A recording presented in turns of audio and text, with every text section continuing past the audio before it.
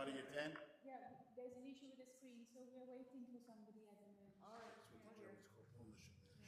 We can get a copy. Yeah, take your time. No worries. Oh, I just saw the note. I didn't see it before.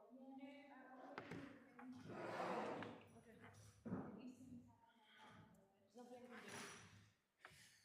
Stick around a minute. Claire's gone over to the other side. What? Claire's gone over to the other side. Yeah, she was an officer. 1979?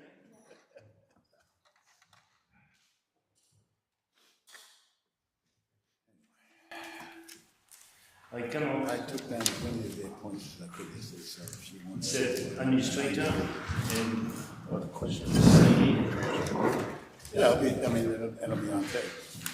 I don't know. Listen to But, tape. no, but you have a video, I said. No, that's right. They put it through artificial intelligence, how good it will come out. Some of the recording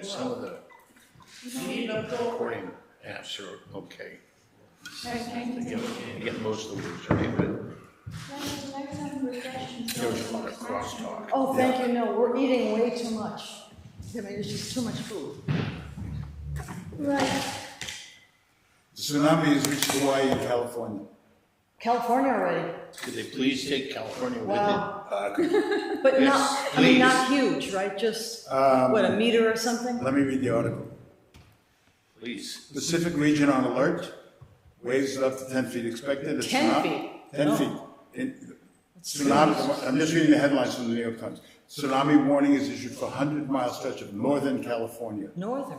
Oh, well, it's coming from Kamchatka, yeah. Crescent City, which is vulnerable because of its low elevation. The rest of the state was under a lesser tsunami authority. Let me see what else. The coastline between Cape Mendocino and the border with Oregon, 100 miles south. So the Oregon Gulf. They're on warning and the first waves are probably coming. Here's waves of up to 5.5 feet were expected to reach the coast of Crescent City in Northern California, about 20 miles south of the border with Oregon, just before midnight Pacific time. So that would have been 3 o'clock in the morning, Washington time. It's there, it's there now. Yeah, the fossil fuel industry is responsible. No. Yeah, that's, isn't that the next sentence? No, Oh, you mean Exxon's not at fault? no, the Weather Service Oh, I urged see. residents to warn you to move away. Fine, great, all right, okay, calm down. Oh, it's Take a deep another, breath. it's another weather calamity. No, it was in Kamchatka, and it might be the Russian energy platforms that were responsible. Kamchatka, that's where the That's they where had it's that at. big explosion. That's the Kamchatka where they. That's where the tsunami started. No, he's talking historically. Historically, that was like the 1920s or earlier, and there was a meteorite in there and it wiped out like massive area of trees. Whatever. Kamchatka. The Kamchatka incident. It sounds like you used to play Risk as a child. Kamchatka.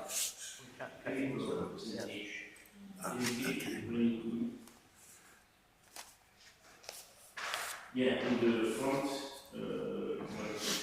yeah. So there's any other big news? You see it? Okay. This could be one of the largest earthquakes on record. Yes. Just go, I mean, it's just too bad. Yeah, so, okay. Well, Yeah, they can say that about You anything. might need to go to the page. Gravity may not work. Another brilliant Okay, article. when he This comes new to performance. yeah. Got a whole paper. you know, I have to say, I quite like I don't that. ever read the New York Times. Cool. As I said, they don't let facts get in the way of great stories. Like we have in our, it's really- I don't know what it means. Yeah. It's the other way around. I do like Mr. Board, who is their science editor. He's often very good. It's not surprising. Well, they're the sort of slabs, aren't all right, let's see. Just gotta stop reading that crap. Sorry, Fox News is not my idea of news. That's, you don't have to go to Fox. There's hundreds of sources.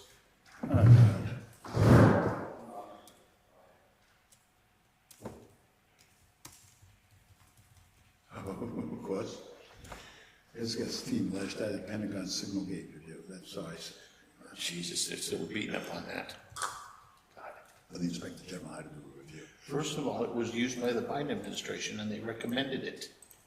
for classified discussions. Yes, Okay. that's why they used it.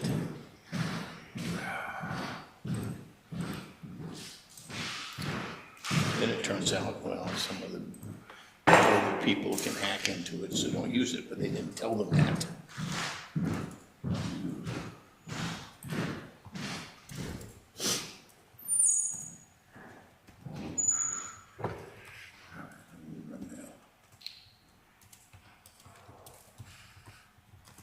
Interview with Judge Robertson. Putin has a very thin skin, yeah. You think? Really? Duh. He's also a midget. No, about 5'6". 5'4". Putin, about He's 5'6". 5'4". He used to go around St. Petersburg with a lead pipe, breaking people's kneecaps. Well, he probably wears elevator heels. He's a shrimp. Again, so it's like Napoleon style. Did you see the picture of him with the graduating class of Russian sailors? Yeah. They all look like head and shoulders. And he's standing over here next to one of the commanders. They look like a midget.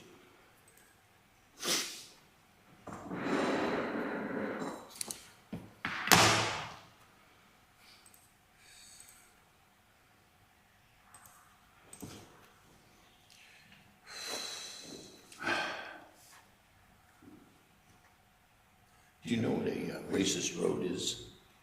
A racist road. You see, you don't read the New York Times doesn't cover Pete Buttigieg, who said roads were racist and bridges are racist because they were put in poor neighborhoods. Stephen, I have been doing some research yesterday regarding the declaration of the Minister of Foreign Affairs from China regarding its perceptions toward the war between Ukraine and Russia. Over 6 articles, 6 are saying almost the same thing, almost the opposite. So basically, Yeah, but Wang Yi did not say this to the European Union? yes, I have been reading The Onion, The Hill, CNN, Carnegie, United 24 Media. I've been reading a bunch of them, and some are saying something, and the others are saying exactly the opposite. I base my information on tangible assets that are developed by China in Ukraine. They want absolutely to develop the central channel and to use the port of Odessa, and they want this stuff to stop. Nevertheless, there is a part of truth in what you are saying, because during the time that Russia is occupying the United States with this conflict in Ukraine, you are not focusing on their own business. So we are making a trade-off here, 50-50. Okay. I have no idea what he was talking about.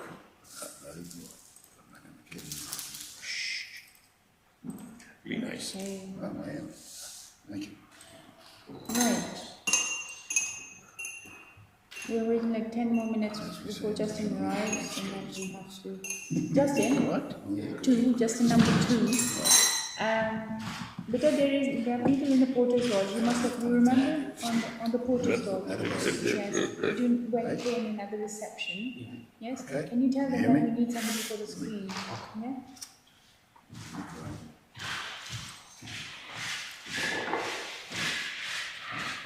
And it's gonna be the defense Have church. we got coffee outside? Yes. Yes, the coffee, we tea, know the and the administration food. does this.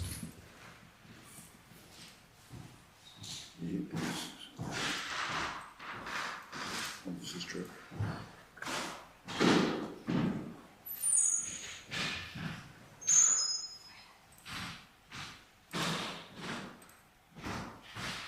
Okay, I have finished my presentation. Take your time. Yeah, I think because this is important today. So, yes. Did you both have a good night's sleep? No. Whatever reason, it's nobody's fault. What about you, Mr. Peter? Did you sleep well? No, She's asking. I can see his face. And how about you, Thierry? Did you sleep well? Like a baby. My knee did not hurt all the night. And it's the first night for the last 2 months. Wow. It was fantastic. That's really you good. know, That's really good. What changed? What made it okay? the ice. Oh, ice. They have this pocket of ice. They have been cleaning somebody trying to go to sleep. And entire night. Ah, simple attention. Maybe this thing here. Just wondering to say that I think this is probably somewhere about to, if we need a military victory, and this is how it should be achieved. What does that first line mean? I'll explain to you in a minute. Basically what has happened we know that the weapons are not being transferred to the front line. I know that's a wrong. Yeah, that doesn't make sense that way. You're right. Yes, sustained arms supply. But what I'm trying to, I had to probably make it in 2 slides. That this is actually not happening. But by the way, this is so okay. Sorry, give me a You're minute. getting there. Yeah. You're on your way, but it needs some more work. Yeah. 2 seconds.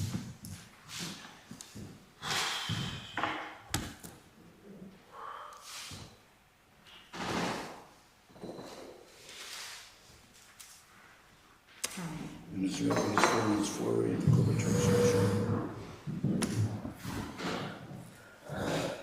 Good luck.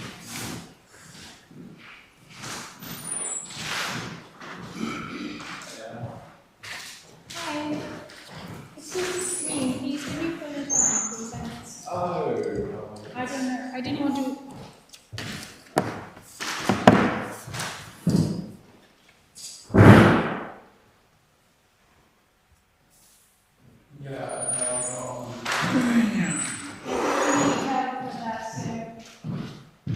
It should come down. I don't know. Yeah. Let me ask the forces. Thank you. Thanks. Thanks.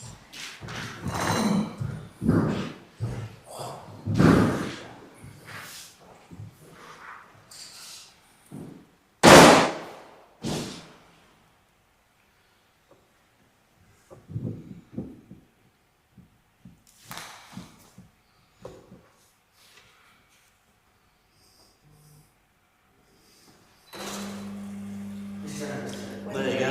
You got it. Break that. Thank you. Dude, press the button.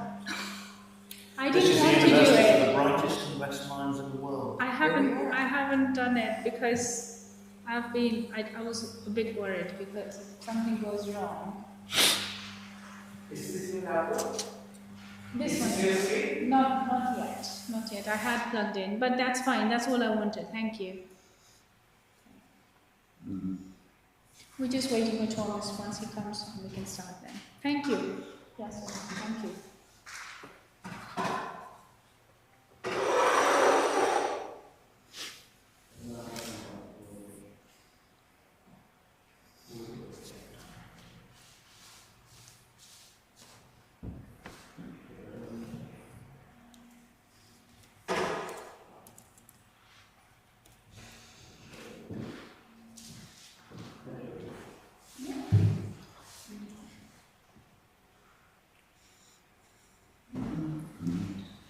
You don't take glasses for everyone?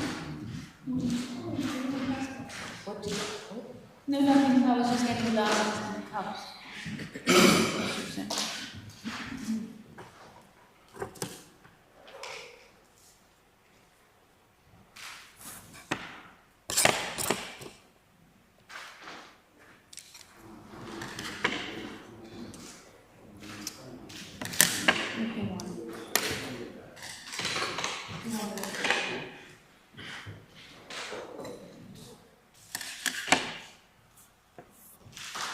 You know who made this? Laura. Yeah. General Valley. This is from General Valley. You see, he has to be here because that's one. So he was meant to be here in July, end of July. He was going to have come, right? But Yeah. what, He's not well. fall? It's not. No. Oh, I'm sorry. So the thing is, it's not very well. Okay.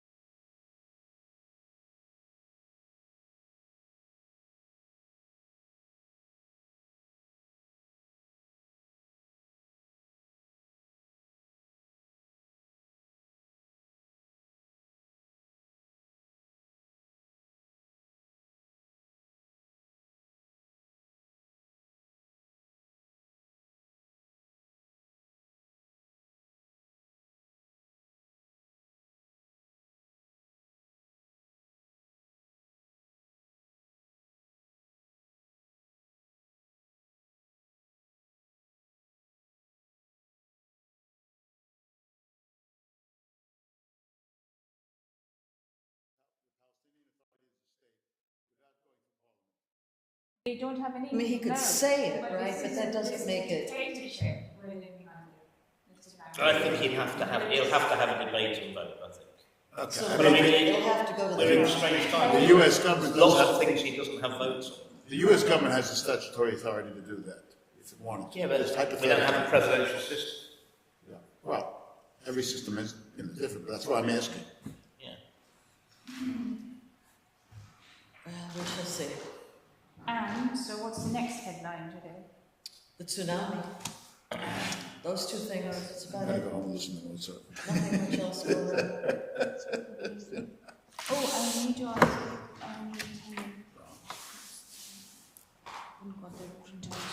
There must have been something in the water in Vienna in the 18th and 19th century.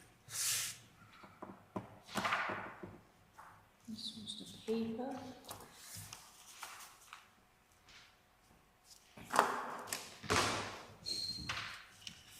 I was reading more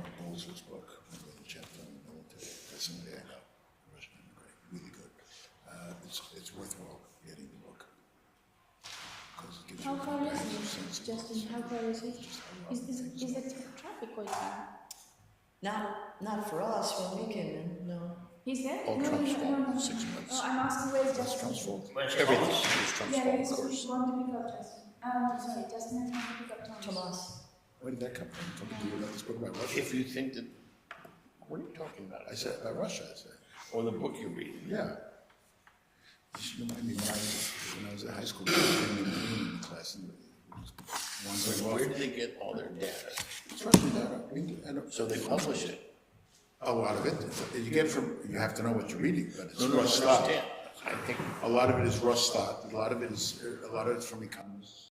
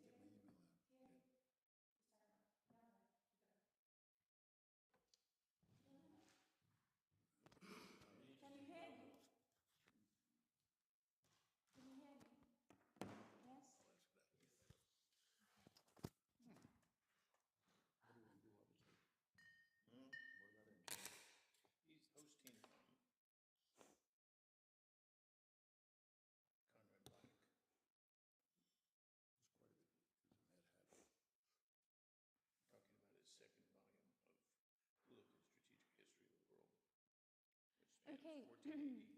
So yesterday we had, it was a good opening session yesterday.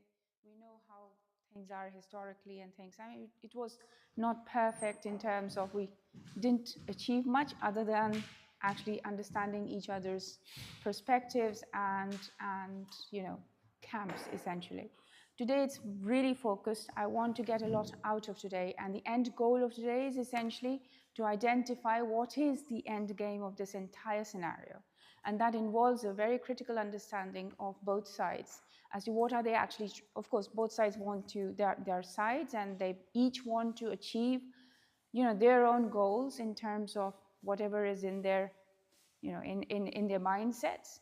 But how practical is it? And if they think that they can achieve it, what's the timeline? Because as the time is progressing, what we are seeing is more and more casualties, and the risk barometer is just rising. So we need a very definite understanding as to how each camp can actually achieve what they want to achieve. So I'll begin with a very brief background, essentially. How do you go full screen? Just give me.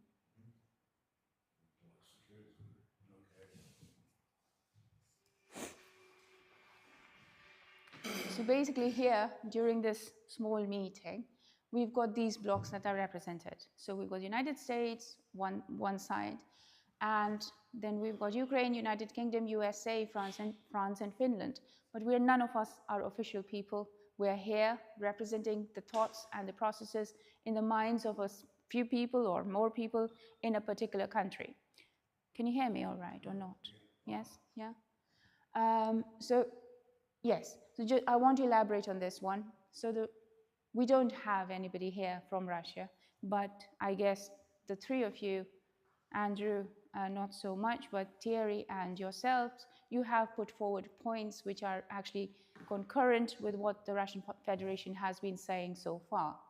And then Ukraine is definitely very well, Ukraine is represented really very well by the three of yourselves, and the same with United Kingdom. Now, saying that Andrew is representing United Kingdom is not right, because he's representing a part of the mindset within this country.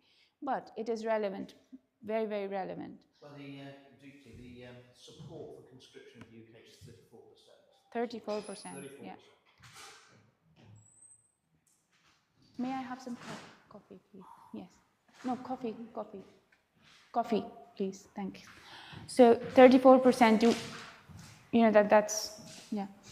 Then France, again, we've got Thierry representing a small section from within France. What is the conscription support in France, may I ask? Do you know? Can you speak louder? Because there's a problem to hear. Do you have a microphone? Yes. Is it on? Yes. Because he can't hear you. Can you not come this side then, maybe? It might help, yeah? How much? 64%? 64%. Isn't that... 64% in Germany, but 34% in the UK. So basically for France, Thierry is clearly representing a minority. Yeah. Oh. And what is the conscription support in Finland? Do you have any idea?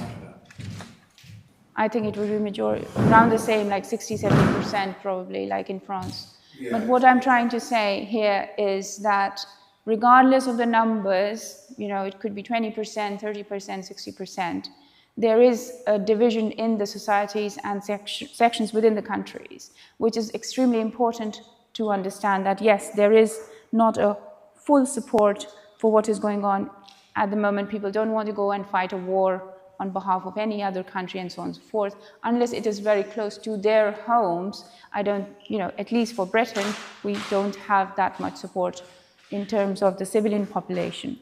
So that is the hard yes? You're saying something? That is the hard reality, actually. However, what we're seeing is there are certain blocks, and I'm not talking about geographic blocks or political blocks. What I'm deriving here is we've got Russia saying, okay, this whole military operation is justified because because we need to tackle neo-Nazism and NATO expansion. We're not going to go into the details of whether it's real or not. No, that's not the point of this conference today, or meeting today, or today in itself. Ukraine is saying, well, it's been an unprovoked, full-scale invasion. Thank you, Justin, dear. Thank you. It's been an unprovoked, full-scale Russian invasion. Again, we're not going to debate that. There's no point to debate that. We're not here for that. And then there are the thirds. What I mean by thirds is, frankly, they don't subscribe to either of those camps. They're concerned about what it is today. And what I'm talking about today, I'm actually representing the thirds. Not subscribing to any of those camps, saying, guys, you know, there's a real risk attached to this conflict. And we are all very well aware what that risk is. So yes. Now, again, those three blocks are extremely important in this thing. How do we arrive to this stage is important as a background, but how do we actually, you know, what do we get out of it, and how do we actually come to the end of it? We need to also understand, you know, the three main categories which are responsible, which can be used in terms of arriving to the solution. Again, you can use those categories in different formats. You know, anybody can use it as a tool to achieve their end goals. So intelligence and defense may have access to data which actually is not, for defensive purposes, is not released to the civilian population. So, and that can be from black to white operations and all the intervening gray operations. And that is right, because you've got to actually think about your country's securities, and that whole information is classified for a real reason. However, the people's representatives, which is in today's vocabulary very much equivalent to, I'm not talking about the democratically elected prime ministers and presidents, I'm talking of the thirds. The information that actually seeps into that thirds is key to how you actually achieve the end goal. So when you've got an information block where you've got classified data, how that actually percolates down to the thirds is extremely important, because that block, which is probably 40% or 30% in France, or 60% in England, and I don't know, I'm sorry, your numbers, but it is a significant number, probably similar. You know, to them, that information, the way it is presented, is extremely important. And it is extremely important because it helps them make up their minds, which is crucial, whether they fall in line with what the governments or the elected representatives want to do, or they don't. And if they don't, then the risk is of an internal uprising within Britain, which is extremely, you know, it's literally simmering in this country.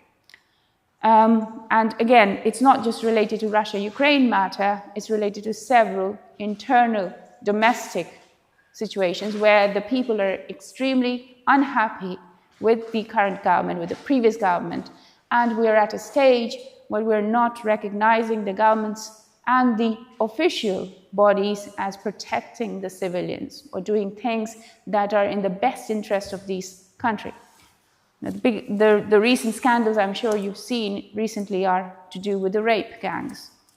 And I'll leave that topic to Andrew later on for the discussion. But the fact is, these are things that actually really affect the civilians here, and they are not happy. They don't want anything to do with Russia and Ukraine. They want this country to be better for them. However, coming back to Russia and Ukraine, the information, you know, when a war starts, I think we all agree, we're all from that background, that when a war starts, the first casualty is that of truth and factual data. Why? Because that is the defensive layer. That is the defensive layer which is used for legitimate defense of the state. However, there are certain parts in it. Again, it's not a coherent isotropic block that you can say, oh, well, we need to defend or hold back all the data and misuse it or use it in whatever way you want to. So there has to be an intelligent understanding as to taking into balance each country's own requirements in terms of civilian requirements and the national security matters which are not so transparent to the normal civilians. It's at that time where you have to gauge essentially how much information you are actually giving out to the public and how much you're holding back. Now, the information you're holding back, again, are like big black holes, no, not black holes, but dark spaces, essentially, which can be weaponized.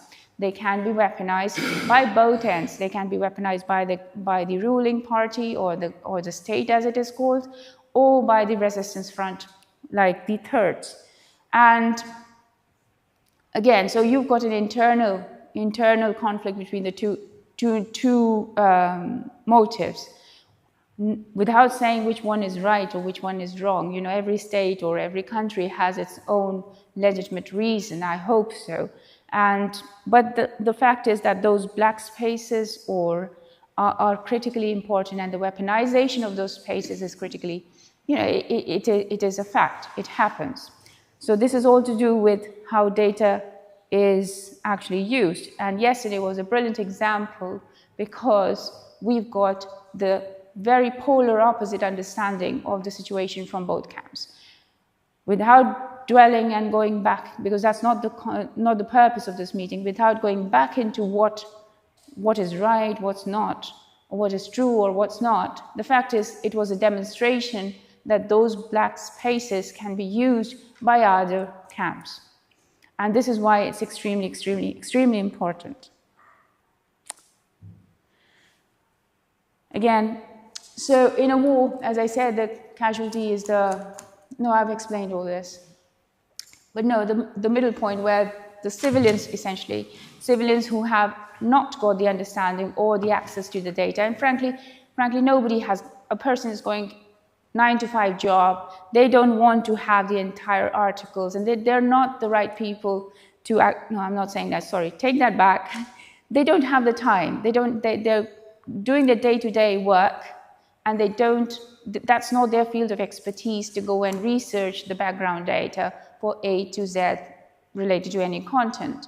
So civilians are the end consumers of the factory-produced information, which is a factory-produced because we're talking about BBC, CNN, Fox, or any other, or even on the other side, like we have declassified, we have unhindered, or any other, non-traditional or alternate media outlets. These are factory producers. They are producing information and news at a regular basis. And both parties have got a vested interest. Both parties have, because they're generating revenue. They're generating revenue because, news outlets, one of the most powerful industries. So both of them have an ulterior motive. However, that product is actually consumed by the civilians, and hence it becomes extremely important, what that band of information or information producers is doing. It's extremely, extremely important. Now, who actually asks these factories to actually manufacture this? And I'm using the word manufacture, but it is like manufacturing. Won't go into detail on that but we can talk about that on the sidelines. But who actually tells them? Now, again, there are those schools of interfeeding schools of thought, thinkers or leaders. So they understand that, okay, these are the fields which are requiring more research, more data production, and so on and so forth. And then there are directions given to these factories to produce data, and that data is consumed by the civilians. So basically, there is a gap between cluster 2 and 3, which I mean production and decision makers are more aligned with each other. They know, because it's a self-feeding mechanism. It's money is involved, again, motives are involved. But the poor civilians are the ones who are actually the end consumers of all that, are the ones who then have to decide based on that consumption of information on critical matters as to how they are going to vote, how they are going to how they're going to vote, and so on and so forth. So this whole process is extremely, I've really simplified here, but this whole process is extremely important.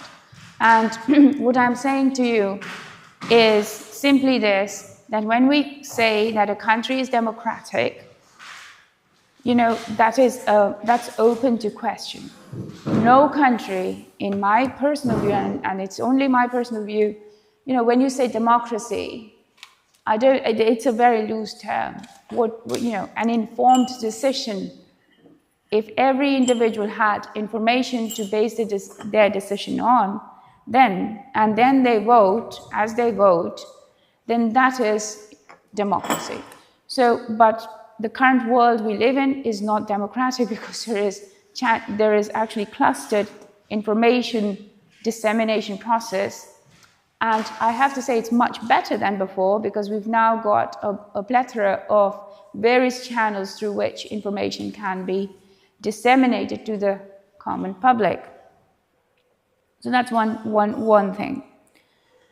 Now, in terms of war, war is a real thing, it's a tangible thing. People die, people lose their families, their entire generations are displaced and impacted.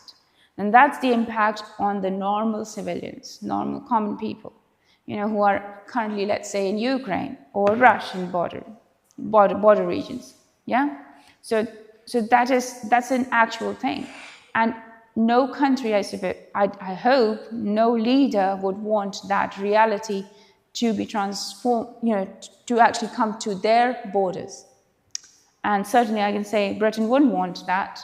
I'm sure France wouldn't want that. I'm sure Finland wouldn't want that, or any of those countries.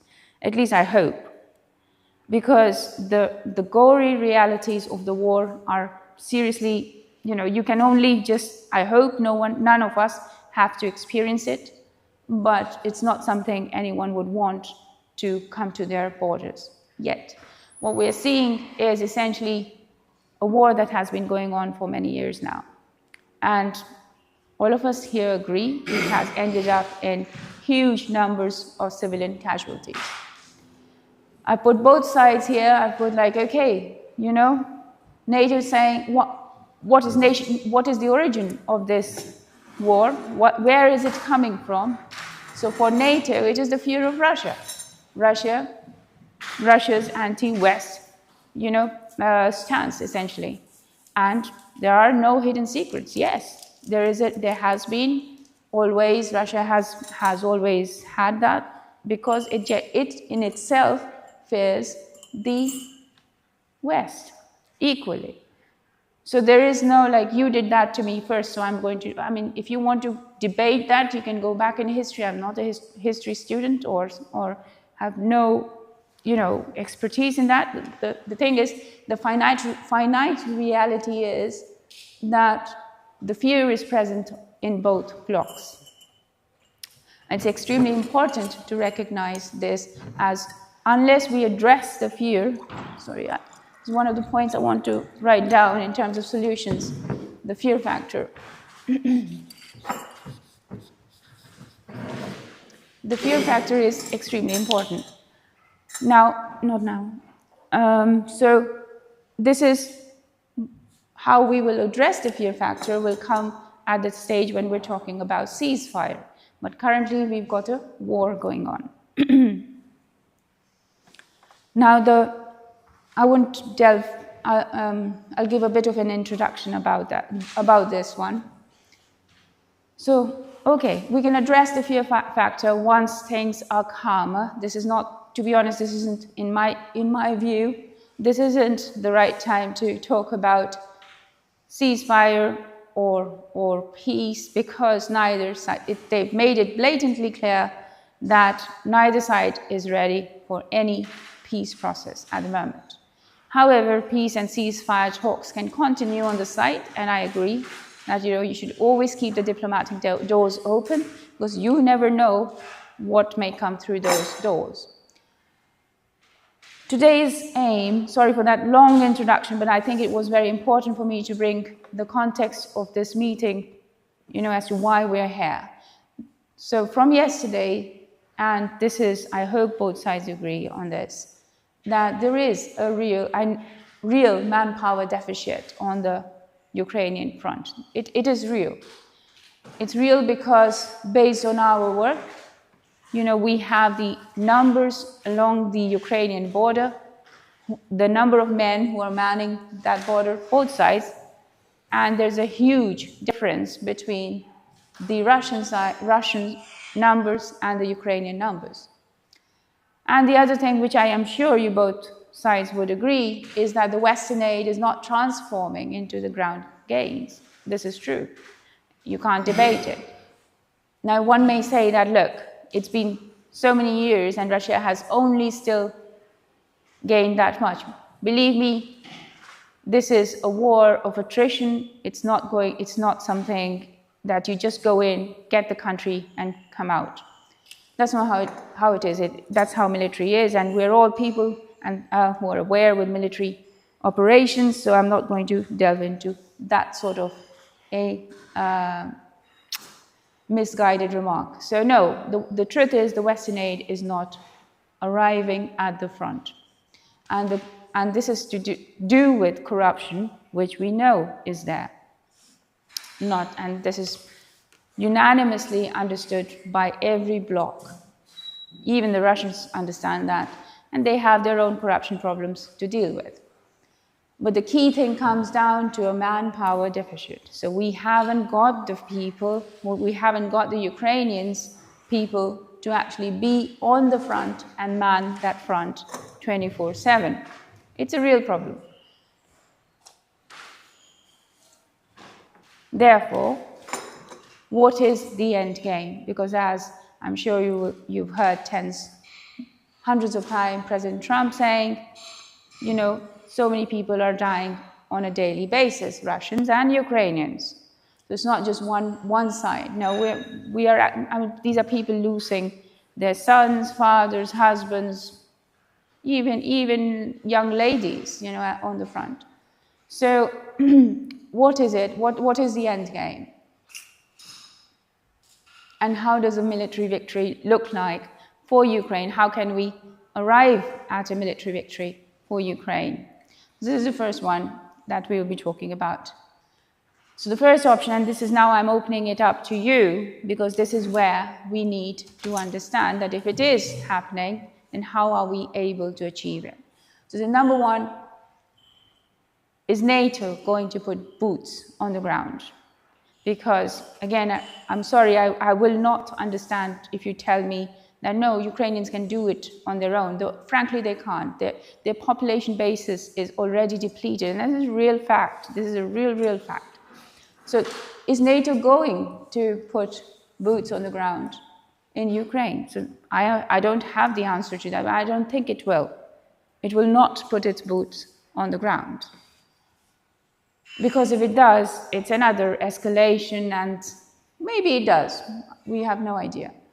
Open a second front, maybe. So that's a possibility. We all know that is a possibility. They can open another front.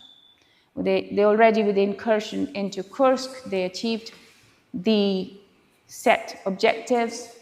There might be something similar on other Russian borders. That's one thing. Internal unrest in Russia, that's something you can bank on. Okay, the main economic resource for Russia being oil and gas. Again, those are current operations that are still going on, and sanctions, as President Trump said. In unison, that is the strategy which is being employed by NATO or Ukrainian parties. How about Russia? The only one thing it hinges on is the supply to Ukraine and Western supply and support to Ukraine. So these are the two elements that are neck to neck with each other. And in both these elements, there's absolutely no end to the war in the next 1 to 2 years. And if it is, then I would like to request you all for comments, because you are the people who have got the actual, understanding of how long this whole thing can go on and what are the risks. Once we know the time frame of this, then we know.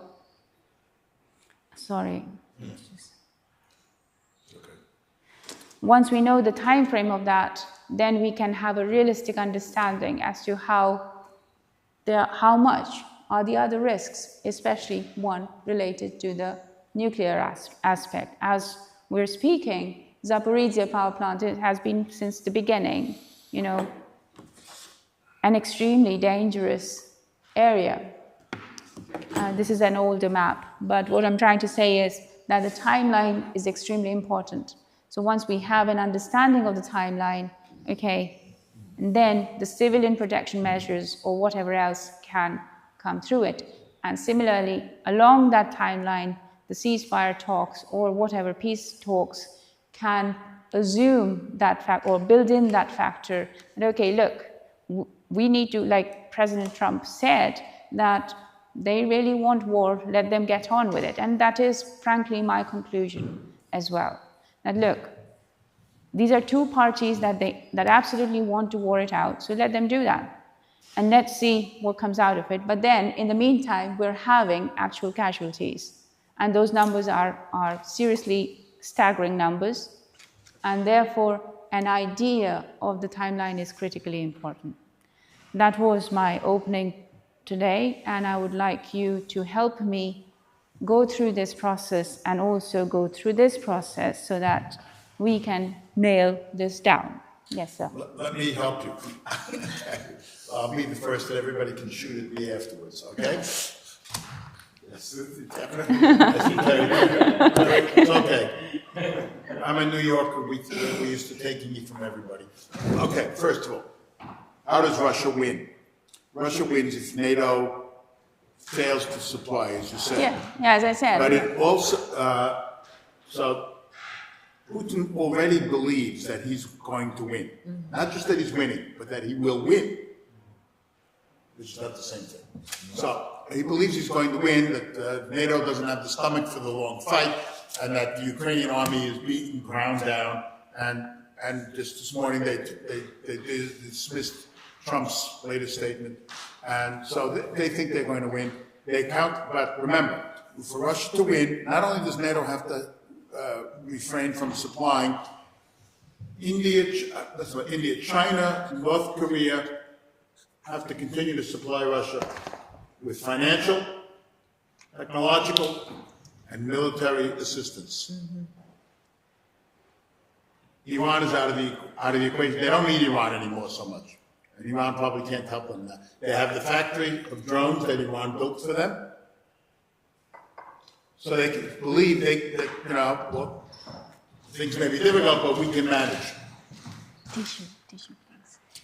So I think that's the criteria for victory for Russia. Now, for Ukraine, go back to what has to happen. I don't see any viable possibility of NATO boots in Ukraine unless there's a prior Russian attack on Europe, which I don't see. So rule out NATO boots in Ukraine. A second front, well, the profession. Does that count technical assistance? No. NATO boots means Troops. troops, air, navy, or ground. Choose your poison. If we froze in place now, is that enough for winning? If it's not enough for winning for villages at the moment. If we frozen ground, if NATO frozen ground? If Russia and Ukraine froze in place now. Even if there was a ceasefire. Yeah, that's it. What you hold. Is that enough? Obviously, that doesn't appear it's not enough for winning for Putin at the moment. Well, he would spin it as such. No, nowhere near. It's a good question. I think he would, let me interrupt my presentation. He would spin it as such, okay? and he has control of the media in Russia, and the Russian, by all indications, the Russian people support him. The problem for this is, if they had a ceasefire, which, as you say, everybody stands still, and what you hold, would the sanctions come off? Probably not. So the economic difficulties would continue. And that has an effect on Russia. So I cannot give you a definite yes or no, because the situation itself would not be completely resolved. But it would be frozen in place for a time. Why wouldn't the sanctions be taken off? Not immediately, I don't think so. Because I don't believe that either the Europeans or the Americans would take it off, and I don't think that the Russians will agree to a ceasefire. They think they're going to win. They are discounting what Trump is threatening. And what's more, as been reported, Putin doesn't believe that Trump is stable.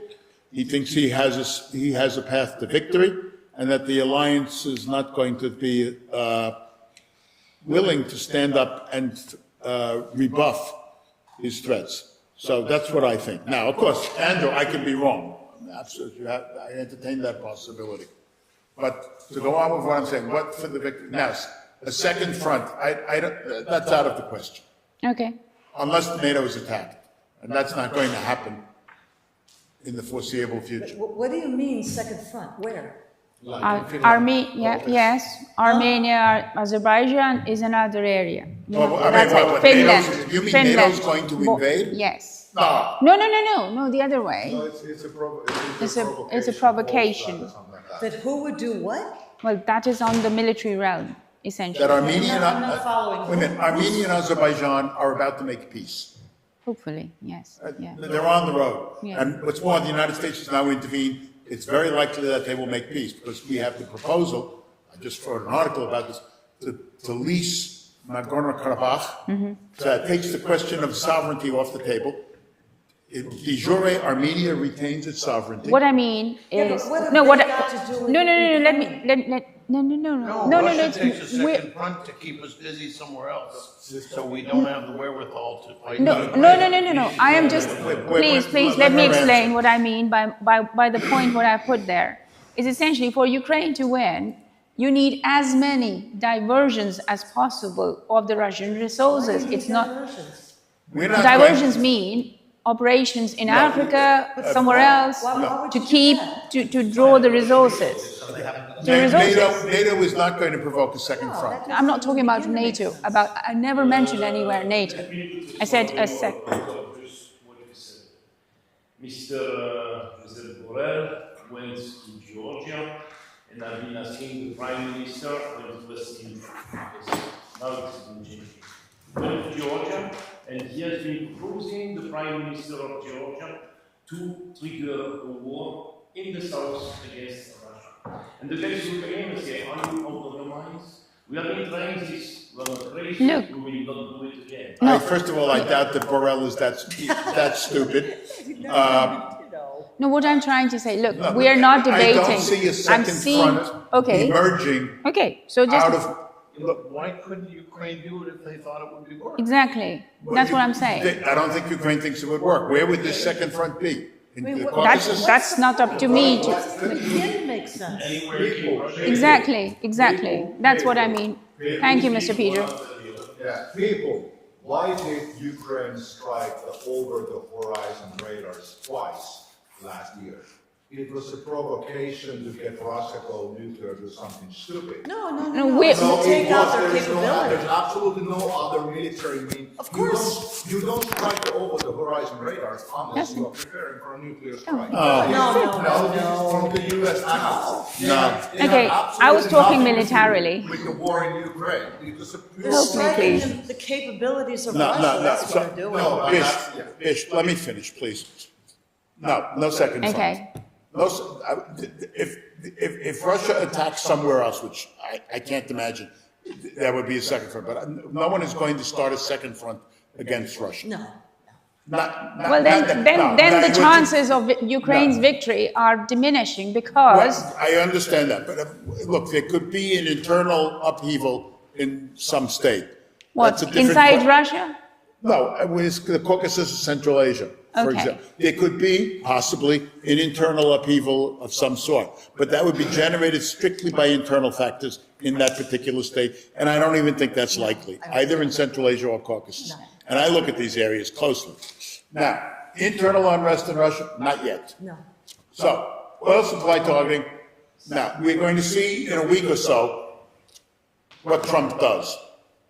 Because on Sunday, he said 10 days to 12 days. Today's Wednesday. We have another week to see. So that's, to use the American phrase, the jury is still out on that. That's a real possibility. Plus added sanctions. Okay. The real key to victory for Ukraine is, and I've written this, I think I said it yesterday, and people can disagree. One, consistent, that's the key word, consistent military support for Ukraine. Sending them air defense missiles and the weapons they need. Second, consistent financial support to Ukraine to pay off their bills and sustain them through the economic difficulties they're having. Third, consistent diplomatic support.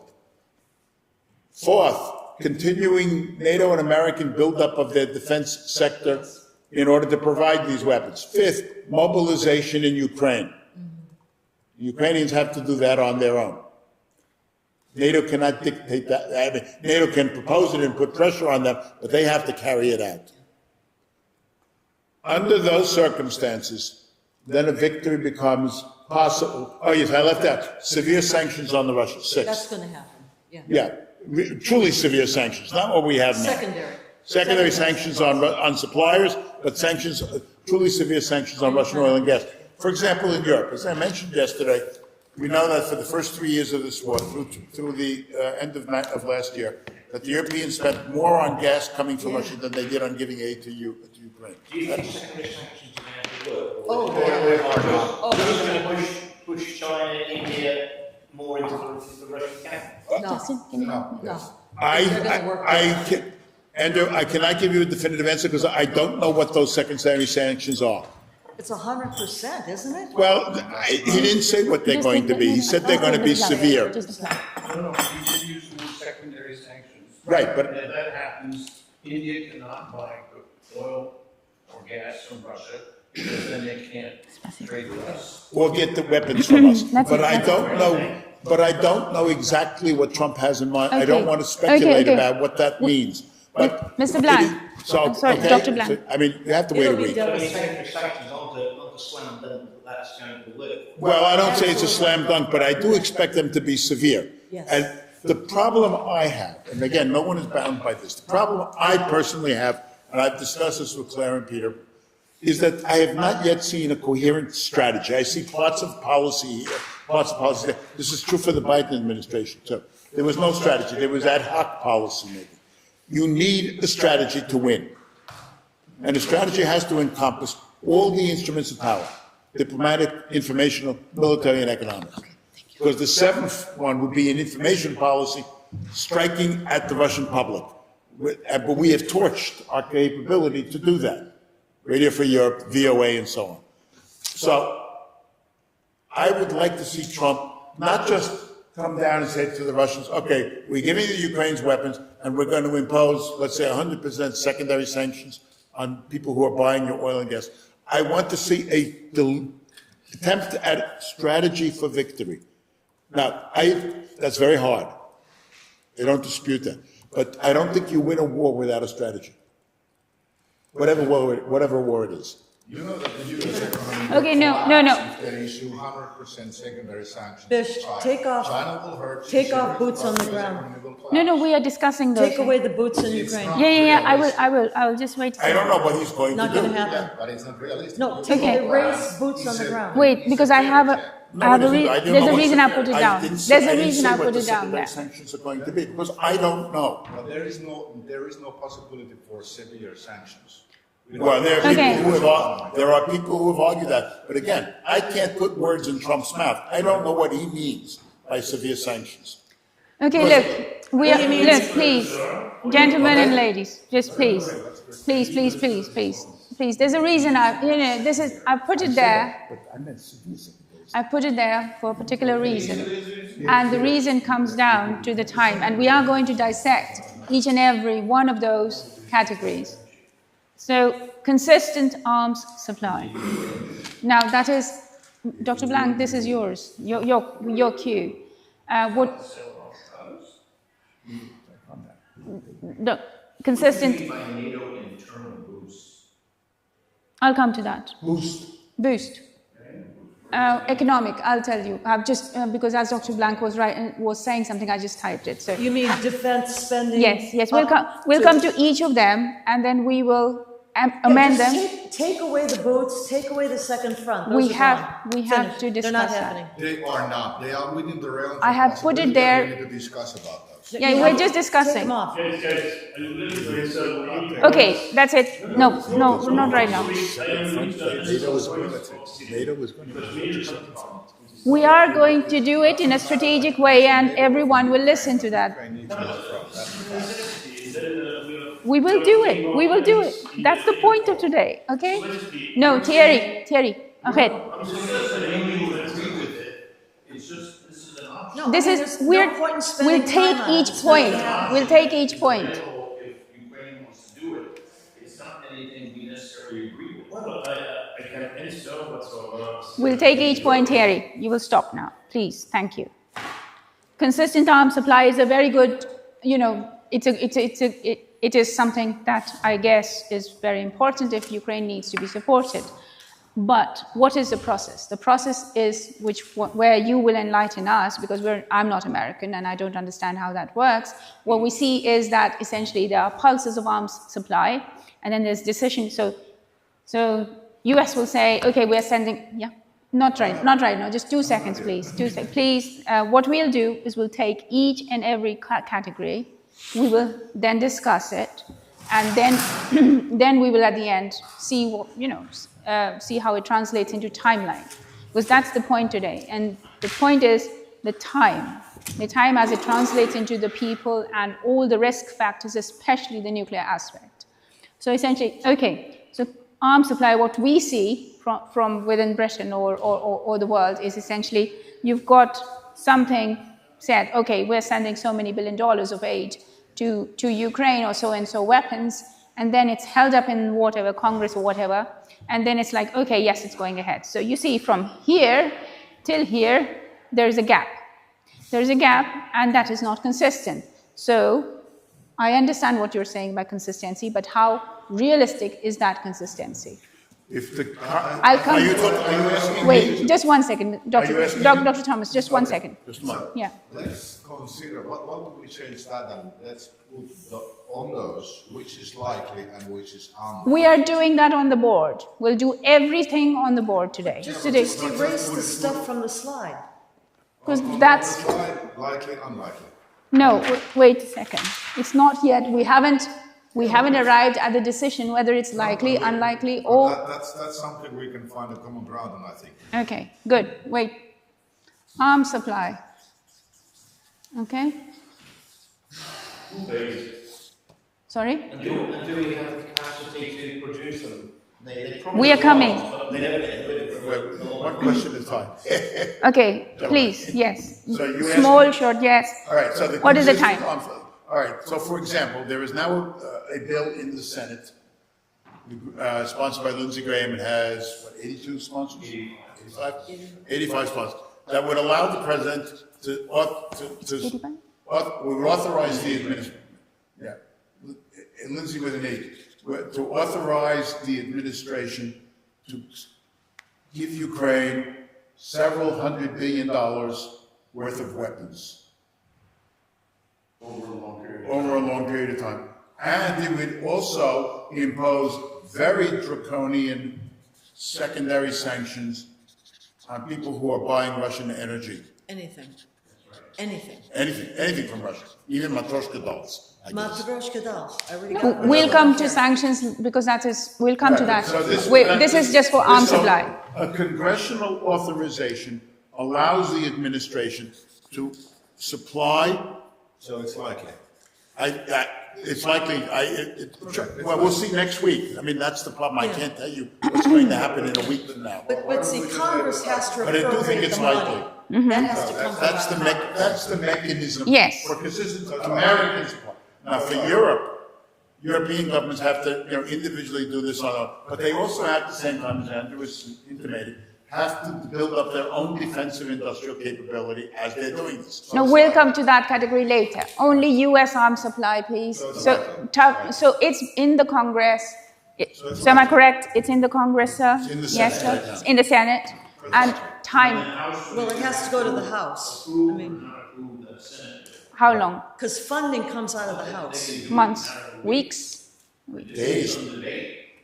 Yeah, and most of the House supports Ukraine. I think, yeah, they will. They will. Look, I put a conservative approach here. I put, let's say, 4 weeks. Now, when it is into, okay, but I've just for the sake, you have to have some sort of a plus minus. With 85 votes in the Senate, you don't have to worry about So a couple of weeks, yeah?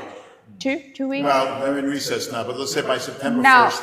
when we have this, okay, we're going to provide this, is America ready to ship them off to of Europe? course. Yes? Yeah, no problem. So we're looking at that these arms would arrive in Ukraine in 2 weeks' time. Is that correct? Am I correct, No. sir? In 2 weeks after the passage of the bill. Okay, Bill so has let's to say a be- month max. But no, in the meantime, they're rushing other things. So just keep that up there and let's go to number 2. 'Cause our No. supply- After this, I have to ask these gentlemen because right now we're dealing with US. So I mean, stuff is already flowing. It's likely. no, wait a second. I'll direct help you with It's just this. that U.S. and European arms supply is likely, Yes, okay? yes, Yeah. okay, most likely. yes. Yeah, it's So gonna and we're looking at So now look yeah, at number yeah. 2. Go to number 2. And financial supply. Yes, that's coming from Europe. Financial support is there, so I don't think we need to. I think we have think we need to- unanimous agreement that there is consistent financial support to Ukraine. We don't have to delve into that. Now, internal boost. What I meant by that was individual NATO nations boosting their military production capabilities. Yeah, that's Essentially. what's happening. There is a lot of corruption. It was one of the most corrupt countries before the war. Well, I It hasn't mean, got any less corrupt. he who lives in glass house, don't throw stones, huh? It's all slipping away, and they will be filling their boots. Andrew, Talk there about is corruption I don't think everywhere. we got a leg to But it's stand on. A lot of corruption in this NATO, country. NATO internal boost is happening, I guess, that's how. No. We please let's right now just go into NATO internal boost. So Who is answering all the points each at a time? yes, thank you for that. So So the American part is giving its opinion, and then after this is France, and then yes, that's a great idea. Let's stick with that. Let's. Their structure in the way that Thank you. we can come out with something that is tangible. Yes, thank you very much. No, okay. I actually wanted to ask you theory on this bit with regards to the arms supply from France. So basically, Only on that, okay? Only on that. Yes. let's make the assistance. To operate weapons, you need people. Today, Ukraine is Sorry, you've got to talk about France. No, Thierry. You need to put, in fact, the things in perspective in the way that I am you sorry, understand. Thierry. If this is making sense, okay? Today, Ukraine. I am sorry, Thierry. You've got to. Yes. Raising- Thierry. Oh, I am speaking, so basically I expect the people to listen. No, I'm sorry. I've asked. No, this is Thierry, I'm me, sorry. I've asked you about French contribution to the arms to Ukraine. Do you have any information? If you don't forget it. Don't worry. Just I'm asking Well, you. for the moment, we don't have the budget. in Yeah, fact, of exactly. our city. Okay, so it's a The budget. budget, no, you have information because this is my part. Yeah, but you argue that when it's your turn to talk about. What I am telling you right now, and I expect you to listen. No, to but what I has- say, is that the budget Excuse has me. been signed for 1 year. And we have what we call a white year, meaning we have been projecting the budget 2025 based on 24. What is going to happen in September? is that- Thierry, we're talking military. We're talking about military stuff right now. We're saying, But the contribution of France is direct to Ukraine. okay, so you've answered it. Yeah. Macron So, has been signing a check of 35 billion euros. Hey, You keep arguing this Excuse is me, not Thierry, doable. Thierry. That is not the subject of this What debate. Yes. I am No, telling no, you- you got, what I okay. am telling you is that Thierry. Macron right now is Okay, that's trouble enough, that's enough. Because we have Thierry, he has been I'm assigning sorry. $35 billion to Ukraine without I'm the sorry. consent of the parliament. Thierry, we've And got an what is agenda going to wait. happen in September is that the chamber is going to be dismantled. This has nothing to do with this. And there will be no budget. And this is the reason why Okay. Macron is going to sign Article 16, in fact, to take over the entire country. And this Okay, is listen. going to be a big problem. There will not be any budget. Should you present this when France is presenting its position? This is the Yes. US position as what it would take for Ukraine to win. You may disagree with it, you may think it's crazy. But yes. Let Stephen Yes. lay out what he thinks needs to be done. When you're up, you can tell us why that's crazy. And we put Yeah, that that's down true. under France. Yes. But she has been asking No, my I opinion asked you, as but- a representative of France. Yeah, but I asked It's you. not about Stephen right now. Okay. So what is the opinion? There will be no money, no true military. The aid is happening, Thierry, right now. So Okay. it is actually happening. France is giving We live would- military I aid could not to. respond to you because there is no budget that has been signed. Okay, fine. That's fine. Next point. Okay, we go on to the next one now. Do you want to say anything on Finland's Finland contribution? will provide everything that they can. So this whole our category- supply will continue. Yes, so this whole category is actually green. It's actually happening and the timeline is there. So whether it's consistent or not, we may not, Let's put it that in happening. that's very good. That's basically green, essentially. Yeah, great. So also consistent financial supply is also there. Now you can just erase the next three, because we're No, gonna. we don't No, erase them, we put no, them no, no. unlikely. No, NATO internal boost. Now, I Yes. assume that you mean by that. the Defense sector. defensive- That's already happening. That's already happening, yes. The fun, yeah. Now the next three, just take the next three. Now NATO boots. You don't take them off, you put them unlikely. No, wait a minute, please. They're unlikely. What's One, that? one at a time. One at a time. NATO has to have that internal boost, otherwise. Yes, of course, Ukraine yes, can't do yes, what yeah. So we've done, they need to do. no, we agree on that. Now, NATO boots in Ukraine, it's not happening currently. It's not happening. Claire, that's not happening currently, They were but planning we to might. send the peacekeeping troop of NATO. that's So only- That's gone. Yeah, That's over. There's no Yeah, peace it's right now. over, but still the fact is that it's unlikely but possible. No, it's not even. It's not even, No, it is. Thomas, it's not even Okay, possible. let's just It say is it's not possible. happening today. Come on, Yeah? people. It's not happening possible. today. It is possible. They've walked away from it. No. Dr. Thomas, let's put it like it's not happening today at the moment. This is finite assumption. We're doing it. It's not happening today. It's not happening today, but we're not removing it because there's a point to this. This whole thing has a reason. A second front. Now, a second front is actually happening. Speaking, you have no idea what Macron, Stammer, and Merz are We- putting in the budget. Okay, we You will. have absolutely no idea. And this might be a possibility if, of course, the United States is giving green light. Okay, we will come to that.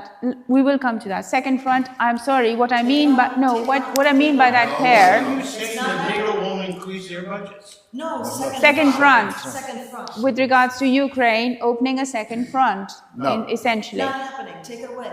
No, I do agree with that. I'm going to explain why. I think it's important, Claire, because we have to divert. One at a time.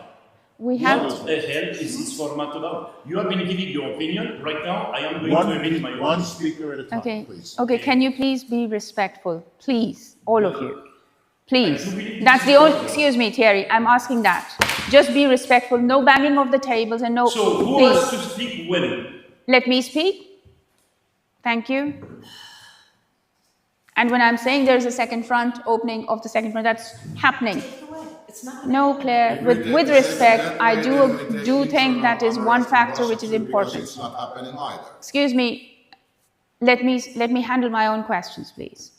Okay? Look, Claire, I respectfully disagree with that because unless you divert the Russian resources, there is no real, it's the same thing. It's the same thing like what you're doing, what needs to be done in terms of oil supply targeting. So unless with that, It's never going to happen. Now, internal internal uprising or unrest in I Russia. am sorry, I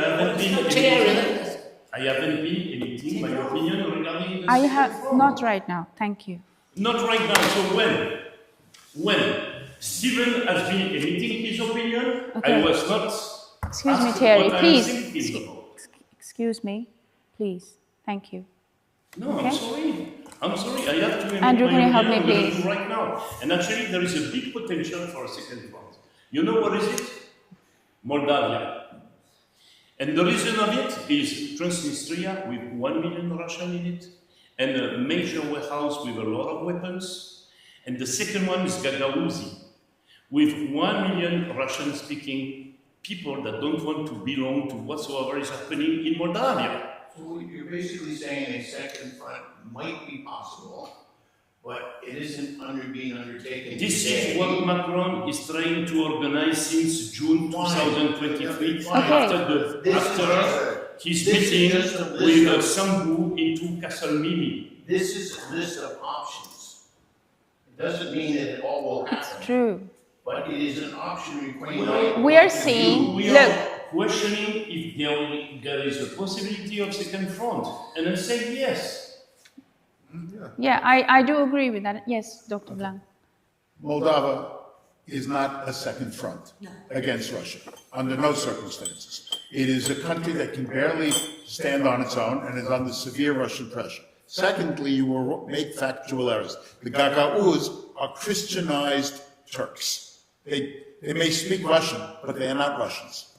Dr. Blanc, with Okay. respect, Do you Dr. know Blanc, that NATO is please, already we're in not, Moldavia? we're not, Wait, one Do question, you know that NATO is already in Moldavia? and so, What they are doing there? I don't know, but I assure you that You there know you're Americans and you're part of NATO.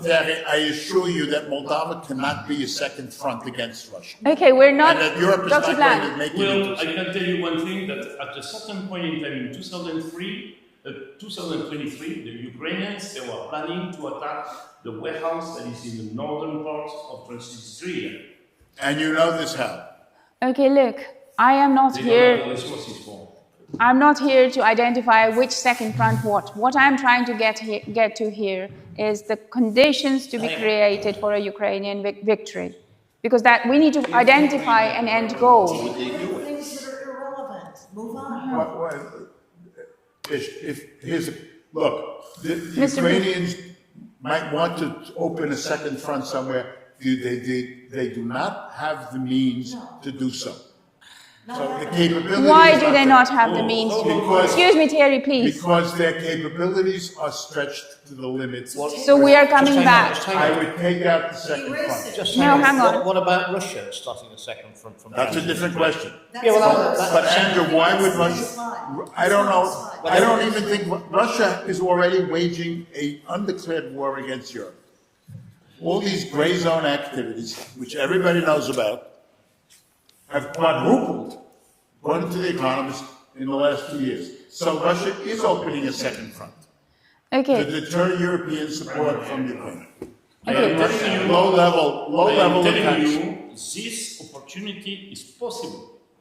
It is highly possible, and Maya Sandu is doing everything possible to be absorbed, to make Moldavia absorbed by Romania. Okay. If this is happening, Moldavia become NATO by default. okay, Thierry, That's your Thierry, that's current affairs. We're not at current affairs at the moment. Right now, we are seeing the end game. We need to understand where this is headed. Okay, you know, internal unrest in Russia. Internal unrest in Russia, is that happening or not? No. No? Not Okay, happening and not likely. Erase it. exactly. You see, we've got agreement here. It would help us. Okay, well, that's the issue. Yes, What you're saying, it would help, but there ain't no way to do it. it's not on the cards It's then. not really in the cards. Right. Anytime in the foreseeable future. Okay, oil supply targeting, that is Yes. happening. So Yes. we can't And debate And that. that can get worse Yeah. for Russia, So, depending on what Trump says next, what happens between now and next week. so Ukraine is doing that already. Sanctions are coming from the NATO sector anyway. And then information, Wait a minute, I have my word to say Yeah. regarding the sanction. Yes, okay, wait. What we will do, Thierry, what we will do, If Thierry, you are we will, applying sanctions in the way that you plan to do it, Russia and China can kill you in 1 week. 1 week. Big block. Titanium, antimonium, uranium. You're done. Your military industry is finished. Because antimonium, the number of deposits in the world is very, very small. And the biggest deposit is in China, in Russia, a very small one in Ukraine, actually. Very, very small, which is almost in control by the Russian army. Yeah. And there is another part, if I remember well, this is in Bolivia. Yeah, But the deposit is very, very small, Yeah. and this kind of metal, if you don't have it, Theory. your military Theory. industry, you can forget it. Theory, we're just talking what's happening and sanctions are happening. I know. Yeah, but you know, there I will be just- counter sanctions. Yeah, but I just told yeah. here that if It's actually- 100% sanctions will kill. So Let we Tom are just, speak. we were just talking what is happening Yes, now. that's all it Extreme is. That's, sanctions cannot come yeah, because exactly. the US economy will collapse. So 100% secondary sanctions won't happen. We're not talking about those. Sanctions are the fact. Yes. Yeah, so that's just. okay, But so what is going to happen if... we will do that later, not right now, Thierry. I am, The oil supply targeting, what are you meaning by that? Meaning It's happening. forbidding, it's happening. No, And I the am Russian asking propaganda. what do you mean by oil supply? Meaning this is Russia Oil that industry. is forbidden in fact to distribute their oil through their tanks. No. Actual targeting of the oil production facilities, oil pipelines, and you know all the distribution sector They essentially. do That is whatever they want, they can do it. yeah, but that's happening, right? That's what we have discussed. That it's actually It's happening. not even hurting them. Okay, But it's still happening. all right. It's a fact. So basically, what we're looking here is that this is work in progress. It's actually, you know, it's actually happening. These things are actually in progress at the moment. And you know, That's with good. which is like, okay, we've now formed. Yes. One point. On information policy, U.S. is out of that game. We're not? We're not. No. For Christ's sake. You can restart Radio Liberty. They shut it down because it was a propaganda arm for our enemies. Radio Europe, Radio Free It was Liberty, terrible. they're all gone. They're gone. They're gone. Paper. They're You gone. can hire people to put in a good information. But it's not there now. They're gone. As of today, gone. In the U.S., not in Europe.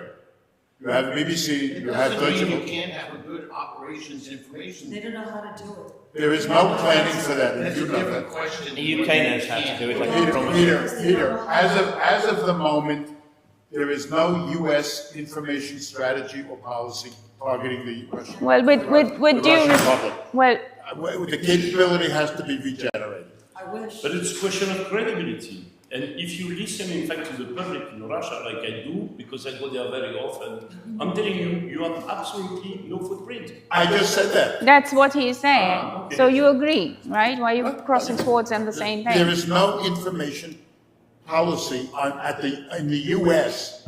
I'm not talking about France. I'm talking about the U.S. There's no information policy or strategy to target the Russian public, which is inundated with But official the propaganda. Russian people do think the war's gone on too long. Many They of want them- to win and they'll carry on fighting. Perhaps. But they'd like it over. They don't. But perhaps, but there's no American policy to change thinking. Well, actually, Well, I it's a disagree. small I do war disagree because with you. I'm when sorry, with respect. I do Okay. disagree, but But I'd like to know that's on what what. basis you disagree. Because there have been, you know, openly, actually, one of the ones that I remember very recently, a year or so ago, CIA basically putting out that, okay, you know, any dissenting Russians can contact That them was a and year so ago. forth. But Yeah, but it is Jewish still changed going on. administration The since funding then. has been cut since then. The funding is The gone. funding is gone, the Biden people are gone, Trump administration is not doing So it. which Was bloc all that was funded funded? through US aid? Excuse me? Was it funded through US aid? It's I don't know who USAID funded it, does not exist but anymore. that's also gone. It's been dismantled. I know. I know, but within USAID is a massive big cluster of It's things. dismantled, there is no USAID Right. anymore. No, but It's gone. that's not true, dear Claire, It's because gone. No, I'm telling you, it's gone. It doesn't The, exist. But we- there are a number of functions that have been taken over by the State Department, but they do not include information targeting of None of Russia. it, none of it. That's off the. It's gone. Now, what happened last year was last year. We have a new administration, and they have a very different perspective. just to get a better understanding of this. Why do you think Radio Free Europe is the only way to talk to No, anyone? I listed that among others. Well, you've got a Secretary of State, you've got a Secretary of Defense, you've got a CIA director. They don't You know. got members of Congress, they all can do speeches and information beamed into the They Russians. would, but they don't know how. They have no capability. They have Well, then no- it doesn't matter if Radio Free Europe is around because they all thought they were CBS News. Well, the point is, it's all gone. Peter, That's the point. It's gone. an information campaign is not where Rubio or Hesketh or their predecessors or successors get up and give speeches. An information No, I know campaign what it is. is like what the Russians tried to do in 2016 in the United States. I understand, but Stephen, the entire enterprise was, they have a philosophy is, no, we should not be talking about America, pro-America. We should be like CBS Evening News. We should be critical and be balanced. It's gone. Well, it wasn't doing any good anyway. That's irrelevant. You act as though we killed something that was valuable. There's a No. line item there. It was a capability which we got rid of. Please. It's gone. Peter, Okay, Create Andrew, it. Andrew, they're not going to. Andrew, what is the policy? I don't know why, but they're not going to. You Let's don't know that. let's just, I see. Dr. Blank, let's hear from Britain. Essentially, I do want to understand from Andrew. Andrew, are there any existing policies targeting Russian Federation with misinformation? Could you please update us on that? Well, yeah, the BBC are, and it's funded by the government. It isn't funded by the licence fee. All the stuff we pump out to China, Russia, whatever, that's all paid for by the government. The BBC World Service. Yeah. Okay, thank you. But, I mean, How I think- long I has think that been as far going as on? Europe is concerned, Okay, just we are the weak link in the UK because I think we're the least keen on getting involved in a shooting war in Ukraine. We're the least keen on conscription, and you know, if they want to take more money from us for keeping the war going, you know, when they've taken the heating allowance off the old age pensioners, they're cutting benefits for the disabled and offering them assisted dying instead. This is going to be a big problem. so, Andrew, just one very specific question: how long had this campaign against Russia been going on? You know, Oh, it's been going on since at least 2014. there's a reason why I'm It's asking actually because. 2000, really, I think. Because and that comes back, Claire, to the USAID funding for such an information prior to today. The thing is, these campaigns have been ongoing, and yes, all these factors have actually been in play for the last so many years. And then what we see is actually the only thing that has changed along this is the actual resolve of the consistent arms supply. That's the only factor that has actually become more determined in the current context. However, all the remainder of the factors in green are the ones that actually have been in play for quite some time. And yet we are at a position today still in Ukraine that there is no forward movement from the Ukrainian front. I mean, Ukraine is not able to regain, well, in parts here and there are different military victories, but in a sense, it's not been able to actually translate all this into an actual, regaining of the territory. So how realistic is it to understand that it's going to retake Donetsk, Luhansk, Zaporizhia, Kherson, etc.? How realistic is that possibility? Again, we're not here to debate. We all may have different ideas, but the truth is that none of these factors are new. None of them. All the Greens have been there, and there are added things to internal unrest in Russia that's not happening. And that, yes. Not quite brief correct. yes. There has not been consistent arms supply. I said that. I said already. The only factor that has changed from 2024 to now is the resolve of the arms supply, essentially. However, that arms supply link is not directly to Ukraine, it is through Europe. So Europe is going to buy those weapons and then sell its weapons to Ukraine. So that's the broad way to put how that arms supply is happening. So, I'm sorry Thierry, please wait. What I'm trying to derive here is that none of that is actually something new apart from the first factor. The first factor, the real terms, when you try to tease all of that out, is that Europe is going to, let's say Germany, for instance, is going to transfer some of its artillery shells or whatever to Ukraine or Britain, and then US is going to replenish that supply. So what is that? Yeah, what is that timeline?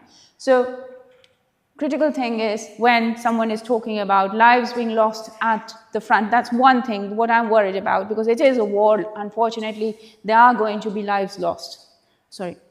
But what I'm concerned about is the threshold at which it becomes, the real threats, like just a moment, Claire, I will come to you. When it actually translates into realistic threats, like the nuclear escalation or tactical nuclear weapons.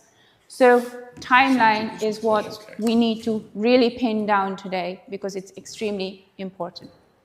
What I was going to say is that there has been a distinct turning point for the United States, yes. And that is Trump's apparently finally glomming on to the fact that Putin is never going to, stop until he is stopped. He'll keep going as far as he can go until somebody stops him, just like Hitler.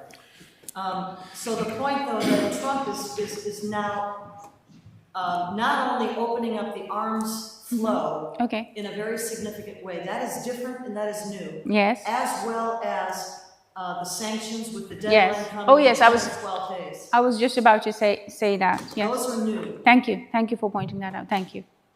I want to counter a bit what Claire said. There is a possibility that there is some kind of an agreement between Presidents Putin and Trump. No. Because President Trump needs his help in Iran and with China. No. So if he's going to go really hard for us, so they will just combine with China, Iran, North Korea, and you have a block, you cannot win. We cannot win. So this is a possibility we have to acknowledge. Okay. Yeah. We will look. That is a tangent from this. We will come. This is today. It's literally strategic, and we will come to that. That's a very strategic point. Mr. Peter, what are your thoughts on this chart? I think you've got pretty much everything that's possible, but also everything that's probably needed. Okay. The only question is, do we have adequate energy supplies to make up what India might lose? China That's a good idea. Try to get around it with ghost fleets and everything. But we're producing 18 million barrels of oil a day. Our natural gas is up another equivalent of 3 million barrels a day. Can we supply India with what they need so their economy doesn't tank? I don't know. That goes, sanctions aren't any good unless you can do them.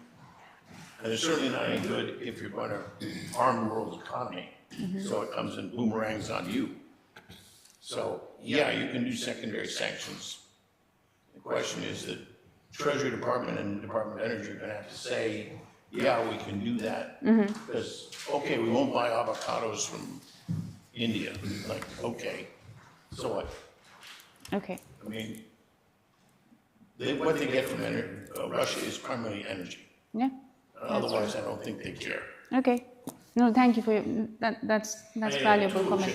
No, I'm sorry, I'm going around the table. Dr. Blank, briefly, what are your thoughts on this? I think you've got everything. You've addressed all the issues. A number of these we've agreed to should be taken off the board. We will. But I'm happy with the ones in green. Yes, that's what needs to be done. I'm talking about the green bits here. Yeah. You can talk about any bit. Yeah, I think this is good. I just want to remind everybody on these changes that is happening in Finland, because we're going to understand why we're preparing for something, a war, Yeah. the way we haven't been preparing since 1940. But I Thank agree you. on everything. Thank you. Claire, your thought? Are you happy with this? Yeah, take off the stuff. that You're happy we with the already- green. You're happy with the green. Yes. Keep the green and get Yeah. rid of the Okay. rest. Andrew, Yeah, I'm happy. now your chance. Well, first of all, Only on this. several objections. Consistent arms supply. 30% of the supply that has been done in Ukraine went on the black market. You want to continue to feed the black market? Is that what Consistent point, but we will discuss that later. Short next. Second thing, who are going to operate this weapon? Because Consistent point. are we here Yes. to make sure that this is going to stop or to continue? Next point. Financial supply going on. Internal votes, it's already done, so basically... Okay, you disagree. That's fine. Okay. No, it is happening. Okay, we agree. We understand what you're saying. NATO votes in Ukraine, if they do, then this is casus belli, and we will be at war with Okay. Russia. Yeah. Second front, I already have been emitting my opinion. Mm-hmm. Internal unrest in Russia, I don't believe a second. Oil supply targeting, certainly this is happening, but there is a big risk of inflation. Yeah, that's effects. That's effects. We'll come to that later. Sanctions Sanction doesn't work. happening. Okay. So it's happening, but it doesn't work. Information policy thing happening. So. Very, very low. Okay. Now look, what I'm trying to get here is, as I said before, all this thing, especially related to arms supply, there are two topics there which actually Mr. Thierry has already touched upon. Is one, yesterday's, this isn't fiction. Who is going to use those arms? Who's going to win? Who is going to operate those arms? Ukrainians. Yeah, but there aren't any, Dr. Which Blank. one? No, Thierry, Ukrainian excuse me, military. they're talking to me. So please, may I, today I am the one who's It's trying to, the yes. Ukrainian military. Yeah, who okay. operate them. And the argument that there aren't any is, I'm sorry, it doesn't hold water. Okay, We have an exceptionally innovative Ukraine defense industrial sector. which And is, they are yes. operating weapons, so there are people there who can learn and to operate high-tech, or if they don't know how to do this already. There are NATO people there training them. So finding operators is not trouble. The problem with Ukrainian manpower is finding people to go into the field. On the front, that's where the real crunch is. You don't want ground forces. Ground forces, yeah. Oh, by the way, No, the wait. Russian army is inside of Pokrovsk. Okay, please. Cross for age. Okay, now we're going to, this is a very important point because front manning, Ms. Vita, please. What is do you think the numbers are sufficient enough within Ukraine to man the front and operate? No, it's Mr. Peter's chance. Yes or no? I'm not on the ground in Ukraine. Yes, and but- I have to rely on people like the Hudson Institute, people who go to Ukraine all the time and come back. They have a manpower shortage if you look long-term, given where Russia is and they are. But as Steve pointed out, if you're talking about manning weapon systems, you're talking about 3,000 or 4,000 or 5,000 people maybe. Okay. So I'm not, That they have. I'm But if you're talking about infantry. if you're I'm talking talking about ground infantry, forces yes. To push Russia Yes. out of Yes. certain areas, that's a tough deal. The whole point of this is to so change the correlation of powers that Russia says, okay, no more. I see. And they agree to some kind of ceasefire, some kind of agreement. What that might be, I don't know. I don't know whether Putin is willing to give up 1 square foot. But I know Well, Ukraine, I don't think will have a ceasefire unless Russia agrees to get at least leave some areas. Yes. Okay, thank you. I don't know. It's Dr. up to Blank, Ukraine. are the ground forces enough to push Russia out? As presently constituted, I don't think so. How much is the capacity of Ukraine to, through conscription, to boost that number? I think Ukraine has to increase its capacity to mobilize manpower. How much? By how much?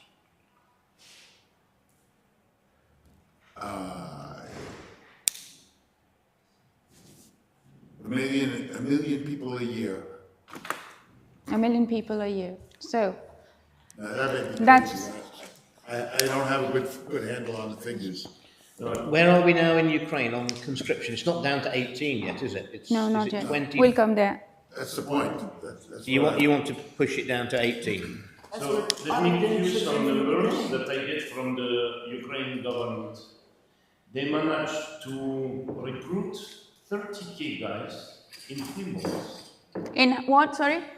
30k, meaning 30,000 In 3 months. 3 months. So basically, if you are telling me that they need 1 million guys a year. a year, how long is it going to take in fact to do so? Because Yeah, do the math. right now they are at the rate of 120,000 per year. So basically, it will take about 12 years before to arrive to the point that you are going to achieve your goal.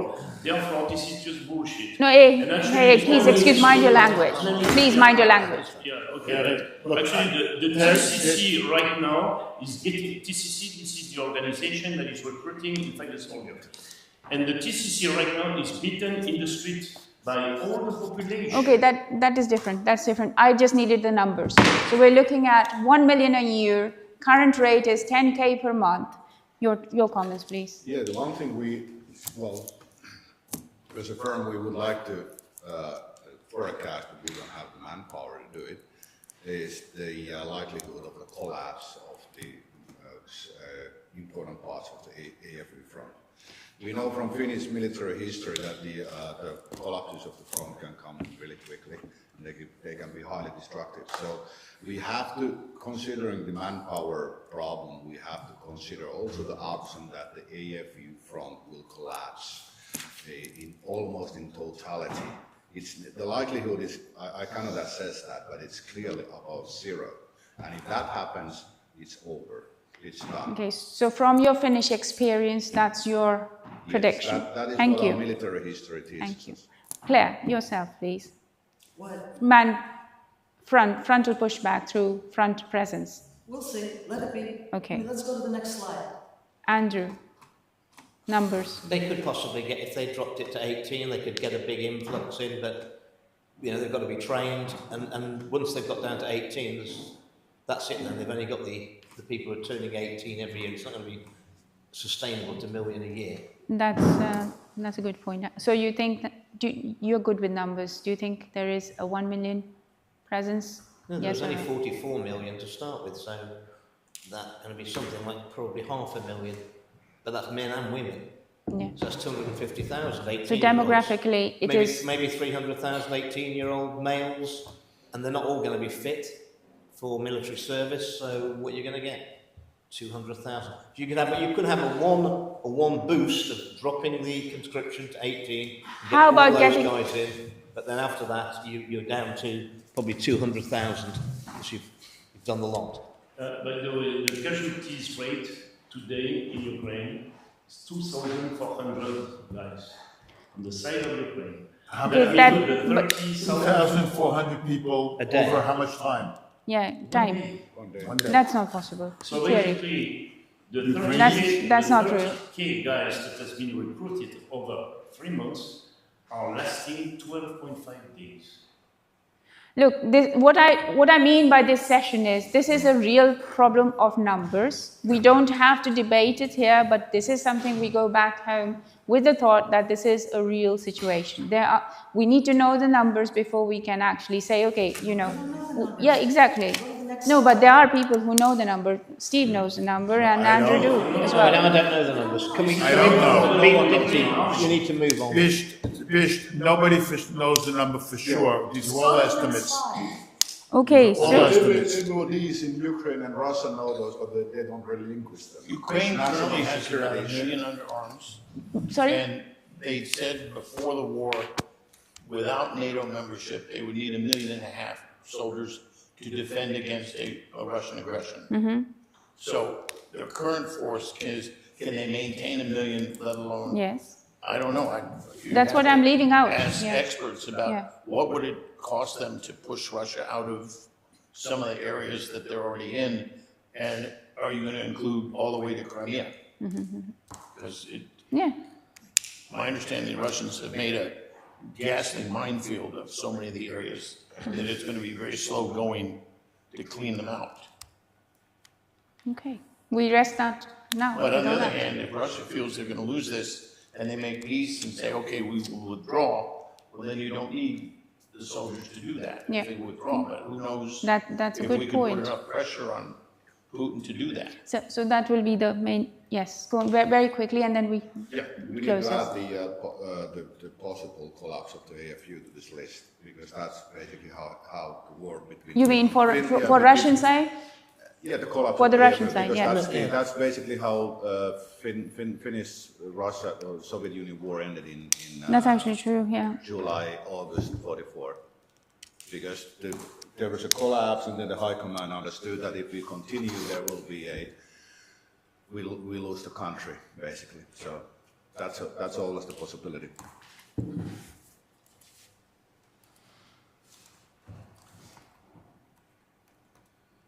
And also for them it would be internal uprisings. Yeah. Okay, so that's the end. Look, I don't have the Russian side, so I'll just leave it at I that. think we can all agree that there's more chance of the Ukrainians rising up against Zelensky than there is against the Russians rising up against. Well, actually, I'm going to tell you something. It's already happening because of the NATO standard. Look at what's happening in the five biggest city in Ukraine, because Zelensky wanted, in fact, to withdraw the power of NATO, meaning the organization in charge of controlling the corruption, and now you have millions of people in the street. I'm sure it's Oh my God, it's 11:30. Would, Just a maybe we take a little break and we come back to the next bit. That would be the ceasefire focus, basically. So We're making progress. Great. we take a little break We because have some compromises, common then it would be ground. the more calmer bit, which is the ceasefire stuff. So I'd rather that. Yeah, no, but it's good. Yeah? It's good. Okay. I'm happy. Thank you. Tea, coffee? Anybody? No? Tea, coffee?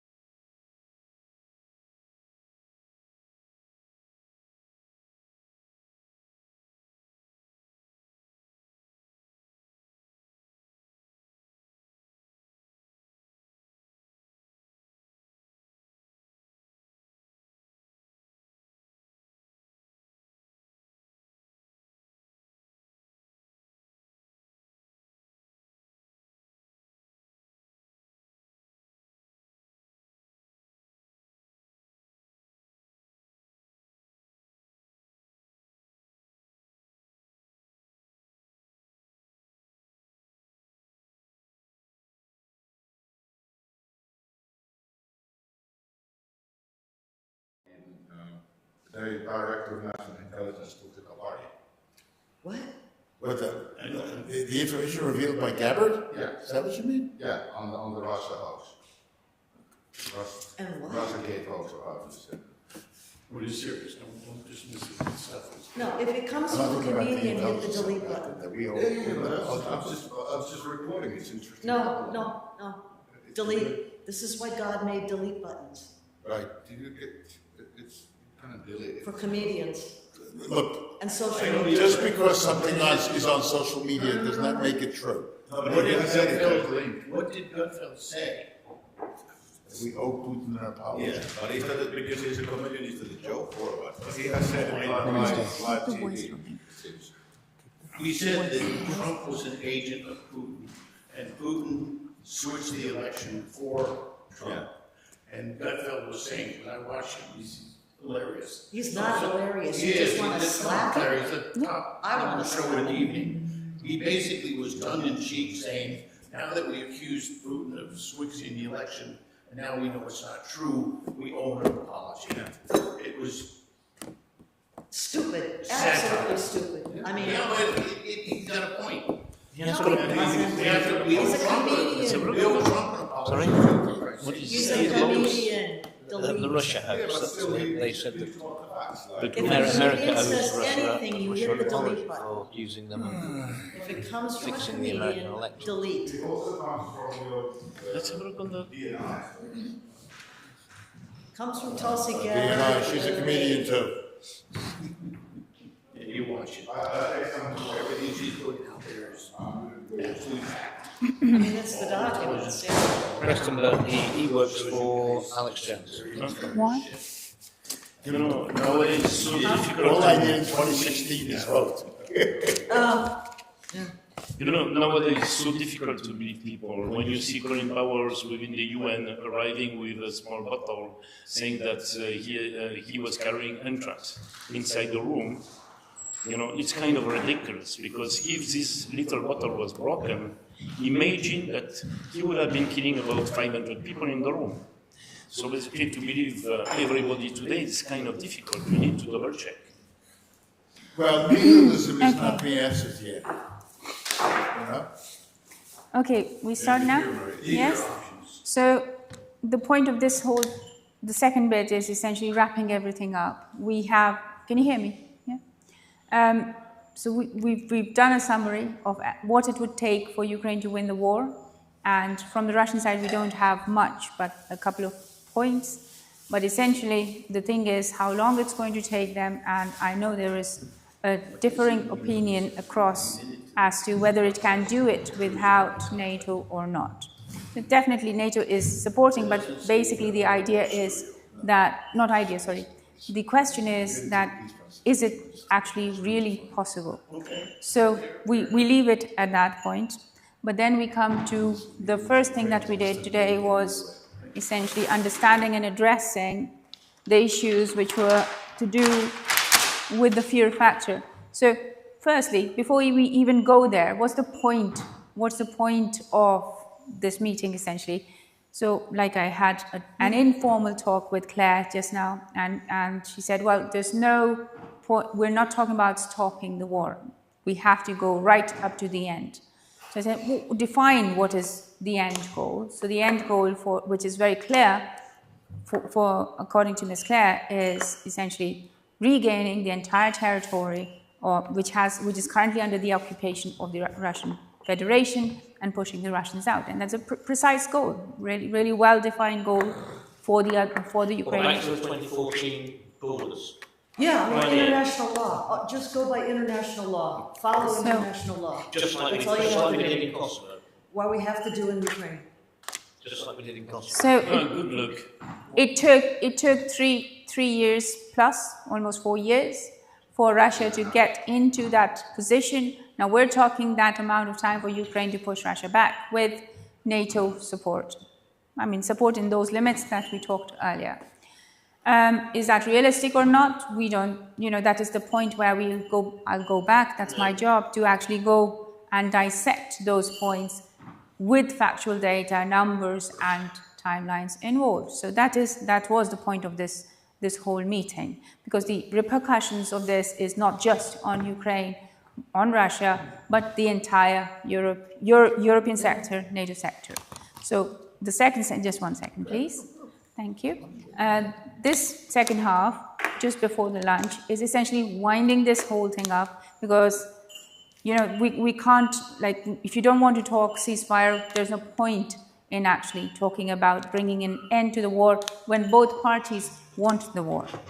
So I'm not talking about parties here. They want the war. No, they want justice under international law. Yes, there are differing definitions of that end goal and justifications, and that's not my point here to get who's right and who's not. The point is here to gauging what is militarily and practically possible at this point or not, or in the future.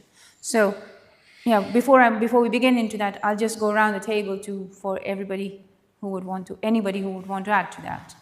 I think I would like to hear the opinion of our panel that when Russia gets the last piece of Donetsk, will they Thomas, can you raise your yeah, voice? will they, when Russia gains the last piece of Donetsk, which is close after Pokrovsk has fallen, will there be an opening for a ceasefire? Why would you want a ceasefire? Putin. Because he has then gained the at least majority of the objectives of those aren't the majority of his objectives. Yeah, it is. I gave you 10,000 quotes yesterday about what his objectives are. They're Yeah, not but we have months. but we have to discuss. I would propose that we discuss the possibility of what happens after. If there is, and Look, Russia. It takes 1 minute. Coming back to my speculation about the possible agreement of some sort between Putin and Trump, it could be that when this line has been crossed, there could be a opening, but the opportunity for an actual ceasefire. Do you want the right answer? Ceasefire. Because the Ukrainians are all dead. They're all dead. I want to stop the killing. Dr. Thomas, Dr. Thomas. I'm going to say something. Dr. Thomas. Okay, may I just answer that? Yes, the realistic situation is this. The Russian Federation has very clearly said it's not going to stop until it has achieved its missions. What are its missions? In their own words, they are Donetsk, Luhansk, the entire territories, because that was the basis according to them, and it hasn't been achieved yet. So we're not looking at an end of war. What we are looking at, let me finish, please. Yes, I just meant Donbas was the starting point, because that formed the base. So we're not looking at any finite ceasefire possibility until either Russia has achieved it or Ukraine. So that is the reality. Both parties want war right now. They're not wanting to stop. The killing is going to go on. So that's the hard reality we have to face. The thing is, how is each party going to approach it or achieve it? That is the main thing. And that translates then into the timeline as to the eventual, ultimate casualty rates of Ukraine. Because our sympathies are for Ukrainian people who are dying every day for a war, which I don't know whether they even voted for it. But the fact is simple, that war is not stopping right now. So it's a possibility, and it's like a few months away. And I just want to raise the Finnish example once again. We never knew what was Stalin's original aim, except that he wanted to take the whole of Finland at some point. But then came a point where they had the buffer zone around Leningrad and they wanted to go to Berlin.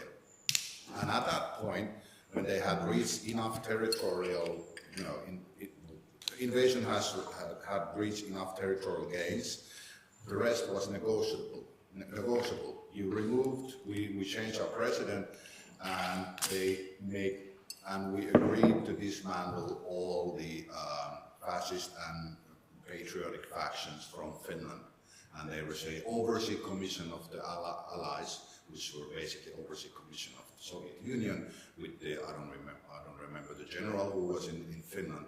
And the point I'm making that after those areas have been conquered by Russia. The rest can be agreed. Yes, you're right there, but you're absolutely right. But then that is not, that's the diplomatic team between Ukraine and Russia. It's none of our affairs. But the reality is essentially both Russia and Ukraine have very clear red lines. That okay, we've got to reach to that goal post. Ukraine wants all of its territory back. Russia wants, it wants to fulfill its SMO purposes. So let them go on, essentially. The truth is that what is happening in the meantime means that with the time that is we need an estimate of that time. This is critical because during that time period, what is laying bare are all sorts of stupid and completely illogical options, and which is actually happening. Nobody can deny what's happening in Zaporizhia, for instance. And that's an environmental disaster. It's open for environmental disaster. Similarly, other power plants and so on and so forth. So that timeline is critical because of that. Because if you think that an end to this whole war, whatever way it is in 2 months' time, then that risk factor is reduced. But if you're seeing that there is an end in 4, 5, 6 years, and both parties are so determined, then we're actually opening the whole, risk factor of another dimension, and which is actually going on. That was, that was my background as to how I got involved in all this, essentially. So that was the thing. What I want to close this today is with this. We all agree on what Ukraine needs, some points on green points, what Ukraine needs for winning. Russian Federation has got another objectives, and they have their own,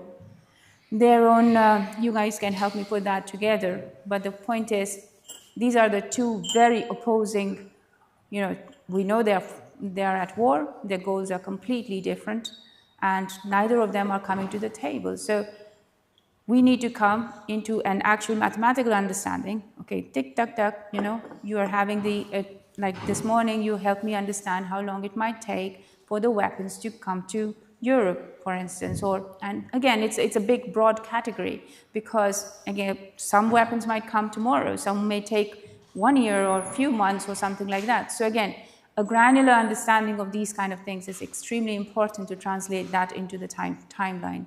Timeline is important because of the risks that we are facing on other categories. So I will close this now, and it's open to all of you to just, discuss various things that you wanted to discuss before on ceasefires, on sanctions, and so on and so forth, because sanctions is a very, very important point. If you are going hard on sanctions, it is definitely going to hurt countries, major economies like China and India and other sections like Indonesia, etc., whoever else is involved.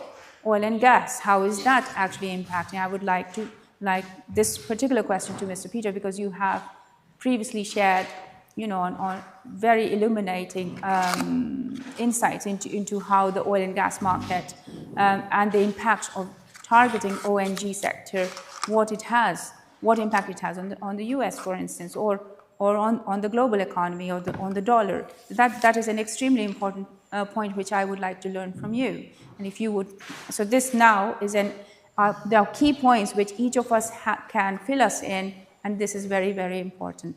So, Mr. Peter, I would like to hear from the oil and gas sector, and then Dr. Thomas, you wanted to say something on this? I still want to return to my idea, because I will not be in such a group for a extended period of time with such high expertise. I would like to talk about, speculate on the possibility of ceasefire, what would be required.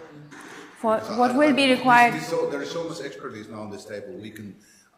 I would like to hear it. Okay, so look, the main thing is for the ceasefire, you need parties to be willing for a ceasefire. That's the first thing. But let me explain. Again, our military history, the change in the mindset of Stalin came like this. And suddenly he understood that, okay, they made one final push to the Finnish forces in July 1944, and we were barely able to stop it, and then he wanted to get in Berlin. So the mindset of invading Finland, crushing, oh, it didn't succeed, just, you know, just fuck it, and let's go the other way. So I'm just telling you, I'm just speculating that there could be a similar point with Putin. Yes. Because Russians do not want to continue this war. Yes, So they he do. wants he wants to end it. At some Actually, point. it is interesting you say that because somebody did say, I think one of, was it Mr. Pete Heck said, no, Mr. Marco Rubio said that President Putin doesn't know what is the exit strategy. No, He did yeah, say that, yeah, yes. Yeah, so I don't know whether President Putin said it or not. yeah, Let's but- just be but the Finnish there. example is No, look, a clever diplomat, you give a nuclear power an off-ramp to save a bit of face and get off and get out. yeah. We can't corner them. Yeah. They've got nuclear weapons. Well, look, that is not my expertise, but frankly, diplomatic circles have to work very hard with with Ukraine, with Russia, and all other blocs essentially. But to be honest, that doesn't seem happening or achieving anything of the sort in the short run. We don't know that.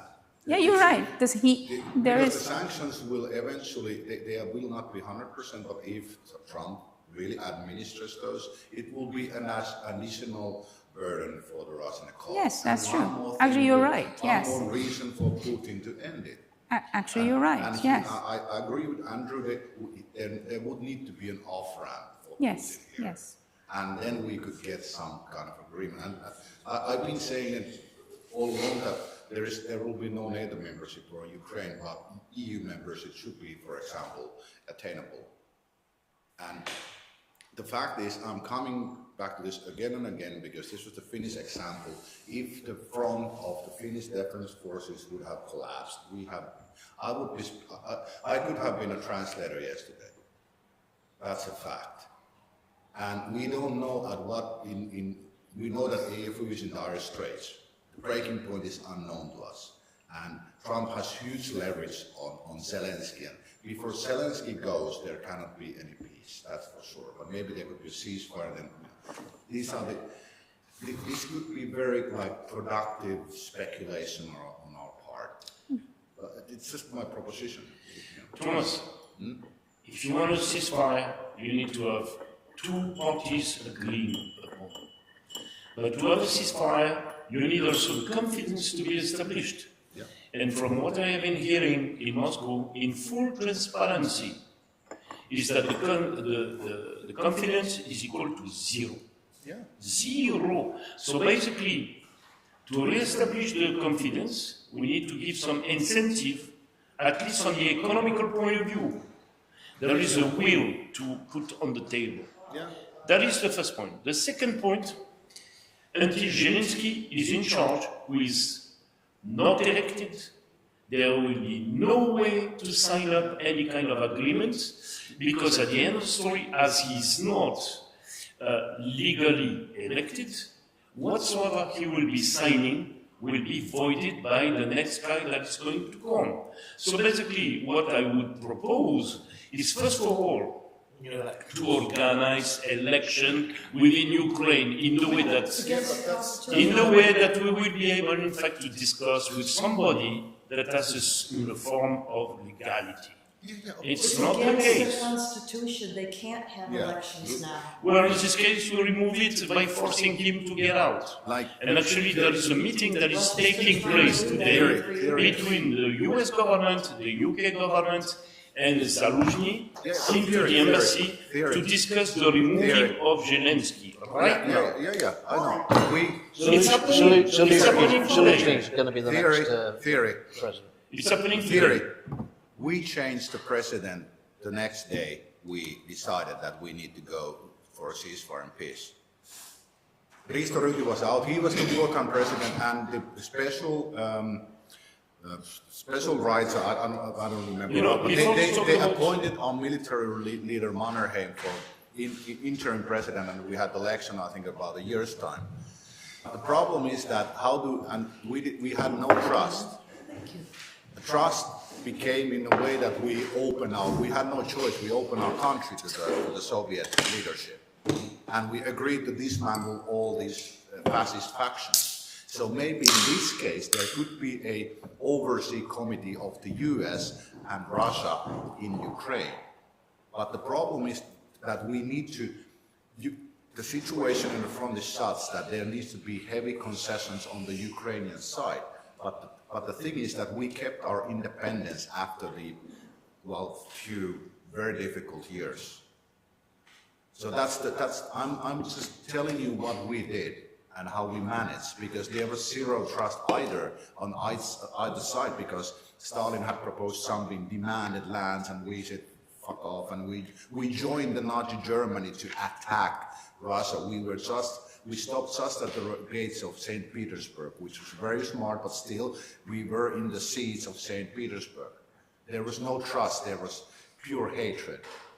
But still, of course, the race to Berlin was helping, but here we have Putin's race to, you know, to give Russians what they want, is more prosperity. So there is a motive for him to exit. You know, I agree with what you are saying, but that's very good. nevertheless, Good perspective, actually, because there is a first step that needs, in fact, to be set up within the West, is to make sure that the denial that has been developed is disappearing. And what I have been hearing for the last 24 hours is just denial of the reality. You have been hearing a Ukrainian Okay, Terry, saying, no, not that territory. I'm sorry, no. This is for the. No. I'm just proposing from a historical experience what we actually. We have exchanging blows for 2 days now. Okay, look. I think we can give that away, and I'm telling you, the more I went through I've read a lot about our war history, and like I said, my mom is a retired lecturer of history in society, and we have been talking about this, and the Finnish example fits into this perfectly. It's just very difficult to implement because people do not want to see the capitulation of Ukraine, which is required. And I worry that the AFU, if we do not do that, the AFU will collapse by the year.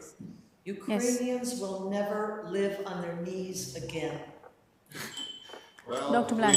we have the same thing, but we had to. Let Dr. Blank say. I have to disagree. I don't think the Finnish example works here. Because at no time did Stalin say Finland is Russia. Yeah.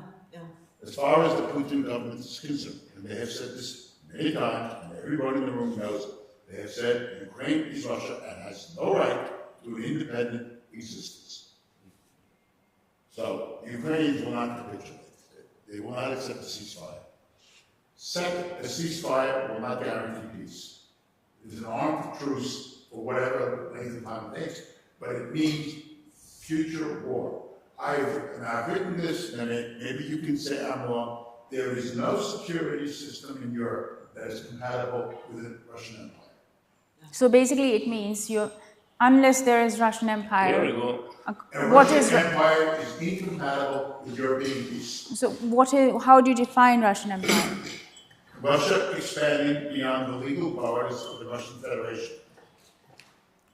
Well, you are denying the situation in Ukraine. You don't want to hear that there are some ethnies that are belonging to Russia because those territories, they were always Russian. You are denying history, you are denying geography, you are denying sociology, you are denying everything. And until you are not recognizing that you are denying things, then we will not be able, in fact, to solve the problem. Monsieur, did the left bank of the Rhine belong to France all the time? No.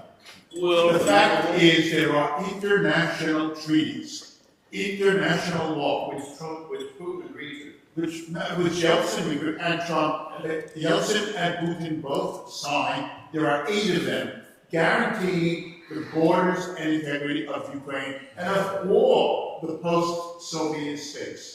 I can list them for you. Now, whether you like those treaties or not, those are the basis of post-Cold War European and Eurasian security. And the idea that Crimea belonged to Russia from 1783, not before, means that it should go back to Russia, or that Russian, wherever Russian is spoken, Russia should be ruling, the idea of the Ruski Mir is nonsense. It is a recipe for abuse. Every Russian ruler, since Pyotr Veliki, if not before, said, we are invading these territories because they built Russian speakers and Christians are opposed. And that includes the Balkans. The same story. So that was Stalin's justification in 1939. Oh, by the way, I have an information for you. United States have been occupying illegally the kingdom of Hawaii since 1893. When are you going to leave? Hawaii is a state. No, it's not. It's a kingdom, and you are occupying it since Hawaii is one of the 50 states. 1893.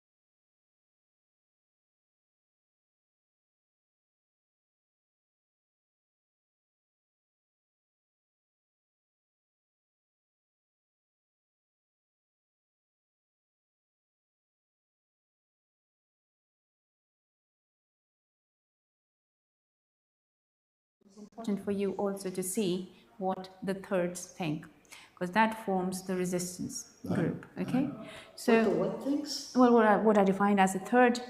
The Kurds. The third.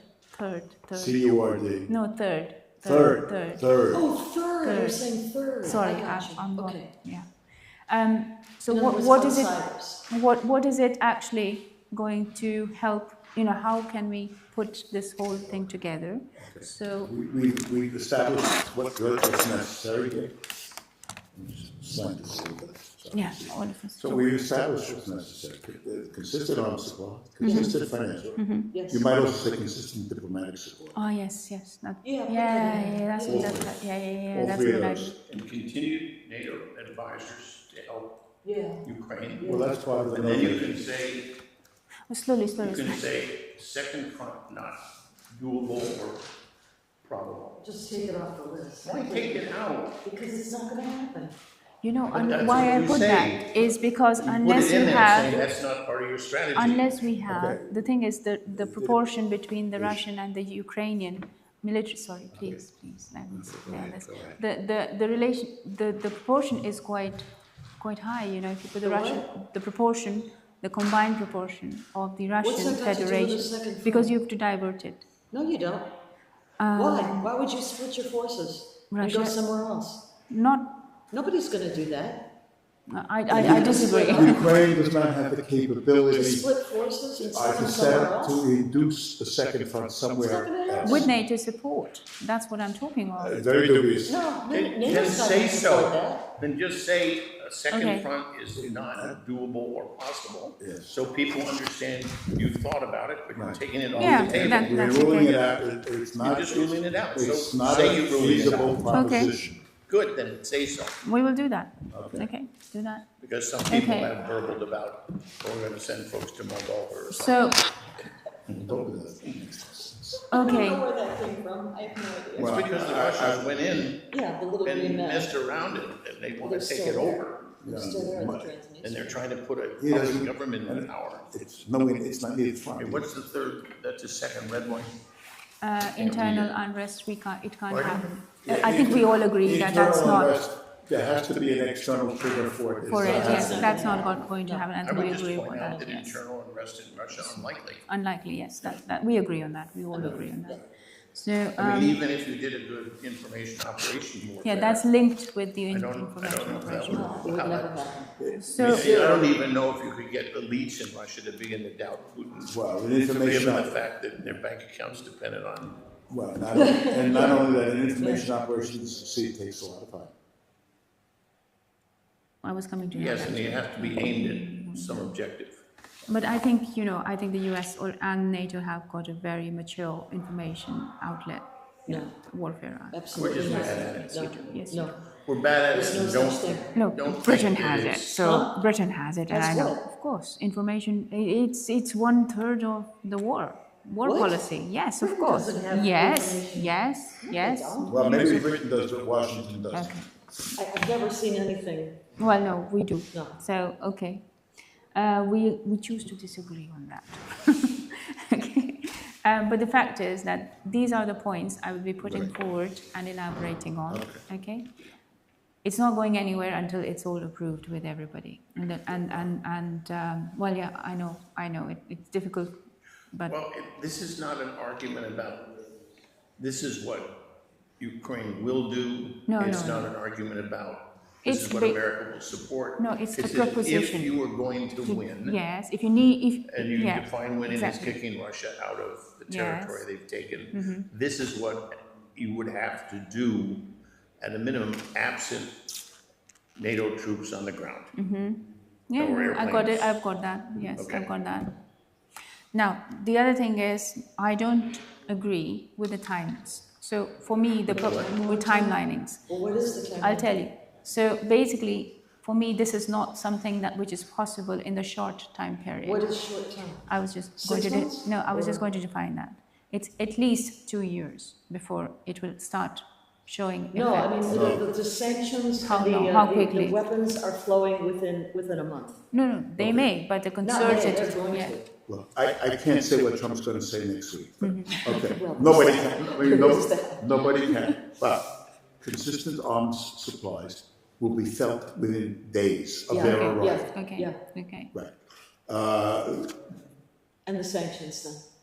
Severe sanctions, once they go into effect, the impact resonates immediately. I mean, within a week. So then what I'm now trying to game plan here is, okay, that's not the remit of this meeting, but we will talk off record on that. Yeah, okay. Well, then what you should do is say, this will be implemented in a period of 2 weeks to 2 years. 2 months, 2 months, or whatever. You yeah. arrange Okay. that makes sense because That- Stephen's now- right. Some of this yes. can be felt immediately. But some may not. But some of yes. the others may take, for example, Ukrainian recruiting is Yeah, gonna exactly. take some time. Yeah, exactly. That's what I meant, actually. Yes. I mean, Right. I think, that part of it, the recruiting part, is gonna be totally OBE. Why? Overtaken by events. The sanctions and the weapons are gonna be the deciding factors, not 2 years worth of building up their military. But they have to do that, they have to do that I mean, regardless of what we do. Yeah, but that's not gonna be impactful in the near future, meaning 2 weeks to 2 months. No. 2 weeks to 2 months, So this is you're gonna seeing happen. you're seeing this finishing, No, not finishing, but actually Effect, having an effect. immediate impact right after. The Yes. sanctions and the Okay. weapons. What you need to say is that these things will have an impact over time. Some will Yeah. have an immediate impact, some will have a short term, some will have long term, and some of them will have an impact all the way through. Sanctions, if they are imposed and stay, will have an immediate as well as long-term impact. Yeah. Consistent support for Ukraine of military, diplomatic, and financial will have both short-term and long-term impact. And do we have a turnaround But on the other period? Look at the For effect. Ukraine to win, they have to also win the post-fight, which is, all the studies say they need 1.5 million troops to defend themselves against another Oh, you Russian mean, yes, invasion. yeah. And that is gonna take them a while to build that force, because right now they're somewhere around Yeah. 1 million. So to go to 1.5 million, which is what yes. Estonia did, and Rand did a study, and a couple others came up with the same number of 1.5 million. Now, that depends upon how much territory Russia keeps in Okay. any kind of deal. If you want a time frame example, look at what happened when President Trump imposed or threatened to impose sanctions on myriad countries. There was Canada, there was Mexico, there were many All other countries. tariffs. Look how fast the results came in. On tariffs. I mean, tariffs, okay. I'm not sure that's comparable because Putin does not believe that he's going to lose or that Trump can sustain. He's been quoted saying that Trump is unstable. I'm not. He should talk. Well, But I mean, the point is that it will have an effect, and it will have an Right, effect. but again, very for quickly. your purposes, when you write the paper for your sponsor or whoever, what you need to say is that some of these things will have an immediate impact. Yeah, Some will that- have I short, said that. Yes. medium, or But long-term you impact, don't know and whether some will they'll have have any prolonged. impact on Putin at all.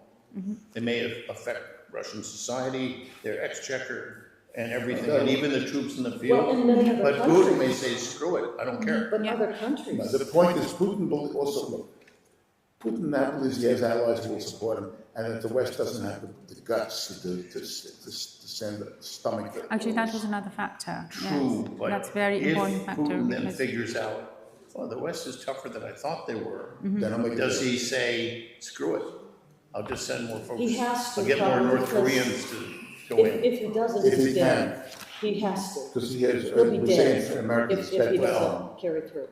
If he doesn't stick to it, he'll be So, dead. the point Okay. is, I mean, I really think. you have to, take a page out of, Somebody has to take we need to over. take a page out of Maybe Sun worse. Tzu and take away his allies. You make the cost of supporting this guy much too high for them. Okay. You're talking about allies in the nation states. China, China, Iran, Iran. North Korea. Iran is out of the equation. You're Right. right about that. Iran, no, They're China, out. North Korea. Those The two. issue 40% is, of Russian ammunition now comes from North Korea, Yeah. despite the mobilization. right, but there is this issue of, if we don't get hard earth minerals from China, our defense industry goes down the tubes. Yeah, but we're Well, opening that's up it, mines. that's- Yeah, but I we're mean, Yeah, not, but that we're takes a not long anywhere time. near there. It does. It That does. takes, We got I'm in that stuff- business, so I know We got a lot of exactly. stuff we don't make. exactly. There's none. No, that's And a there are very couple important. minerals that Only and there. China But there's knows other that places, in Africa, for the example. mines are all owned by Well, China. that can be fixed. Well, if you take them over, Yeah, Yeah, or Central Asia. people Well, could, But if we need to, why that's not? why, that's the argument for Central Asia policy. It's another no, you have to subject invade So a what is country. the Central We Asia made a country policy? just a mile. of the United Well, States. you're Yeah. invading a country. Sorry, No, but Mr. you said President, you are- we're taking over this party here. Gambia, like, okay, how long is that gonna take? 24 He's or trying to 48 impose hours? sanctions on Kazakhstan, so the Kazakhs are going to turn around and give him concessions. Okay, all right. Okay. So we've stopped this. We're done with Okay. this. Okay, go to the Excellent. next one. Good. No, that's it. Done with this. Oh, wait, didn't you have more slides? We have slide. Well, next is the Russian Federation. What Okay, it what's what the it question? requires. No, I haven't. What are Russia's options? Yeah. So Russia's options are. This is what we came up with essentially. That it can win That's only. his victory plan. Yes. So it was the same victory plan like with Ukraine. We are doing the but same none of with that's gonna Russia. happen, so- So that NATO stops supply to Ukraine, not gonna AFU happen. collapse, Not internal gonna happen. uprisings. Not What do you gonna mean So- not happen. gonna happen? NATO's not gonna stop supplying Ukraine. There's not gonna be an internal, Russian Federation collapse. If There's another not year gonna we be- haven't won this thing, No, NATO may just say, screw it. no, they won't, Well, because they know they're next. They can't stop. They know they're next. I wish I had that confidence. We have a lot of very weak-kneed sisters in NATO. Well, I mean, they're off busy making white flags, but never mind them.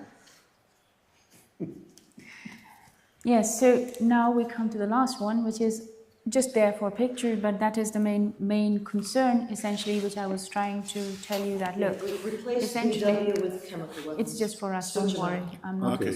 I'm So not- what's the risk? All right, So there's basically, civilian basically the minimal casualties in Russia. no. What I'm Depends on saying, which way the wind's blowing. what I'm trying to say here is that it's a war zone. We've got nuclear power plants, and there can be a disaster. That's why the time element is important, because there can be an accidental, unwanted disaster from either side. It's not just Ukraine or Russia, but Well, from either there's side. one, they're And that's reckless what I'm with trying what to they fire, get at. and then they say, oops, we didn't meet it. Yeah, Maybe well, you get that. exactly. The other thing is you hit where the spent fuel is stored, Yes, and that's yes. another, Yes, that's oops. exactly. And then we got crap all over the place. So, On the other hand, the Russians have been adept at saying, that power plant might get hit, by accident. no, look, And so Ukraine is then told, you better back off because we might. no, we're not looking at it from that angle. We're not looking at it that it may be done. Also, we're looking at how to minimize anything There's nothing you happening can in do there, to protect your essentially. Minimize what? Except for some air defenses. Security of those areas with the UN, The IAEA. IAEA, they have Yes. no Oh, military capabilities. there's no. Yes, but no. what I'm trying to get So here, what they can do is they walk into Ukraine and they say, they have a conference and they say, well, it's very dangerous, and that's all they can do. You can put an air defense there. You can put missile defenses, yeah, but which are two different things. Yes. One is against drones, one's against missiles and rockets. You can do that. But the only thing you can say is, with Russia, don't fire shit at someplace you don't know where you're gonna hit. But this stuff isn't the most accurate stuff either. yeah. And as you know, the power plants are not all located way out in the boonies. No, So you're there's right. no apartment buildings or cities or whatever. Secondly, And the Russians have also deliberately said, we can't necessarily control, so they use it for an intimidation factor. Yeah, more than anything. second, with Zaporizhia, because that's where the Russians are. They have a history of mismanagement. Getting back, leaving aside war, they have a history of mismanagement. Chernobyl, for example. I mean, Chernobyl. Well, they learned from it. Okay, here's what happened. Chernobyl went We're up. not careful about doing the due diligence about nuclear power plants, because the power plants are initially constructed to make fuel for weapons. And it was secondary to provide electrical power. And they get sloppy. Right. And they didn't necessarily meet all the protocols as one of the 5 major nuclear powers. Right. They could tell the IAEA to screw off. For example, with Chernobyl. Chernobyl went up on 1 o'clock in the morning on a Saturday, Friday night. In April, some guy got drunk, or a whole bunch of people got drunk and failed to do what they're supposed to do to manage it. No, but what I'm trying to say here, That's I don't the- know that, all that, you so there's have no the point risks. for that. You have a risk in Yes, Zaporizhzhia. we assess the actual, Let me finish. yes. You have a risk of military attacks in Zaporizhia that cause something to go boom I in the don't, night. yeah, I don't think it would be intentional. I I'm not don't saying think, yes, intentional. I think accidental. Accidental, or, somebody misfires what, but you have a high degree of risk in Zaporizhzhia. Now, the Russians could target Rivne. They wouldn't target I mean, come on, nobody wants to do that No, because. but they could. No, they couldn't. Yeah, I mean, come on, you're aiming to have Russians in Ukraine. No, I'm not aiming to have it. So, but they could I target mean, I'm us talking with, from Russian But they could target perspective. it with a missile. That's what I'm saying.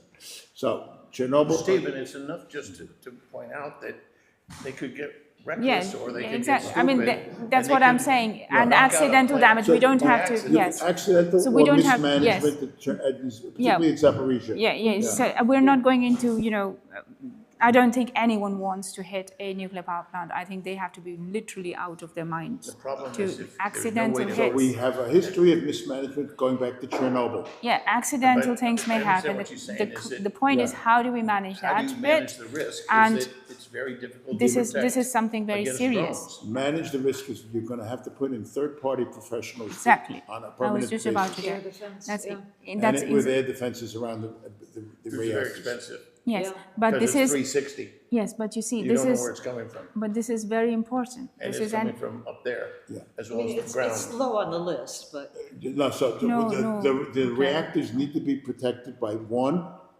air defenses, and second, IAEA trained personnel Mm-hmm. who know how to manage these things, who are there 24/7, 365. Well, they need to shut it down if it gets hit, Right. because you don't want.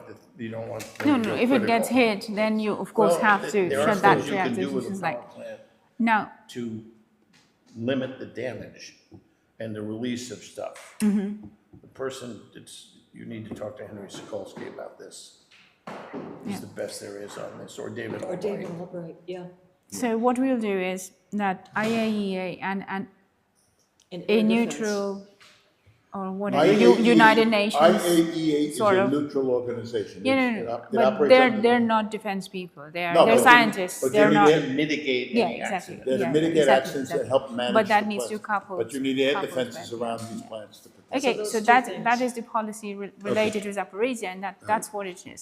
So basically, that was the whole point of this thing, is essentially what the policies for Ukraine's winning would be, and actually focusing on Unfortunately, the. you'd be diverting a considerable number of air defenses that are costly. But they need Yes, to, but that's exactly but you what need we to have them promised more protected. of But- right now. right, No, I know, but But they they need need to, like but 5,000 you'd be interceptors diverting air defenses to per protect year. these nuclear reactors. I think it's And this would important. jack it Yeah. up another 500 or 600, because you need enough batteries to do 360.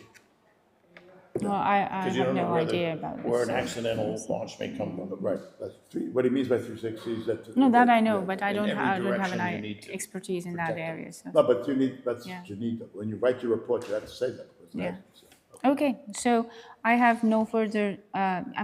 This was the point of getting it all. You don't want to do together, nuclear so. risks and biological weapons? BW's To be honest, BW is I not don't. like that. BW is not Yeah, like chemical, that. yes. CW, yes. Chemicals, yes, but Chemicals already being used. being used. So I Yeah. don't want to go down that route.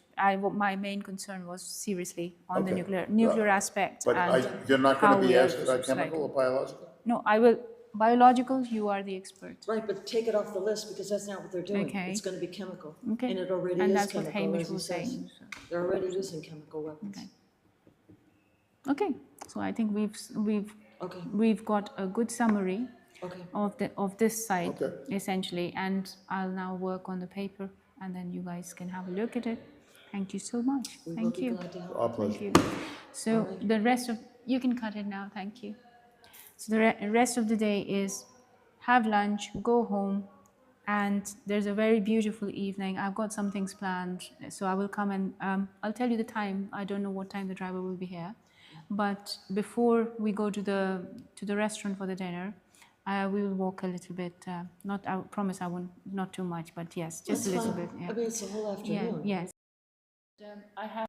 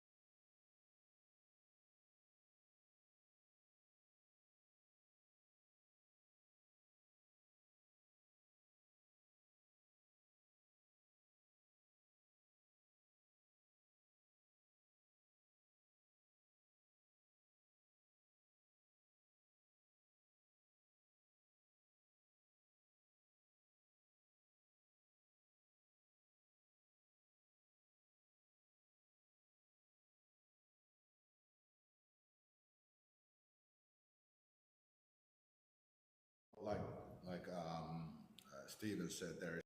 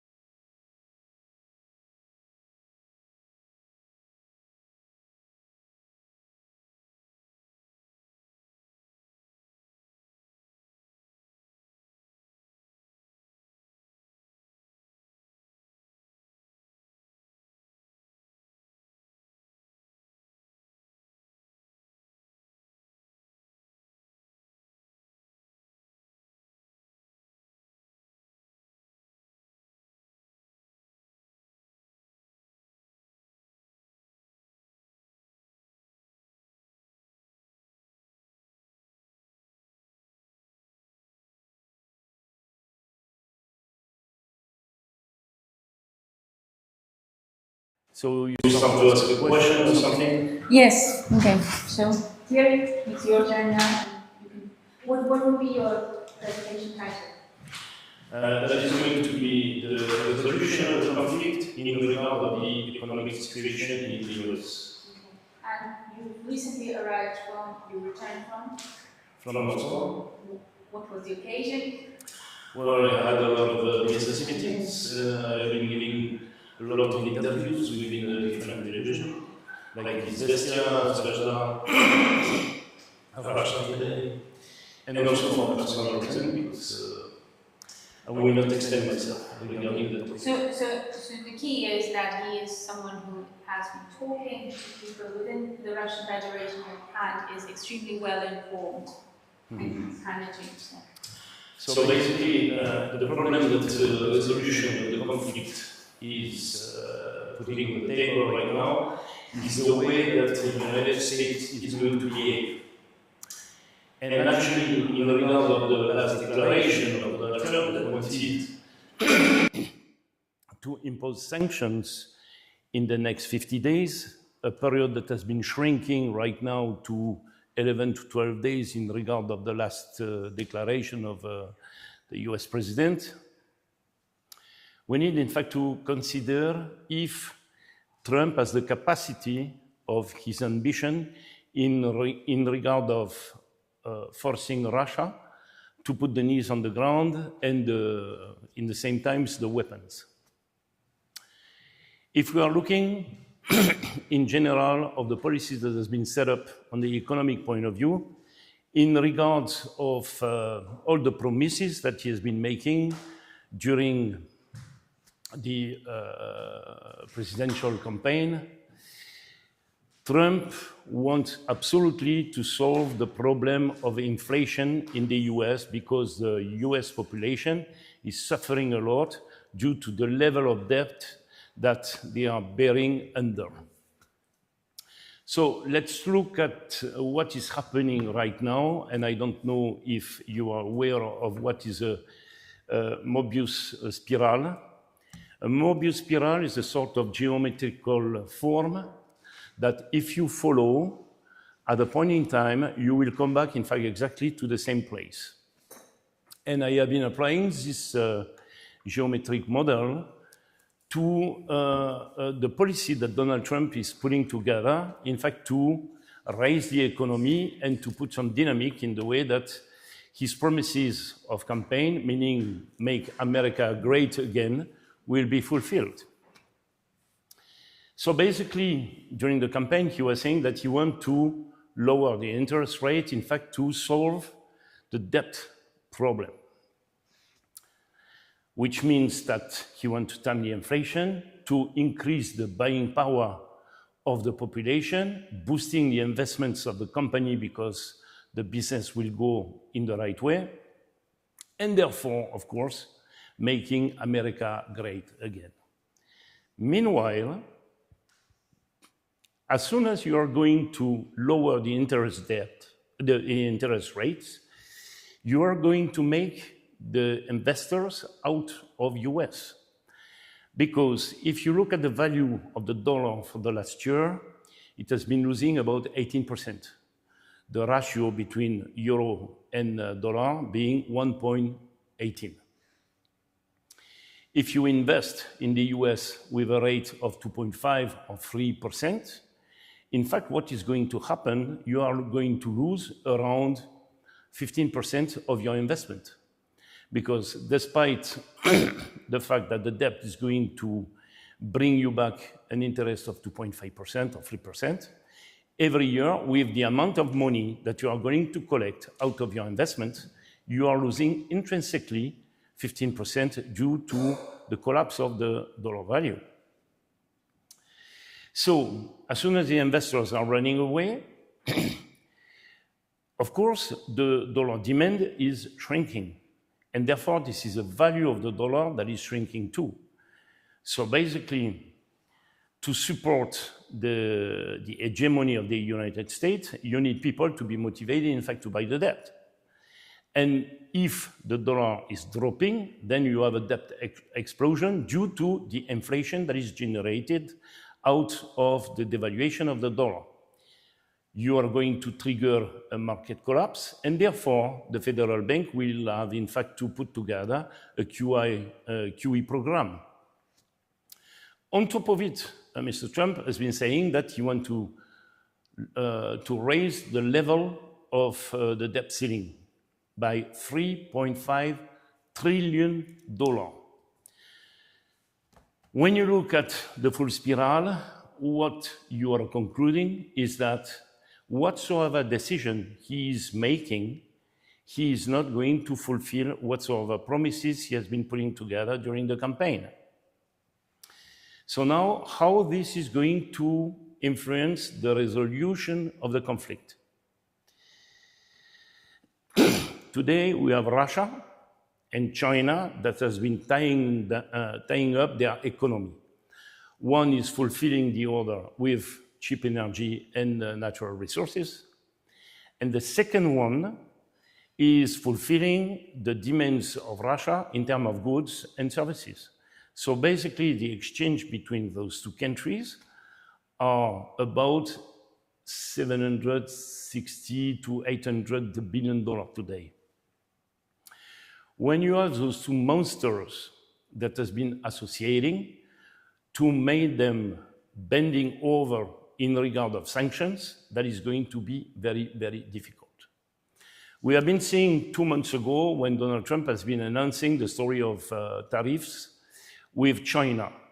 The immediate consequences were that the port. What's going on? We need to leave?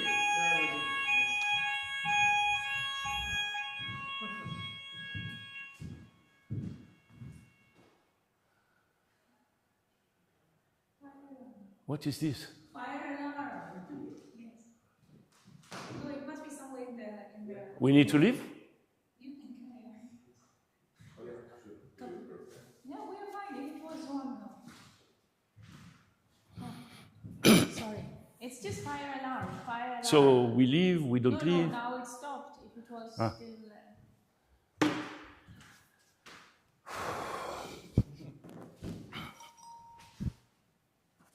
Maybe it was what you were talking. Maybe it's saying, go to the next slide. I'm just joking here. Yeah, this is interesting. Ready? So this is from, wow. So basically, before in fact to develop what are the leverage that Trump has in terms of negotiation, let's jump into details regarding the stage of the economy in the US. So what we're seeing on the left-hand side is the level of debt that is bearing USA right now, $37.6 trillion.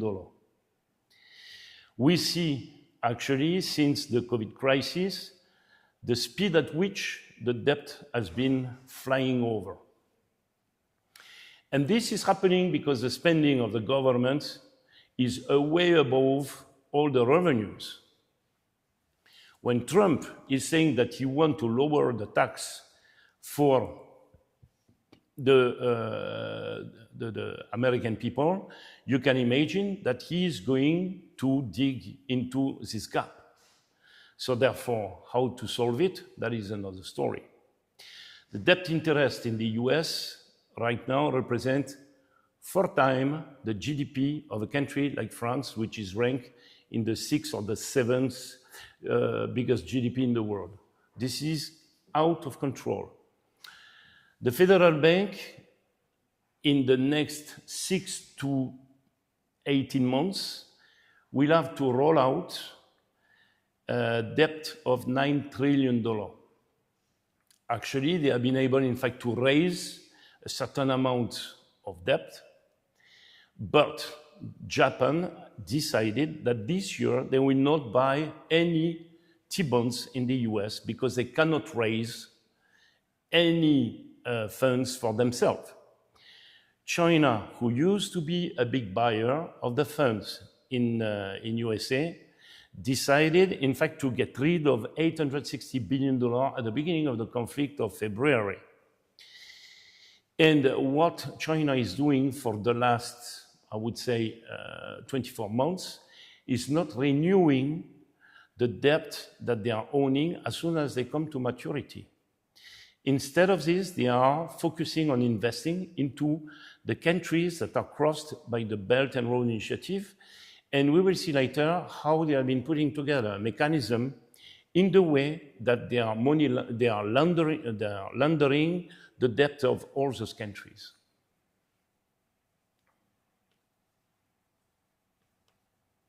Okay.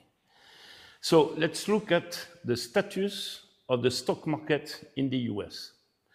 What we're observing is that if we are gathering the values of all the market caps of all the companies in the US, it is representing 210% of the full GDP of the United States. It means that they are estimating that the economy would be doubling in the next year or so. It is completely out of range. And when we look at the way that this ratio has been evolving, we see that this is the first time in the history of the United States that this ratio has been touching this kind of value. This is out of control. And it means that a lot of people are looking at the future as if it was a really bright future, when in fact the level of debt that America has been subscribing to is unsustainable. And I'm not the only guy to say this. If you look at all the biggest fund manager in the US right now, they are all saying the same thing. It can be Richard Wolff, it can be Peter Schiff, it can be Ray Dalio or Mark Faber. All of them, they are saying exactly the same thing. And they have been warning Trump by an open letter, expressing the fact that the United States need to reduce its debt by 3% in the next 3 to 6 months. It's an enormous effort to put together. And actually, this is what Elon Musk was doing, in a sense that he has been cutting off a certain numbers of functionality that the government was supporting, including, for example, the USAID, that was an organism that was providing whatsoever resources, in fact, to middle all over the world. If we look at the P ratio of all the companies across the board on the stock market, we see that we are touching the highest value ever after what has been happening during the internet bubble in 2000, okay? So the conclusion of it is this is an overpriced market. And what do we know out of it? This is generally ending extremely bad. We could expect in the next 3 to 6 months a drop of 50%.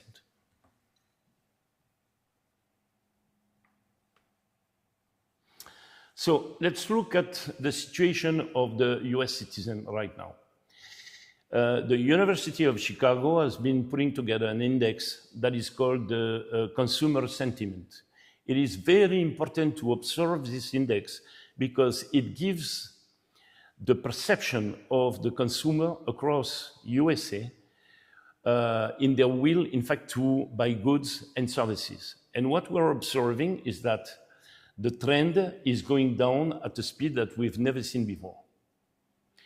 If we look at the index, the CPI, this is the index of the price in the US, it's climbing at a rate that is not sustainable for the consumer. And this is the reason why, in fact, the sentiment is just dropping. The new home sales, which is one of the most important vectors in the US economy, because if the real estate is booming, then you can be sure that because people will have to buy appliance, equipment, and so on, the economy will be running the right way. And this is not the case if we are looking at the way that the home sales are just dropping. And this is due also to the fact that the interest rate has been climbing so high that people cannot afford, in fact, to subscribe to a loan. Now, what are the consequences on Main Street? Main Street, this is a consumer, okay? What we're observing is that the APR, meaning the rate that are applied to the credit card, has been skyrocketing to 14.5%. It's the first time in the US history that we are seeing this kind of APR.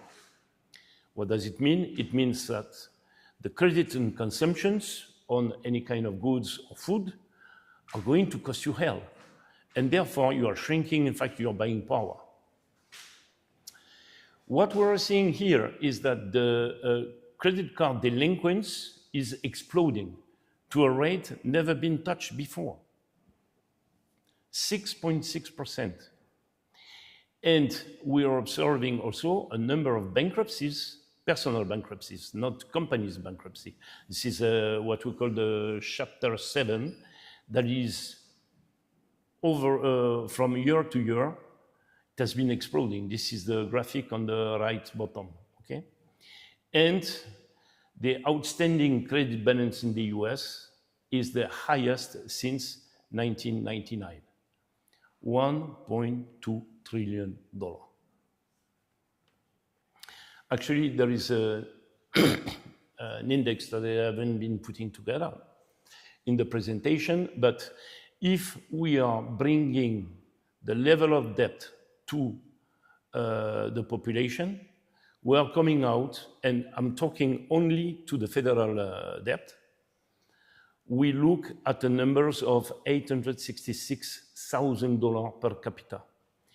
if we are adding the personal debt, the credit, the student loans, the credit on consumption, the credit on the car, and the real estate credit, we come out with $1.2 million per capita.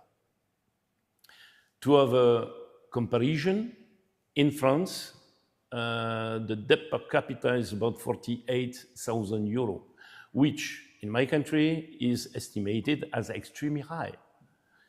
Imagine what is it, in fact, to born in the US and to have on the shoulder to handle $1.2 million in debt. This is out of control. So how about the banks? If we look at the beginning of the graphic, we see what has been happening during the year 2008, meaning the subprime that might have been crashing completely the banking system in the world. Look at what the banks are holding in terms of unrealized gain on investment security, meaning whatsoever they have been buying on the stock market. This is gigantic. It is at least 10 times. The debt that regional banks have been subscribing to on the commercial real estate represent today $3 trillion. And the year-to-year bankruptcy, and I talk about the companies, it's just rising. This is the blue curve that you see above all of them, because we are comparing year 2022 to 25. Okay? As for the auto loan delinquency rate at 60 days, meaning people that hasn't been paying their credit after 60 days, it is exploding to 6.6%. The global picture, the federal government right now debt represents about 40% of the debt that has been accumulating between the consumer and the businesses. It means that in fact they have a government today that is angry in terms of money burning, and if they are not shrinking the budget of the state, they will go bankrupt. In this condition, and if we look at what the conflict in Ukraine has been triggering in terms of consequences, after cutting the SWIFT out of Russia, they have been trying to find some solution. They have been implementing a system called MIR that allows them, in fact, to commerce with all their partners. As a consequence, all the BRICS have been deciding with their partners, which is right now about 27 countries, to exchange within their own currency, except, of course, China, that need, in fact, to manage what I call the goat and the cabbage, because they do a lot of business with the United States, and I don't see United States accepting, in fact, to be paid in renminbi. So therefore, each countries that are commercing with their partners are choosing the kind of currency that is fitting, in fact, the level of their exchange. As we said at the beginning of this presentation, for Russia and China, as in fact the balance is quite balanced,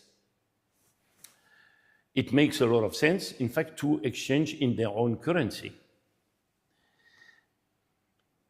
But the fact that the Bretton Woods agreement is not respected anymore, it means that instead of buying dollar before to buy commodities, those guys, they exchange with their own currency, which made, in fact, the dollar less and less, I would say, suitable to their exchange, and less used. Therefore, the value of the dollar is collapsing. So, in this context, let's see what China is doing right now.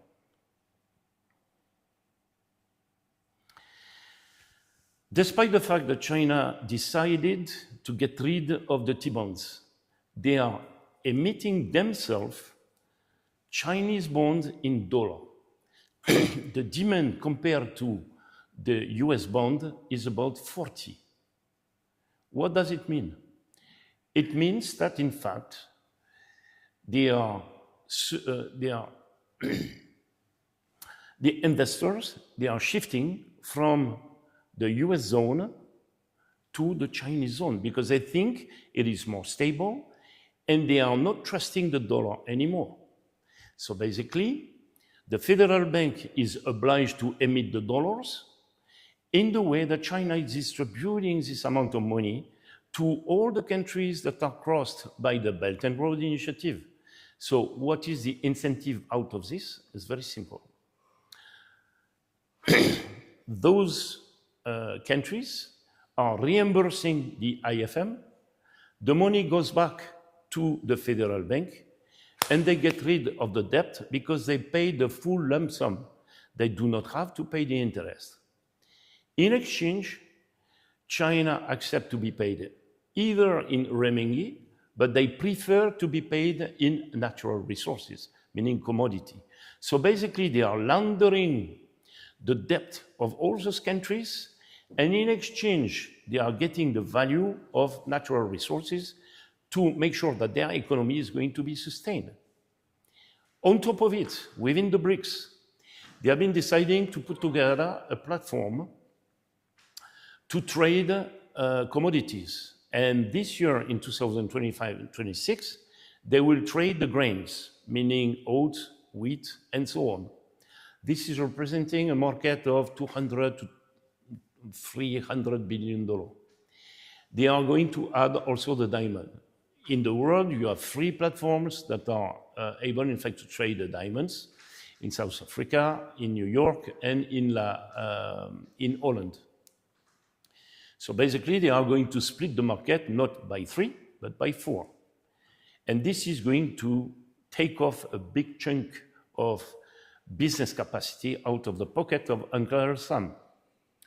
What are the consequences out of it? In fact, little by little, the BRICS, they are pumping the NYMEX and the COMEX in New York. And this is, in fact, a way to de-dollarize all the economies in the world. In this context, Donald Trump decided, in fact, to put Russia on the ground and its partner by raising the tariff to do business with America. It is a total nonsense, and I am going to explain why. Who is paying for the tariff? I am a supplier in the US, and I decided, in fact, to buy commodities outside. I buy it. But I have to pay the tax to Uncle Sam, meaning the US government. Am I going to take the burden of these tariffs myself as a supplier? I need to pay my tax, I need to pay my employees, the transportation, and I need to make a benefit. Therefore, in fact, the tariffs are going to be paid by the consumer. So Donald Trump is saying, I want to solve the problem of inflation, but on the other side, what he's saying is that you guys are going to pay for the tariffs, and this is going to make the inflation exploding. So this kind of mechanism that is implemented goes against what he has been promising within his campaign. Therefore, looking at the global picture that I have been exposing for the last 20 minutes, does Trump has any leverage, in fact, to impose a negotiation between Russia and Ukraine? Not even a second. This is for business reasons. And on top of it, if he continues to insist, Russia and China has all the mechanisms necessary, in fact, to put America on the ground. Example, you are putting tariff, okay. You need the rare earth, in fact, for your batteries. We are going to put some quota, and you will not be able, in fact, to buy whatsoever you need for your industries, especially in the military industry. There are some other minerals that are very difficult to find, like uranium that Russia is selling to United States, antimonium, which is extremely rare. You have few deposits in the world. And those deposits are in China, in Russia, in Bolivia, and a very little one in Ukraine. Titanium, which is mandatory to develop, in fact, the aeronautic industry. Without titanium, there is no plane that is going to come out of Boeing or Lockheed Martin. So basically, trying to play enforcement by tariffs by United States to Russia is a very, very bad idea. So basically, looking at this strategy, if Donald Trump is able to force Jerome Powell to lower the rate, which I believe is not going to happen for one reason. The federal bank is completely independent. Powell is a Democrat and Trump is a Republican. Therefore, we can understand that this is like a political fight that is set up within the United States because Powell wants Trump to fail. He's still keeping, in fact, the interest rate extremely high, and this is undermining the economy, but does he have the choice? They are coming to a point that if the rate is so high, this is going to damage the economy, and anyway, Trump will have, in fact, to ask the federal bank the necessary money printing, if I can express myself like that, because nobody is going to want to buy the debt. So, therefore, we're going to get exogenous inflation, and this spiral is going such that they will not be able, in fact, to sustain the services of the debt. So the second scenario would be, in fact, that Trump is able to shut down the rate. And I have been explaining what was the consequences out of it. Investors will not be able, in fact, to buy because they will be losing a lot of money due to the fact that the dollar is losing its value. In this context, does Trump have any leverage, in fact, to force Russia into negotiation? No. And this is just pure data. On the other side, Russia, and I know for having several discussions at a certain level there in Moscow, have been losing total confidence in the Western countries. They are seeing a level of aggressivity. They are seeing like a level of denial regarding the situation in Ukraine. They don't want to admit that the situation is desperate, and they want to double down, continuing, in fact, to flow numbers of weapons that, from the discussion we had with our colleague in the United States this morning, were saying that they want to attribute a budget of $860 billion, is that right? But they can send all the money they want, if they can, because right now, at this point, how are they going to be able, in fact, to leverage this kind of money? It's impossible. But assuming they can, who are going to operate the weapons? What do we know is that the last 3 months, Ukraine has been able to motivate 30,000 new soldiers, people that are not trained, young or too old.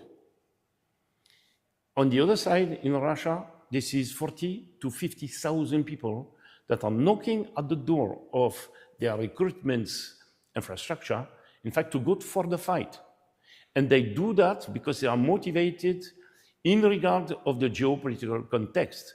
When in Ukraine, when we see that 110,000 soldiers has been failing and running away from the front line to constitute themselves prisoner, we can see here a sort of discrepancy between the motivation of each party. We're seeing the westernized country that want to continue this conflict because they have a personal geopolitical interest. They think that the Ukrainians are going to sacrifice themselves. And we have been seeing, in fact, what the former Ukrainian PM has been telling us, they want to stop. They are not confident anymore with their government. They are not confident with the evolution of the situation on the front line, and this butchery needs to stop. But we have at the head of all the states people which agenda is completely different, and they are refusing to see the reality, and this is absolutely criminal. So, solving the conflict in this condition, in regard of the fact that Russia estimates that due to the context of confidence, all the elements are not on the table to make sure that they will be resolving this conflict, and also because at the head of the state there is an individual that is not even elected and do not have the mandate, in fact, to sign any kind of negotiations document, the conflict cannot stop. And they are estimating that since Crimea will be exposed if Ukraine has got access to the Black Sea, due to the type of terrorist attack that all the neo-Nazi groups have been perpetrating against Russia, they will continue until the total collapse of the Ukrainian army. So where do we go like that? I have absolutely no idea. The only thing that I wish is that there wouldn't be any provocation or move that would go beyond the lines that Russia will be handling, that will bring us, in fact, to something unthinkable. Thank you. Thank you so much. Do you have any questions? Well, thank you for a brilliant presentation. 20, 25 minutes? Yeah, no, that was... You see the timing? Perfect.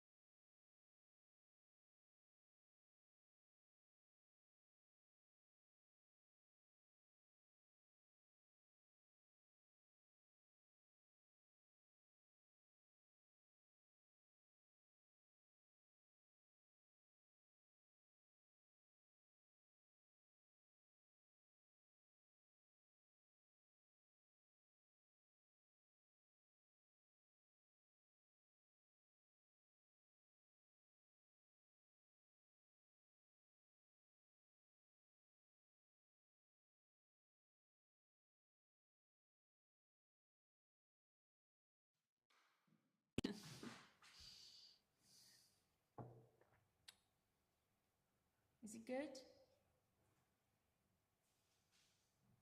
Right? So, hello everyone, and in this session we're doing one-to-one presentations, and this is Professor Melonen. He's from Finland, and I'll leave it to Professor Melonen to introduce himself, please. Yes, hi, and thank you for having me here. It was a nice invite. We had a conference with very much important information, I have to say. So my background is such that I currently hold a title of Associate Professor at the University of Helsinki. I'm also a CEO of GNS Economics, which is a small forecasting agency. We're specialized in forecasting the economy, financial markets, and now also the geopolitics, which has been the main topic of our conference here. And considering what we have been talking here, I have been telling that my family background is such that we have actually lost both land and men fighting the Russians. And that's kind of, and despite of that, I grew up in an environment which were in complete harmony with Russians, and there was actually many of my relatives have worked in Russia, and so it's a matters concerning Russia have been following me since before my birth actually, and so that's also one of my main interests in going into the geopolitical realm, is because I have a lot of knowledge on the issue. And also now I have a direct contact to Russia too, which have helped us to understand and forecast the path of the crisis. And they are now the path, of course, doesn't look very good. And the issues raised in this conference are such that we have to prepare for the eventuality that there will be no actual push for peace in Ukraine, but it may come through complete collapse of the AFU, which is the Armed Forces of Ukraine. And this is something I've been speaking publicly a bit, which is the Finnish experience with Russians, or more formal, the Soviet Union. We gained an independence from the Soviet Union during the revolution in 1917. And then we fought two wars with them. First was the Winter War, which ran from November of 1939 till March 1940.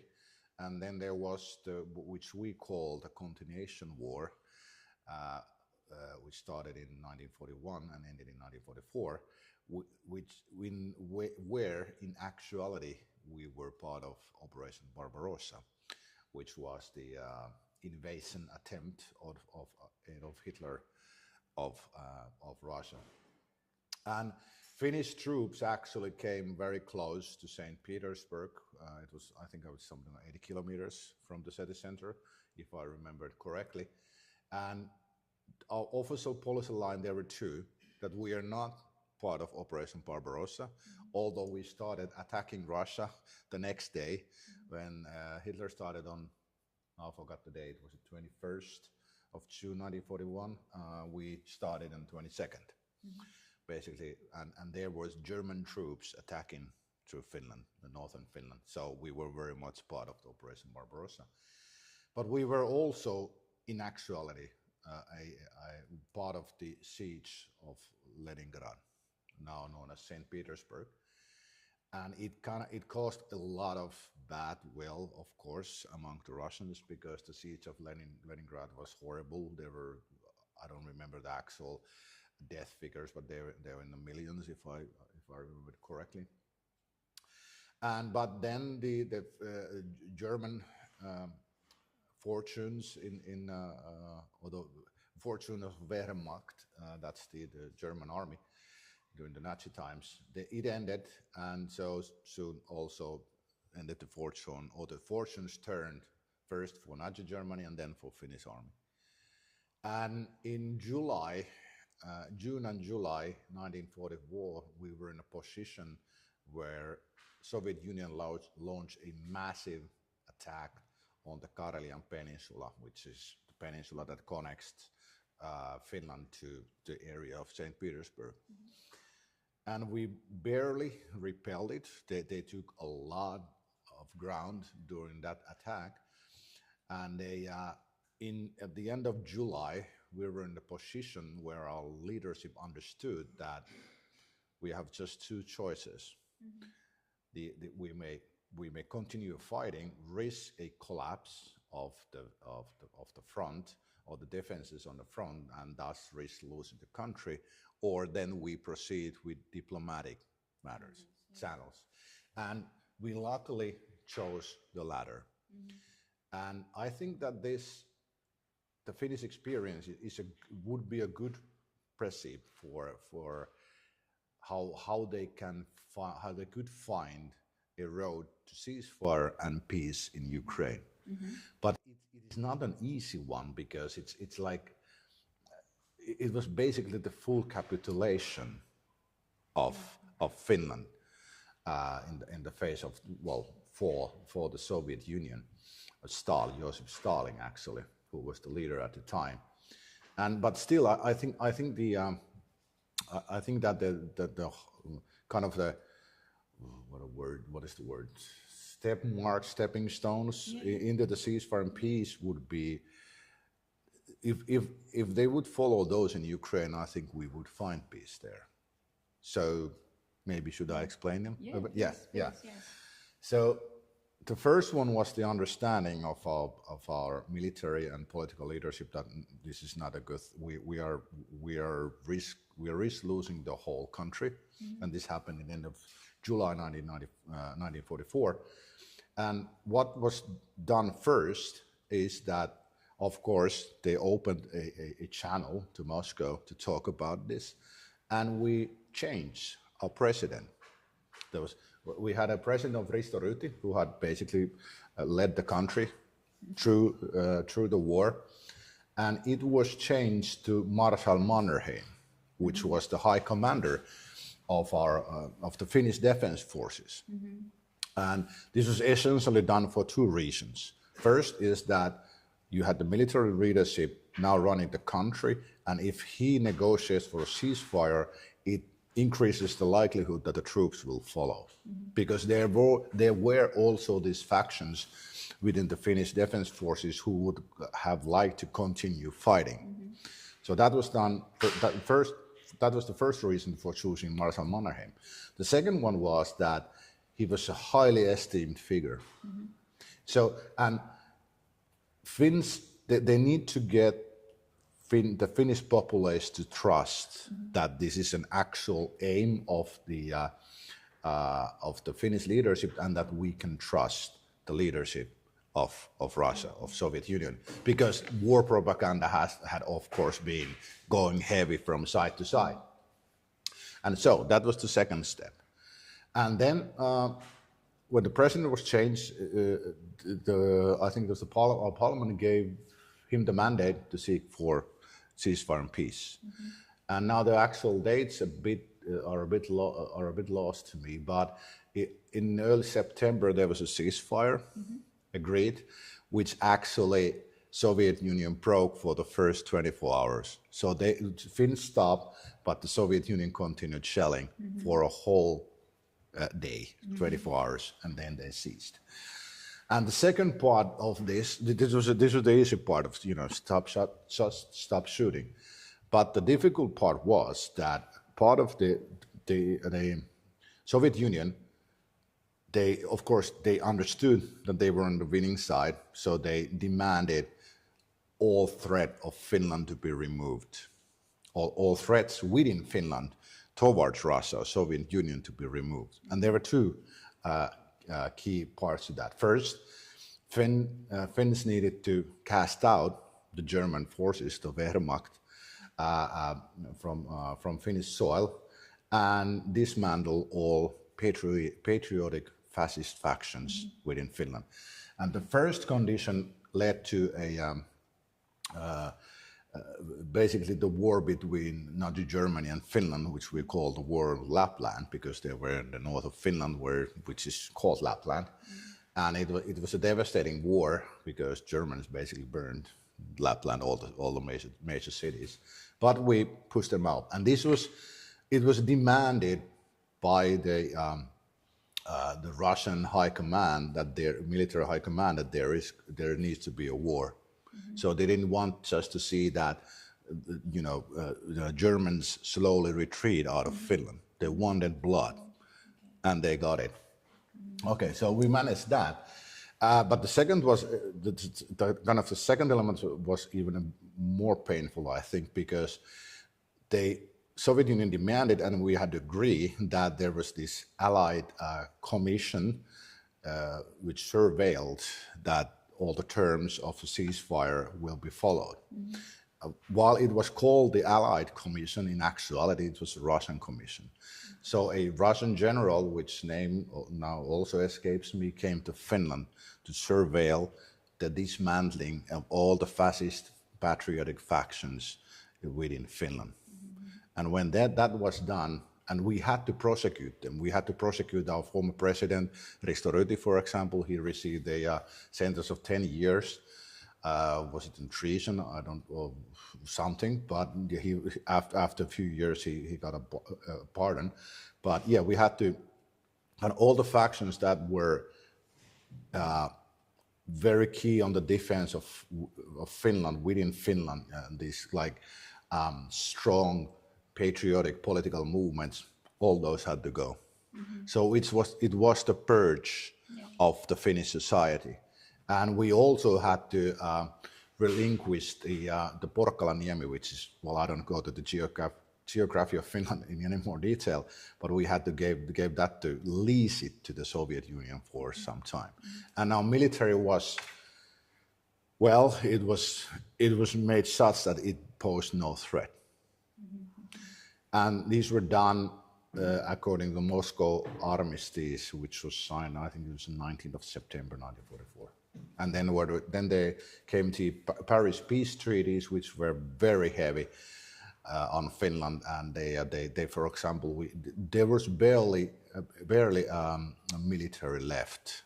Any military left after those conditions had to be fulfilled. But we managed, and we built that very difficult period actually started the rise of Finland. We were a relatively poor country before the war, but just 40 years after, we were one of the richest countries in the OECD, and in the world. So it was a spectacular rise, and it all started from basically giving up. So we said, okay, enough, and we capitulated, let Russia to do the cleansing. Stalin insisted that had to be done within Finland. It was not pretty, but after that they stepped back, and then we also signed the Treaty of Mutual, it's YUR Finnish, it was a mutual cooperation understanding. Yeah, I don't remember what is what in English, but basically it said that this was to stop. This was done by a president. But anyway, it was signed. It was a masterpiece of the Finnish leadership to sign such a treaty, which did not push us into the Warsaw Pact. But it said basically that if Germany tries to attack Russia through Finland, then we need to defend Finland and negotiate for help from Russia, basically. So, but it is interesting. Concept by itself, but these are the steps. I think that if we would follow in Ukraine, we would find we could establish a ceasefire. What I remark immediately are the parallels as to how things initiated in the first half, essentially, and then of course there must have been different choice factors or options that Finland could have taken. And then, yes, it took certain decisions which then led to a particular path, essentially. Yeah. How do you actually see, okay, first, along those lines, along those guidelines, can you help me identify Ukraine's options? Yeah, I think we are, like we discussed earlier today, I think we are closing in a point where Russia has gained so much of their objectives in what comes to the invasion or land grabs, is that the Russian leadership may consider that this is enough. The buffer zone and the zones they have thought as being as more Russian than Ukrainian, or whatever the reason is why they have taken these 4 oblasts. I think it's closing to a point where, okay, we have managed this. But what is missing is the denazification of Ukraine. And this is the difficult part, because we, of course, Finland had no one to rely when the greatest army on the world had ever seen. The Wehrmacht was, it was losing, so we had nowhere to look for support. So, but I think if Ukraine if Ukraine would be in the same position, the fighting would have ended probably March, April 22. But so there would need to be something. Let's assume that the territorial gains are enough for President Putin now, and they consider those satisfactory. Then there's the question of how do you change the Ukrainian leaders and denazificate. And I'm sure, I'm not an expert in Ukrainian law or constitution, but I'm sure there's a clause which states that the president can step down and a parliament assigns a replacement to him for the time being before they can have an election. And after that has been done, I think I'm almost almost certain that the parliament can instigate him the right to start the negotiations for ceasefire. And at this point, we could have something of a allied monitoring commission consisting possibly from representatives of Russia and the United States, and agree that the fascist factions, which truly are, I just learned this during the spring, that there are very powerful fascist factions within Ukraine. So there would be a commission to oversee that they are dismantled and the leaders are being prosecuted, and like they did in Finland. And after that, they would have to agree what is the level of military allowed for Ukraine. And of course there needs to be some, but absolutely no NATO. And as a kind of bonus then for Ukraine would be that they would be allowed to seek for membership at the European Union. I think that would be the compromise to something that Russia would need to give to them. And I've seen now that Russia has proposed some of these, and it's funny because the small group, the small group I gathered to ponder the peace, how Ukraine could find peace. Actually, we came up with these ideas already in late 24. But I think from these pieces, which have the kind of example from Finland, a road to ceasefire and peace could be found in Ukraine. But as we have heard during this meeting, there are powerful forces who do not want to see that happening, which is the problem here. And this is something like, for these reasons, I think the Finnish example has been completely pushed aside, because there's an actual road to peace. But they are making sure that we will not get there by making these blunt statements that Ukraine cannot give any room for any Russian control or anything like that. But that's a fact of life, that when you're losing a war, you need to do that. And the biggest difference is, I think, comparing the Finnish and Ukrainian examples, is that our leadership were set to save our nation. There was very little corruption, and they acted on the best interest of the nation.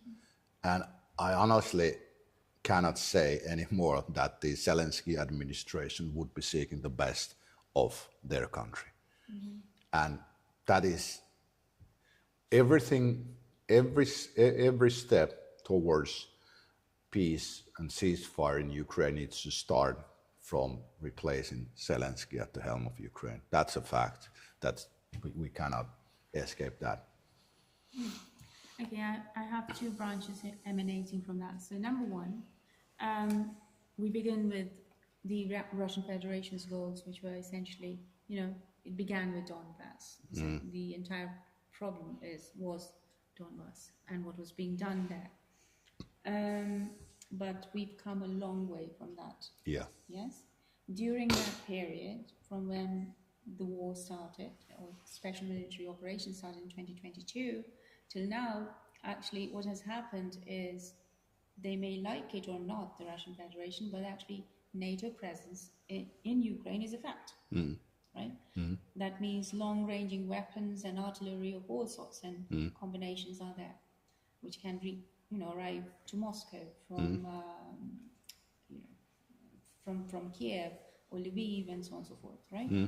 So in terms of actually, initially it was, we have a safe zone, that was the idea, so that the missiles couldn't arrive to St. Petersburg, couldn't arrive to Moscow and so on and so forth. But it's the evolution of the war has meant that now we have,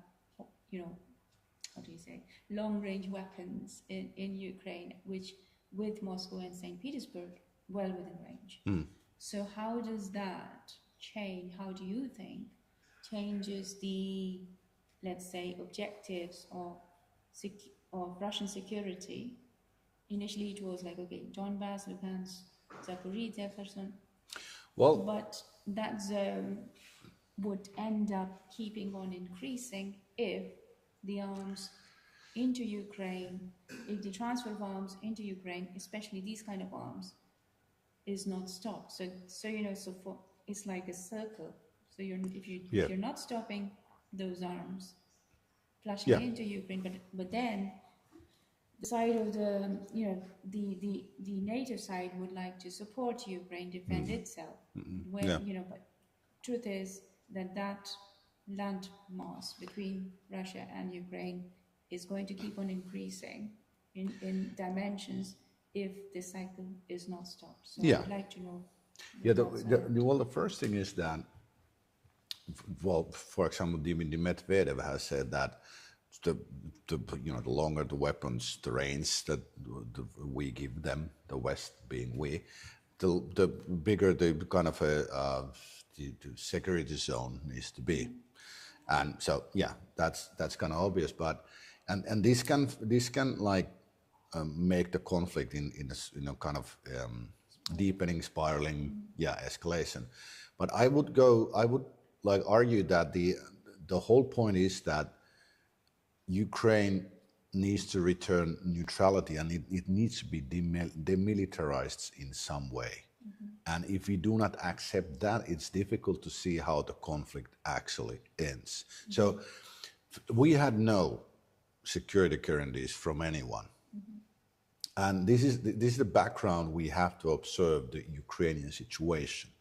If the Russian leadership sees the NATO involvement in Ukraine as an existential threat, they will not give up on that. And all reasonable, plausible peace proposals I have seen all exclude NATO. You cannot, you absolutely cannot, think that Ukraine could be a part of NATO.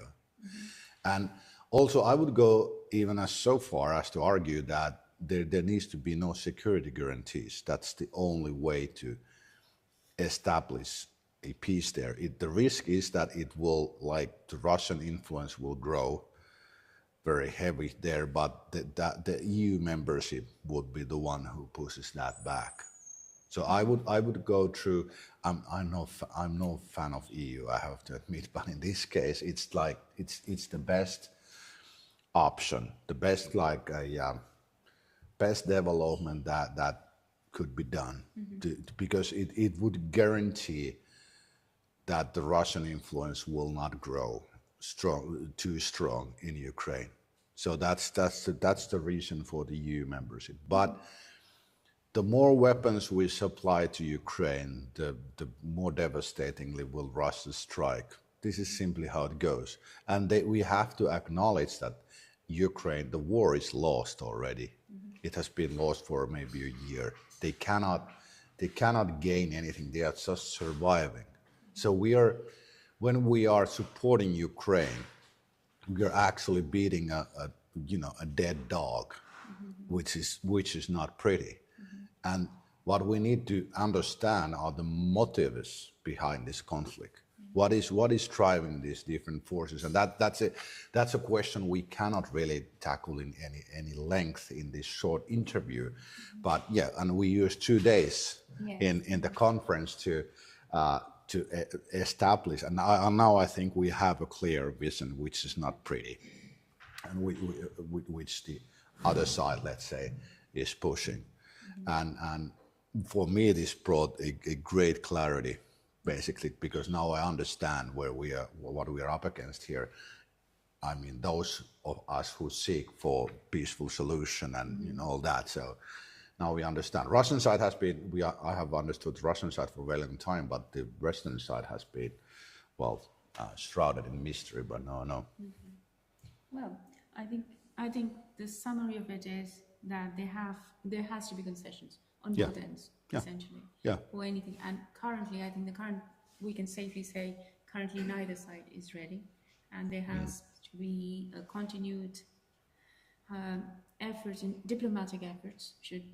Diplomatic doors should always be open, and that there needs to be some change either within Russia or within Ukraine to make some conducive environment to progress or change the current. What I think it is at the moment is an impasse in terms of talks.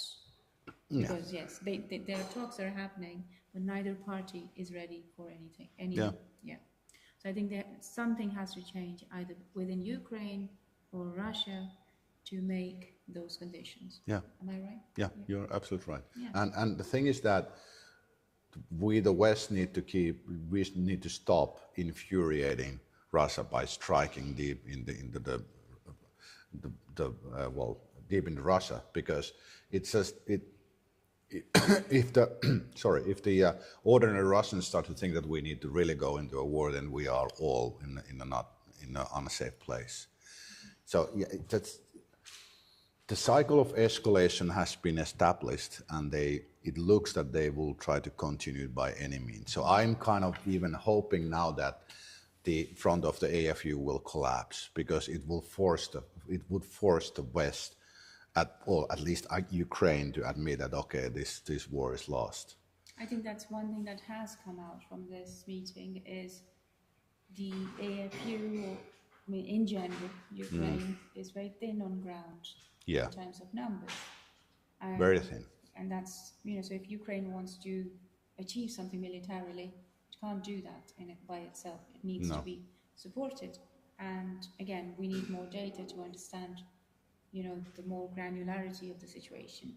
But in terms of actual how it affects the ordinary Ukrainians and Russians, it's also very clear things are changing. Would you like to talk about a little bit what's been happening in Ukraine last couple of weeks? Ukraine? Yeah. Well, in terms of... in Ukraine, I haven't been following it so deeply now, but we just heard today or yesterday even at the Pokrovska in last. I meant in the political sense. Political sense. Oh yeah, there was. There was an interesting kind of development a week ago when the Zelensky administration, they wrote the we can call it the anti-corruption piece. So they tried to tie the hands of I don't remember the boroughs, but anyway, the anti-corruption bureau, and it led to a demonstrations there, and even the Telegraph writing that it's time for Zelensky to go. And I was thinking that this could be a development that leads into the ousting of Zelensky and someone else to be appointed to his place. But, well, we haven't heard much of that in this week anymore. So maybe this was just maybe it was a spontaneous thing of Ukrainians, saying that we want change, and then it was repressed because Ukraine is not a democracy. We also know that now. And so that was the interesting development, and I kind of speculated that could this be a move by President Trump? Could there be U.S. backing for these kind of demonstrations, and maybe these articles that he would be pushing Zelensky out? But at this point, it does not look like that anymore. But it was an interesting thing. But I think we have to wait till the end of the week, maybe till the next week a bit, to see what's actually going on. But that's the development we followed, or I followed, because there was potential in it. But yeah, it seems to have died down. But let's see. Okay, last question for you is: yesterday you said something very interesting.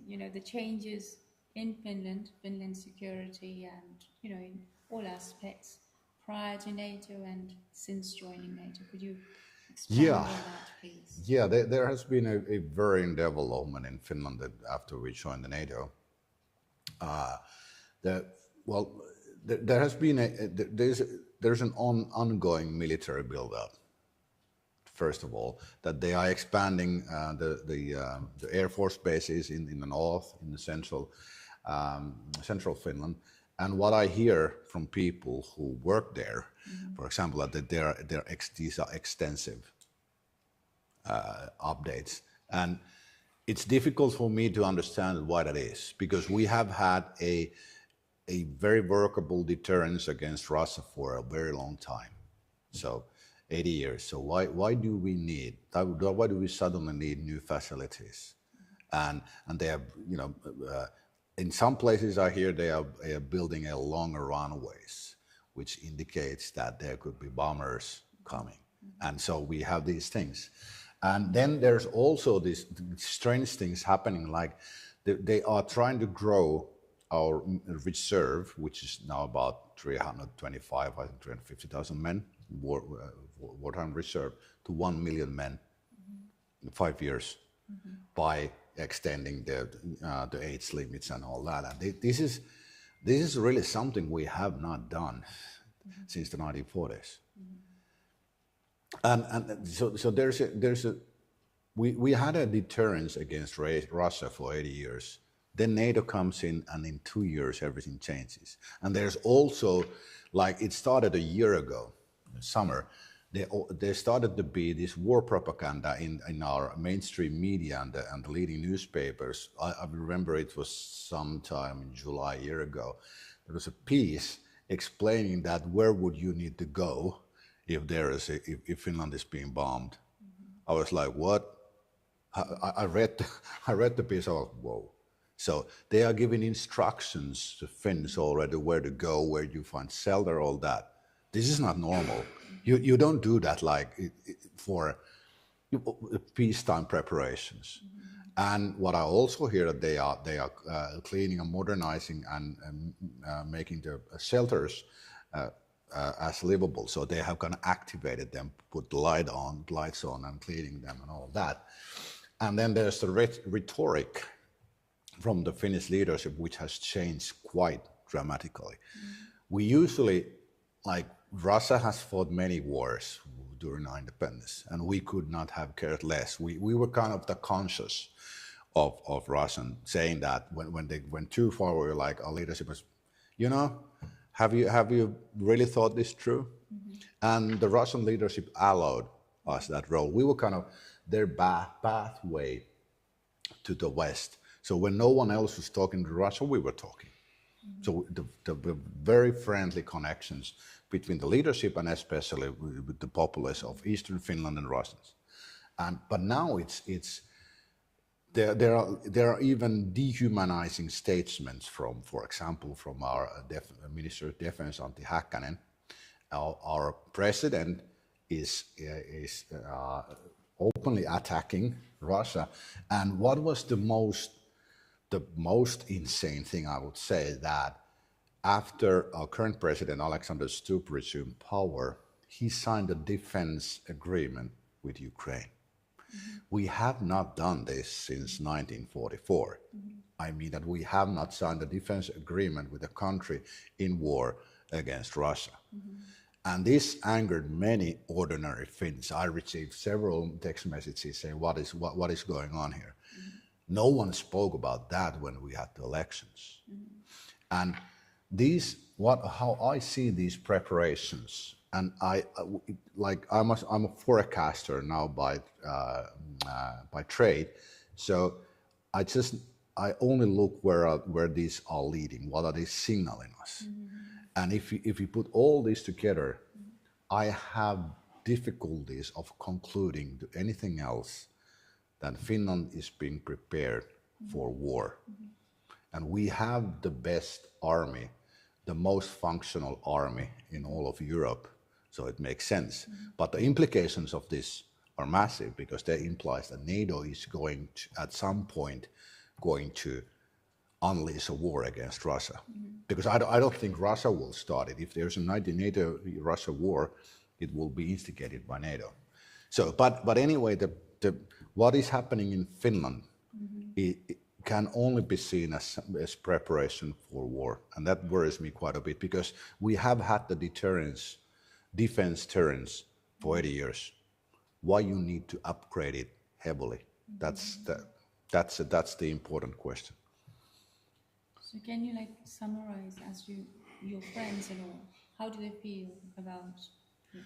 Well, it kind of differs with the age group. Like the younger guys, they are rather worried that they will be dragged into a war. When you say younger, could you give an age? Well, 20 to 40. Okay. Which are the men of the service age. Yeah. When NATO came, I actually resigned from the reserve. So I said that I will not fight NATO wars. I'm 48, so I'm not in the first line of defense there. But the younger guys are rather worried. I see fear even then, and of course there's a very small fraction who's thinking, no, let's go, guns and let's head east. But you find those like war maniacs from every country. But then they're like the generation I'm in, like we're the 40 to 60, and it's a mixed bag kind of, and the people I know who are in the actual leadership tend to be rather pro-war. But ordinary people, my friends, they are like, people are openly talking that crazy things are happening in Finland and this does not make sense. And that's my age group, basically, who we are in control. But for some reason, those that are in the leading positions, they tend to have a more hawkish view. I don't know where that comes from. And then are the boomers. And I would say that most of them they're the most dangerous part because some of them think now that war is something we should go into. Not all, but yeah. When you say boomers, could you elaborate? But baby boomers, like those who have born before 1960 or something, 1960 something. But yeah, the generation baby boomers, which are now at the retirement age. So. That's interesting. So you've got the older generation, which is supportive of the current stance, which is, and then you've got the middle-aged people. Yeah, I think one thing affecting that the older generations, or there is it seems to be higher share of those supporting the war, is because they have a war trauma. They lost their parents or lost land or the fear or something. So it's kind of understandable. Yes. And we talk about the fear. We talk about the fear in the meeting, and it's a powerful thing. But it kind of works in the opposite directions with the older generation and the younger. Younger fear that I'm going to be dragged into the front, and the olders are kind of the traumas are rising from him. So, and the problem is that. The generation that fought the war are mostly gone. So I think if they would have tried this 20 years ago, it would not have gone through. The older people would have said, like, what, are you crazy? 2 wars, We took a heavy beating, and we lost, I forgot to say this, we lost 12% of our land mass to the Soviet Union and made peace with it. Well, thank you so much. It's been extremely revealing. Thank you. Thank you. Thank you. It was really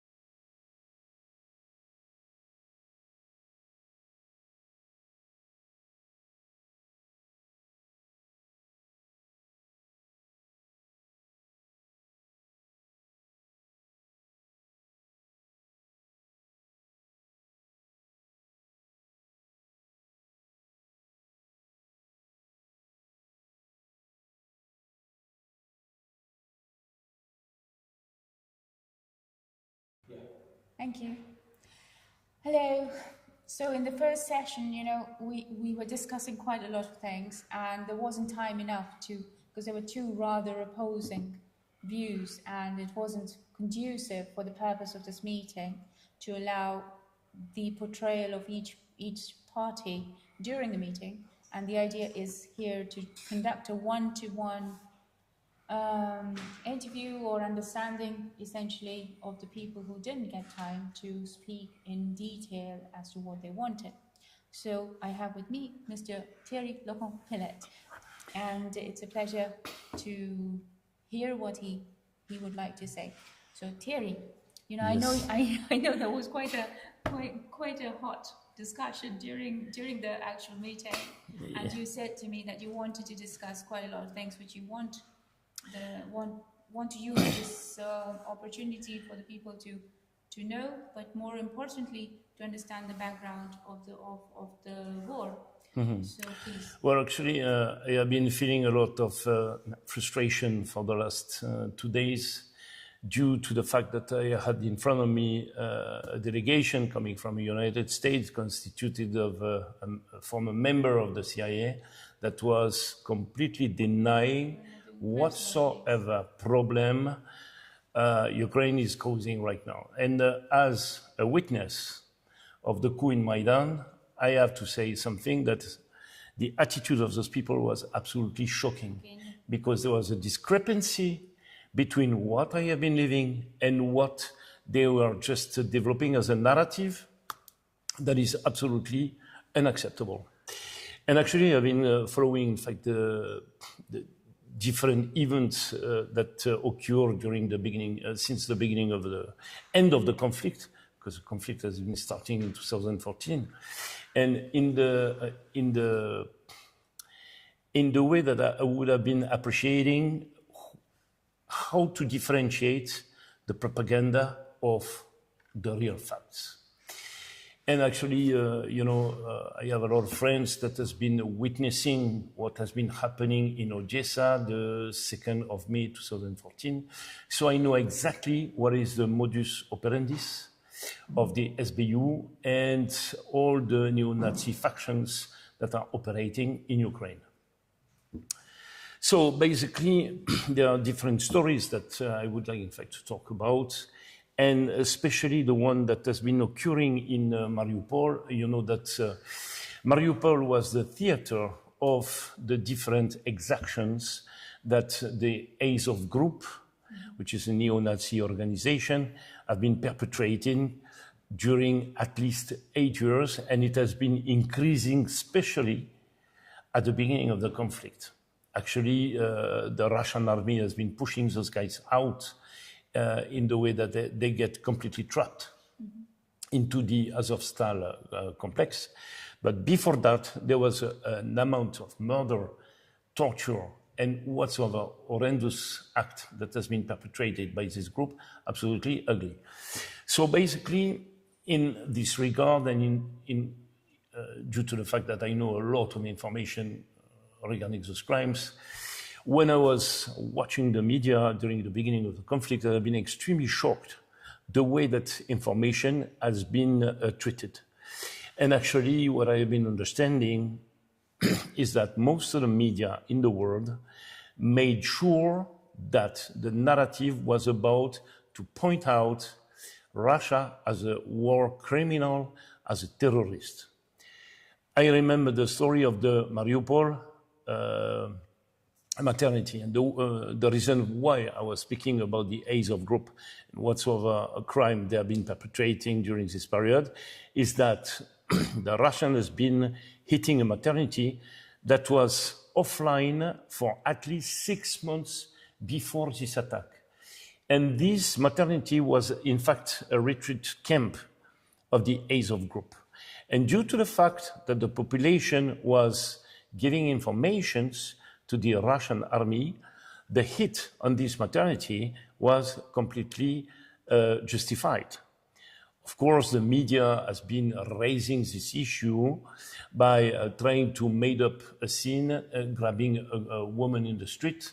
If I remember her name, it was Mariana Sushinskaya or something like that.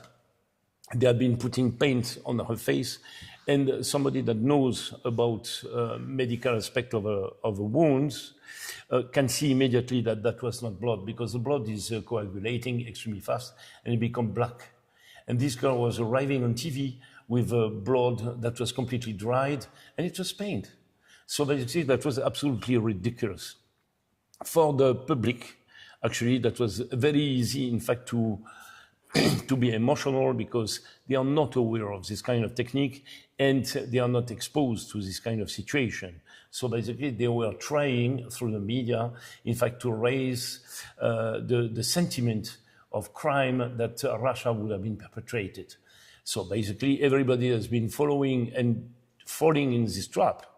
But a few months after, they were obliged, in fact, to debunk this story, and they were telling the truth. But the damage is done, because in the mind of people, they are remembering that a poor woman has been hit.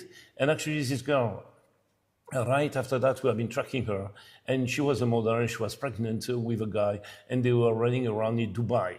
So basically, you know, the entire story was completely stupid. And what I have been understanding is that right now she's living in Russia. Unbelievable. There are some other stories that are extremely interesting, and actually one of them is the famous crime of Bucha, and actually I've been digging into this story because this is part of my book, which is called Ukraine, A Warning to the World. It's very interesting, in fact, to study this case. I'm not going to go into the full story, but with just one picture, we could be able, in fact, to debunk the full story. Let me describe this stuff. The press has been propagating a number of pictures, and one of them is very significant. We see the victim, that is the stomach on the ground, okay? And when we are looking at the hands, we see that they are tied with a sort of ribbon, a white ribbon, completely immaculate of any dirt.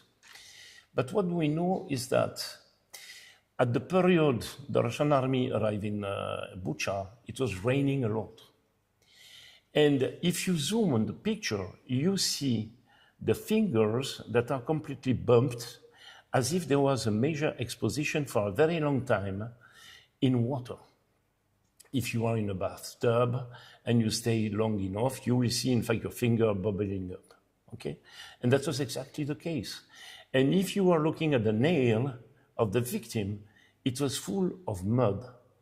How come a victim that has been exposed into the mud with the finger completely bubbled has, in fact, their hands tied up with an immaculate white ribbon around their wrist? No sense. Because, in fact, the ribbon would have been dirty. You see what I mean? On top of it, every victim that has been photographed, they had a coat on them with a sort of hat to cover the fact that most of the victim has been shot in the head with a short distance. Of course, all the media were claiming that the Russian army has been executing a butchery, but there is no autopsy that has been shown. There is no pictures of the hits in the heads, because if this is at a very short distance, you will see trace of the powder that would have been sticking on the victim. And therefore, if they have been putting like a sort of cap on every head's victim, this is because they wanted, in fact, to hide it. This is exactly the modus operandi of the SBU. They execute it. They execute you. And actually, within every victim's apartments, they have been finding the portion of foods that the Russian people were distributing to the population. So basically, the SBU has been identifying that those victims, they were cooperating with the Russian army, because you know, all the media, they want you to believe that there is a unicity within, in fact, the Ukrainian population, when in fact it's not true. You have a lot of ethnies, you have a lot of interests, Most of them are speaking Russian, and the people that are speaking Ukrainian, they are in a minority. So basically, this geopolitical puzzle that has been constituted over time, and especially with the help of the Bolsheviks, is just like a puzzle that is just collapsing. So basically what the SBU is trying to do is to eliminate any source of opposition right now. And when they saw, in fact, this portion of foods that were coming from the Russian army, they have been taking those guys and they wanted to make an example, in fact, to scare the population. That was exactly, in fact, the reason of those assassinations. First of all, propaganda against the Russian army, and second of all, in fact, to make sure that the population inside of Ukraine is getting scared to hell. And this is what has been happening for the last 3 years. We have those neo-Nazi groups that are perpetrating an amount of crime that are absolutely ugly, and on top of it, you have the SBU that is trying, in fact, to eradicate any kind of opposition. It can be media, religious, politics, and for whatsoever you want, in fact, to express in public, like speaking in Russian or listening music in Russian and so on. So basically, all of this stuff was just made up, but unfortunately, the public is not aware of this kind of technique, and it jumped into the trap again. Then there was a story that has been happening, and this time I have been trapping the media. And I'm going to explain to you this story, which is very funny. One of my contacts with a colonel from the SBU who has been splitting apart with his institution has been jumping on the Russian side because he was disagreeing on top of whatsoever murder were perpetrated in Ukraine, and on a political point of view also because he has a Russian origin in Ukraine, and he disagreed with what the government was doing, and especially his own unit. And so he gave me information saying that in Kharkov, it was in 2023, in March, something like that, the SBU planned, in fact, to blow up a mini nuclear reactor that is situated into the University of Kharkov for studying, in fact, radioactivity and mechanism linked, in fact, to energy. So he said, you know, tomorrow, the SBU is going to blow up this stuff, and of course, they will make sure that, in fact, the propaganda was such that Russia will be responsible for it. So what I did, I've been contacting most of the media by email and most of the politicians, including the president of the Senate, the president of our parliament, and so on. There was Marine Le Pen, there was everybody. And I wrote them that this would be happening. And I warned the media explicitly, telling them, do not even try or dare to say this is the Russian army that is going to do it, because I have internal information regarding the SBU, meaning the secret services that are going to blow up this reactor. At noon, the day after, on CNews, which is a major channel for pseudo-patriot, because this is pretty much like a sort of control damage opposition TV channel, screening Russian army has been blowing up the University of Kharkov nuclear reactor. So I took this news, I take a photo of the televisor, and I have been responding to all those people because nobody, of course, was daring to react in regard of the information I've been providing the day before. And I send, in fact, a screen, and they say, don't tell me this is not propaganda. Because what you're trying to do is to manipulate the public opinion in the way that you are hiding the truth and you're pointing out the finger to the Russian army when they are not responsible for this. Of course, no reaction, because now they feel they are in the corner. And I am telling them that sooner or later, I will come out with all those emails and they will be confronted publicly. So, as you see, there is a lot of things that are... There is also something that I would like to specify regarding, in fact, the dam of Kharkovskaya. Same principle, same modus operandi. Is it this one? Yeah, this is the famous dam that has been flooding a gigantic area that has been leading to several people that has been drowning. I think it was about 50 or 60, and a number of people that has been dying, injured, absolutely colossal. The destruction of villages. And this was done for one reason. Systematically, when there is an action, you need to understand who is going to beneficiate this action. So basically, the Russian army was progressing a lot in the Kherson area. And what the Ukrainian army wanted to do is to push them back in the way that they will build a sort of buffer zone. So basically, they decided, in fact, to blow up the dam and to drown completely a full region that has been destroying, in fact, culture, crops. And this is a major environmental damage because, you know, during the Second World War, there was a lot of cadavers that has been remaining on the ground. And because of the flooding, in fact, all the cadavers have been popping out. And it has been poisoning all the waters that are necessary, in fact, to allow the local population, in fact, to drink, you know. And of course, this is the Russian army that has been doing this. What was the purpose for them to do that? It was detrimental to their own operation. Why do you want them, in fact, to do that? Systematically speaking, when something wrong is happening, when something bad is happening, even when there is like an invasion of grasshopper in the Sahara, this is Vladimir Putin. You see, it's becoming absolutely ridiculous. At this point of time, in regard of what is propagated within the mainstream media, this is a real shame because they have been discrediting themselves at the point this is like a non-return. Let me give you some statistic.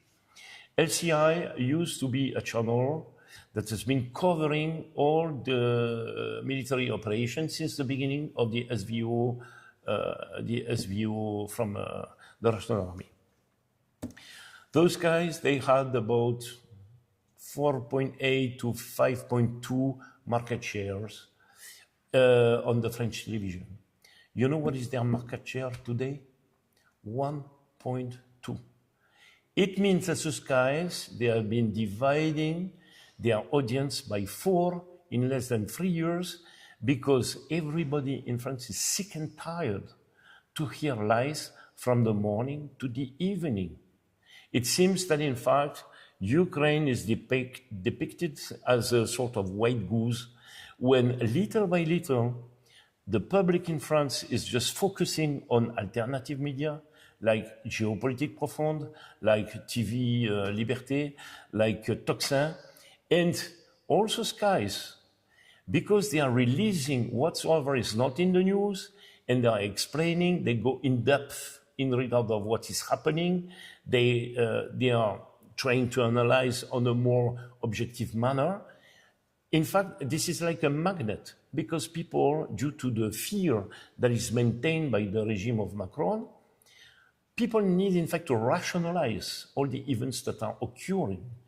And they are sourcing information in the way that they could understand and put in perspective whatsoever is happening.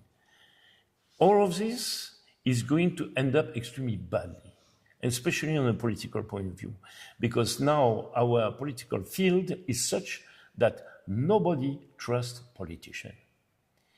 What has been happening during the second election of Macron? 56% of the population didn't go to vote. This is 56%. This is more than half of the population. And this is significant of the defiance the population has against the politicians. Over this 44% that has been voting, let's say 28% voted for Macron. And this means that this guy had an election that that was sustained by what? 23% of the population. The last poll, he was given to 18%. But we know about the polls. We know that they are crooking the numbers. If we are really objective and realistic, if this guy is making 12%, this is like a miracle. And he's going to be kicked out. Because his plan is about, in fact, to dismantle our parliament. And in September, he will have, in fact, to reorganize the parliament. And as there will be no majority, he wants to trigger the Article 16 to take full power. And this is at that moment that the situation is going to drift. So Nevertheless, let me ask you a question about Article 16. Could you kindly elaborate? Sorry. Yeah, Could you kindly elaborate we have an the article terms? in our constitution that allows the president to trigger this article saying that the political situation is such that the country cannot be managed. And therefore, he will decide for everything without parliament, without the Senate. No, sorry, just to be clear in my head, what sort of situation, do you think the domestic unrest in France would be at that level? Because you've got the yellow jackets, or yellow vests, and all sorts of various, In fact, this is what is happening. He estimates that due to the fact there is no majority, the parliament is unmanageable. Therefore, he wants to get rid of the parliament. This is at that moment that we will have another sort of, jacquerie. And this time, the yellow jacket, I am a little scared that it will be transformed into AK-47 jacket. Because, I discuss with people in the street every day, on the market, in the street, in the shop. Nobody has been voting for Macron. So how is it related to the Russia-Ukraine war, for instance? Well, this is where it's very, very scary. What has been happening for the last 2 to 3 years? We're seeing a strong will to rewrite history. Look at what's happening with the Soviet monument all across Europe. In Bulgaria, they are destroying the monuments. In Ukraine, they want to de-Sovietize and to banderize the society. You can go through that. Yeah. So that people can see. In Romania, they do the same thing. You have the embassies, the Russian embassies across Europe that are forbidden, in fact, to celebrate major events that has been occurring within our history that is significant due to the sacrifice that the Russian army and the Russian people has been putting together to make sure that Hitler will not take over completely Europe. So basically, on the diplomatic point of view, on the physical point of view, on the news point of view, everything is made to destroy our real history. And if we do so, we are going to disappear. There is a political reason out of this, which is latent, and which is a way beyond the destruction of the monument. And I have been thinking about it. What the European Commission want to do? They want to federalize all the countries constituting European Union in the way that they will instigate a sort of European state, erasing the notion of nation. But for this, you need to completely kill the history that has been made to arrive to this point. And making sure that Russia will be completely wiped out of our history is a great way to say, look, we have an enemy right now, this is Russia. And we need, in fact, to put together a mechanism of rebirth regarding the European nation. And Macron wants to lead this effort. And I am absolutely sure that he is willing to sacrifice a part of the European population by triggering a conflict against Russia. Because at the end of the story, there is another project that goes even beyond that. European Union right now is considered as a sort of open air project to go beyond that, meaning putting together a new world order with one government. This is why the war in Russia is perpetrated. They don't want it, in fact, to stop. They want to make sure they are crushing the government of Vladimir Putin to take over Russia, and then after they will run after China. This is going not to work, because in Europe, nobody wants to do that. And actually, there is a rise of anger and, opposition of the full population in Europe, especially in Germany, in France, in Italy, what do we have? In Slovakia, Slovenia, Croatia, Poland too, despite the fact that they have their interest, in fact, to maintain the structure. But the sentiment of patriotism is popping up because they want to eradicate our culture. And the first culture that they want to eradicate, this is the Russian culture, you see? So there is a big plan in the story, you know?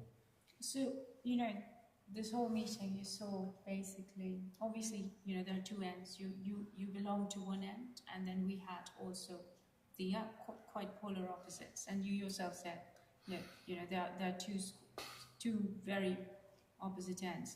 Now, the real hard fact of this is that we've got two countries in northern war. We've got Russia and Ukraine, and then we've got all the European NATO states supporting Ukraine. Where do you think it might head in the short term, mid-term, and long term in terms of a military outcome? So, for instance, just to give you a bit on that, is the sanctions with the secondary sanctions which are forthcoming soon. What is your view? I know you wanted to speak a lot about that, and we've got the opportunity. Right? The resolution of the conflict is not a straightforward story. What we're observing here, and especially the last few days, is that the Ukrainian population start to realize what is cooking in the pot. The restriction on NABU, which is an organization that is supposed, in fact, to eradicate the corruption in Ukraine, has been restricted by Zelensky. There is a reason for that. Because NABU started, in fact, to measure that, in fact, the biggest corruption and the biggest problem of the country is the president himself. And if we are looking at the assets that this guy has been acquiring during the last 3 years, this is absolutely gigantic. And these information, they start to spread within, in fact, the European population, especially in France, because this guy is investing a lot in our country. He's investing also in UK. He's investing in Dubai. He's investing in Italy, everywhere. But you cannot hide this because people, they are seeing what you're doing. And as soon as people see, they start to talk, information are spreading, and this is the end of the story. Your credibility is gone. On top of it, we know that all the humanitarian aids has been sold through a chain of supermarkets across Ukraine to the population when it was distributed for free. And people in Europe, they start to realize they have been fooled, you see?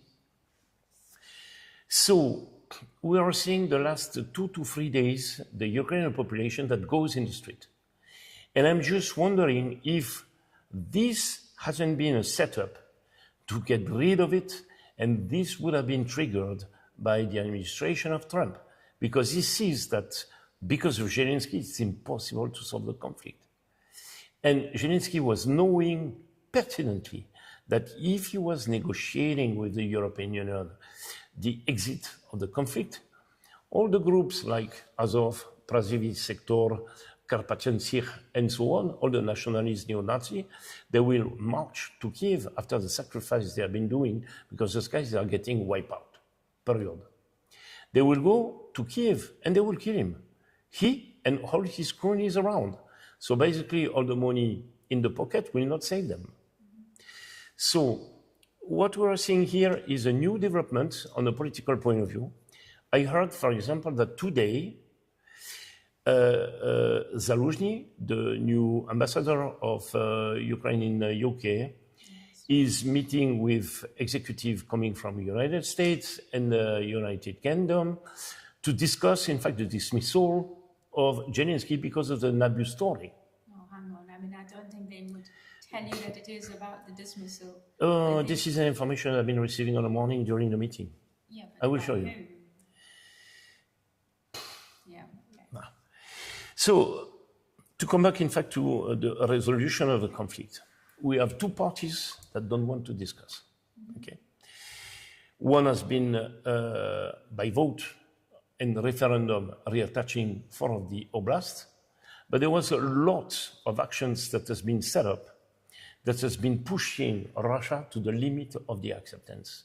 This is like one of the one of the events I was discussing with our US colleague that disagree, of course, is that the START agreement has been broken, and it means that people with a high level of security clearance have been spreading the information necessary, in fact, to attack the vector, the strategic nuclear vector that were set up within different airports in Russia to be hit. Without this information, Ukraine would never, ever have been able, in fact, to perpetrate such type of attack. So basically, right now, the Russians, they are on the defensive, and they're saying, the confidence is over, we don't want to discuss anymore, this is finished, we are going to manage our interest, only our interest. And the more Ukrainians they are waiting for negotiation, the more the interest is growing. And actually, one of the biggest aspect of the security of Russia that I can see is the port of Odessa. They don't want Ukraine to access the Black Sea for one reason. They know that despite the fact that the conflict is going to be finished, there will be terrorist attacks that are going to be perpetrated, helped by the MI6. They know that. So therefore, they are just rolling out their operation until their goals will be achieved. Whatsoever Trump is putting together as a sanction, as a threat or whatsoever, this is what I was explaining right before, with the economic aspect of the United States, Russia will continue, in fact, his way. So basically, on the political point of view, if some elections are set up in Ukraine, and there is a new president that is willing, in fact, to discuss the situation, then I do believe that this is going to help a lot. Nevertheless, if it is like a guy like Zaluzhny, who is a general, who has been fighting the Russian, I do believe this is going to escalate in violence. Now, what are the resources that Zaluzhny will have, in fact, to operate? For me, it's a big mystery, it's a secret. What do you mean? What are the resources? Well, look at what is happening all across Ukraine. No, hang on. Let me just break that down a little bit. So basically what you're saying is, okay, let's assume that General Zaluzhny takes over. Office. Yes, becomes the president, and under that scenario, what you're saying is there will be an escalation and continuation of the war. I do believe so, because he's a military guy. He's a general, you know? Yeah, so and actually, on top of it, he was very frustrated by all the orders that were given by Zelensky that has been ending into butcheries. So, example, Bakhmut. Yes, so Bakhmut, they had in fact to withdraw before the fact that Russian will be taking over. And at the end of the story, it's 87,000 soldiers of Ukraine that has been killed. So in a way, the change of administration is in terms of if General Zaluzhny, who actually, relative to President Zelensky, has a clearer background, in terms of corruption history or whatever, that would satisfy the population of Ukraine, and that would basically he would be a clearer figure to enter Ukraine or lead Ukraine in the war. Wouldn't that be better for Ukraine? Do you think? the corruption level may come down and Ukraine may be able to do things? It's a tricky question. Let's look at the psychology of the people in Ukraine. They are exhausted. They are tired of this. The economy is not running. People. Well, there are two views about it. Let me give you some insights on the economical point of view. You have about 50 to 60% of the population in Ukraine that cannot fulfill their capacity of living. And I'm not talking about the roof or heating during the winter. I'm talking about food. That is significant. Right. Let me finish. So basically, we have an erosion of the moral. They cannot recruit anybody. Well, people are running away from the TCC. Yeah, well, that is exactly, that's something I can agree with. So this is significant. But the economic side, let me just say something on that. The economic side is because there's a lot of investment coming from the West within Ukraine. There's a huge amount, there are lots of treaties and support that has been done bilaterally between Ukraine and amongst business and the drone industry and the military industrial complex. To be honest, I mean, the people there is employment being provided by the military industrial complex. It is a minority. Yeah, okay. This is a minority. I don't have the numbers. So over 20 million people living in Ukraine, you might be talking about 1 to 2 million people of the population. So basically 2, it's 10%. And 10%, it's 90% that are not happy. But then there are bilateral agreements between, like, let's say, Czechoslovakia and Ukraine, where there are billions of dollars being invested in currently, in actually rebuilding and providing jobs and so on and so forth. So that, we need to be... let me continue to develop, because you remember the biggest bailer was supposed to be BlackRock. Yeah, I know. What BlackRock has been deciding? Yeah, it has to withdraw. Bye-bye. Yes. Why? They wanted to run away. Because nobody is interested by reinvesting to rebuild Ukraine. They don't want to put the money in a place because there is such a level of uncertainty in regard of the progression of the Russian army that those guys are like, whoa, we are going to invest. We don't know what is going to be the evaluation of the destruction, because the Russian army right now seems to be really irritated in regard of the famous Spider-Net attack. So we don't know what is going to happen, how much it's going to cost, what would be the period of return on investment. So basically all those guys are like, whoa. On top of it, we wanted in fact to bet on the agriculture, but there is a problem. All the fields in Ukraine have been the theater of military operation. They have been poisoned by all the explosives. And it means that before to be able to use those lands, in fact, to raise the crops, it is going to take 15 to 20 years. And 15 to 20 years before to exploit... Can I just stop you there? Okay. Yeah. When you say contamination, right? Yeah. With what? With the explosive. Look at what happens in Khmelnytsky at the beginning of the conflict, let's say the middle of the conflict. It was about May or April 2023. The Russian army has been sending a Kinjal on a major warehouse in which you had shells, 155 millimeter shells with depleted uranium. The explosion was absolutely gigantic. The cloud has been climbing to 2 to 3 kilometers in altitude.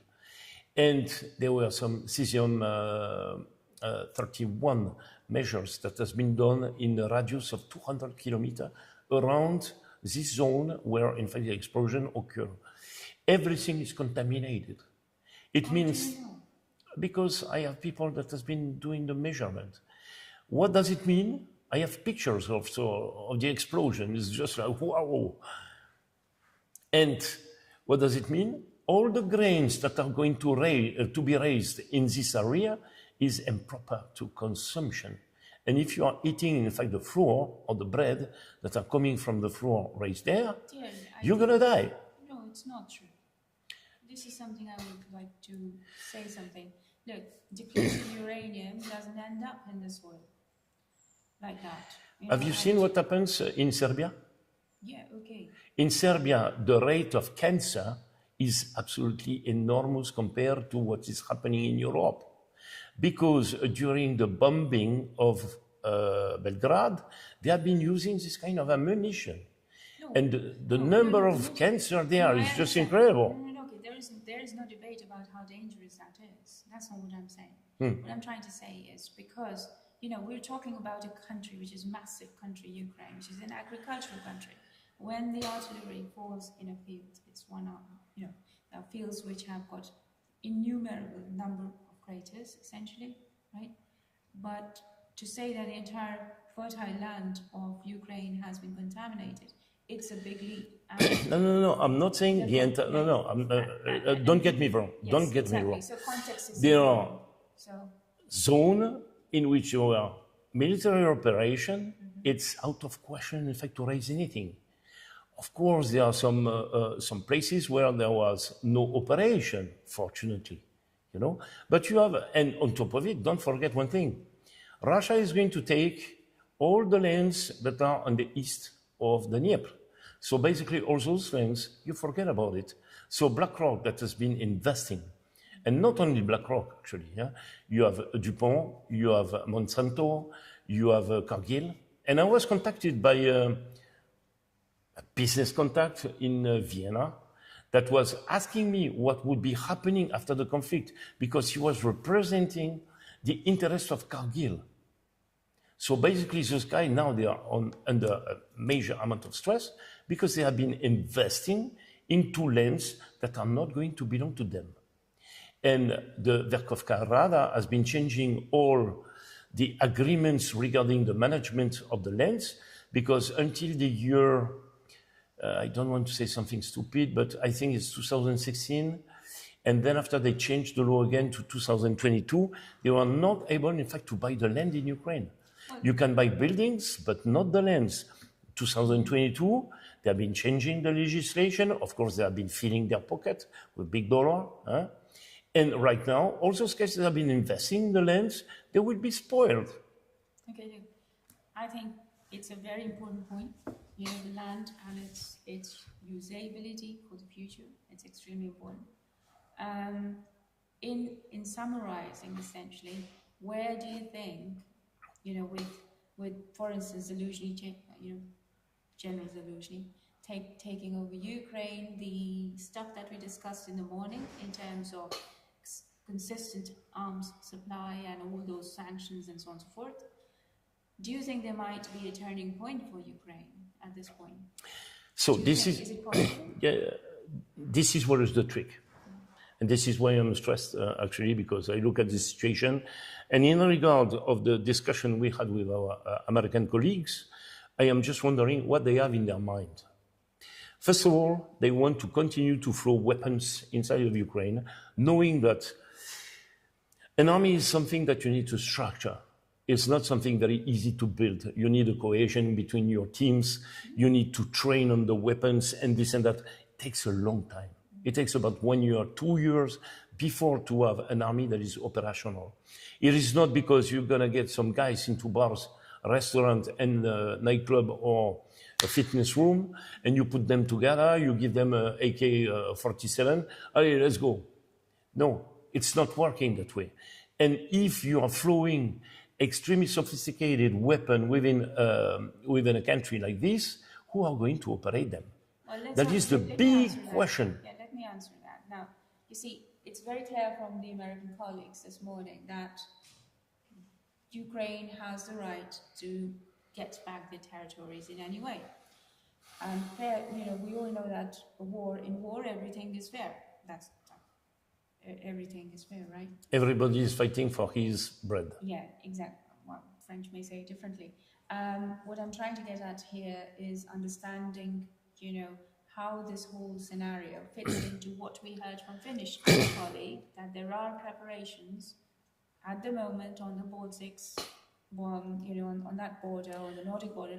This is where I want to go. So, no, exactly. So basically what you're saying is tying down who is going to operate those weapons or weaponry or artillery. It's not difficult to see that it's actually being prepared as a NATO, outpost, where basically if there is a full-scale war between Russia and NATO, the artillery is already there, the command posts are already there, and all that needs is basically for the officers and the soldiers and all that to come in and operate those. So this isn't very hard to guess.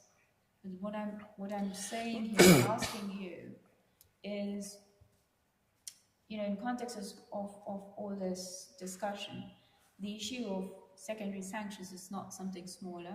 It is quite significant, and sustained equipment supply is quite an important point. These are quite strong steps which are re-establishing the intent of NATO very clearly, that, look, this is what it is, and Russia has its own, say, no, this is our rules. I didn't have the time to finish the development, and this is why I am so stressed. If they have the intention to continue, and in regard of the bill they want to sign up in the next 2 weeks, which is a significant bill, and actually this is going to drown into debt America even further, that might be triggering actually, in fact, the major crisis, economical crisis that I am expecting, and a lot of people are expecting. If this is happening, as in fact the Ukrainian army will not be able, in fact, to operate those weapons, that means that effectively, as you have been underlining it, NATO will be operating. So, on the nuclear doctrine point of view, this is a declaration of war against Russia. And it means there will be an immediate answer, and it will be nuke. If you read, in fact, the modification that Karaganov has been putting together within the nuke doctrine in June 2023, and I have been reading it, it's explicit. If Russia sees that there is a major threat that it will not be able to handle by conventional weapons, they will go immediately with the big boys. This is where the things are scary. Now, there is also the one of the parameters that we are not controlling is the way that the European population are going to react regarding this. Because if you decide to go to war, you need to go through parliament. No, I don't think so. Oh, in France you are obliged. No, because certain decisions... Let me continue, and you will understand where I go. In France, if Macron decides, in fact, to join NATO for going at war with Russia, he will have automatically to go through the parliament for voting. But understand also something. General Pierre de Villiers, okay, who used to be heading our army, who has been resigning the day that Macron has been taking office.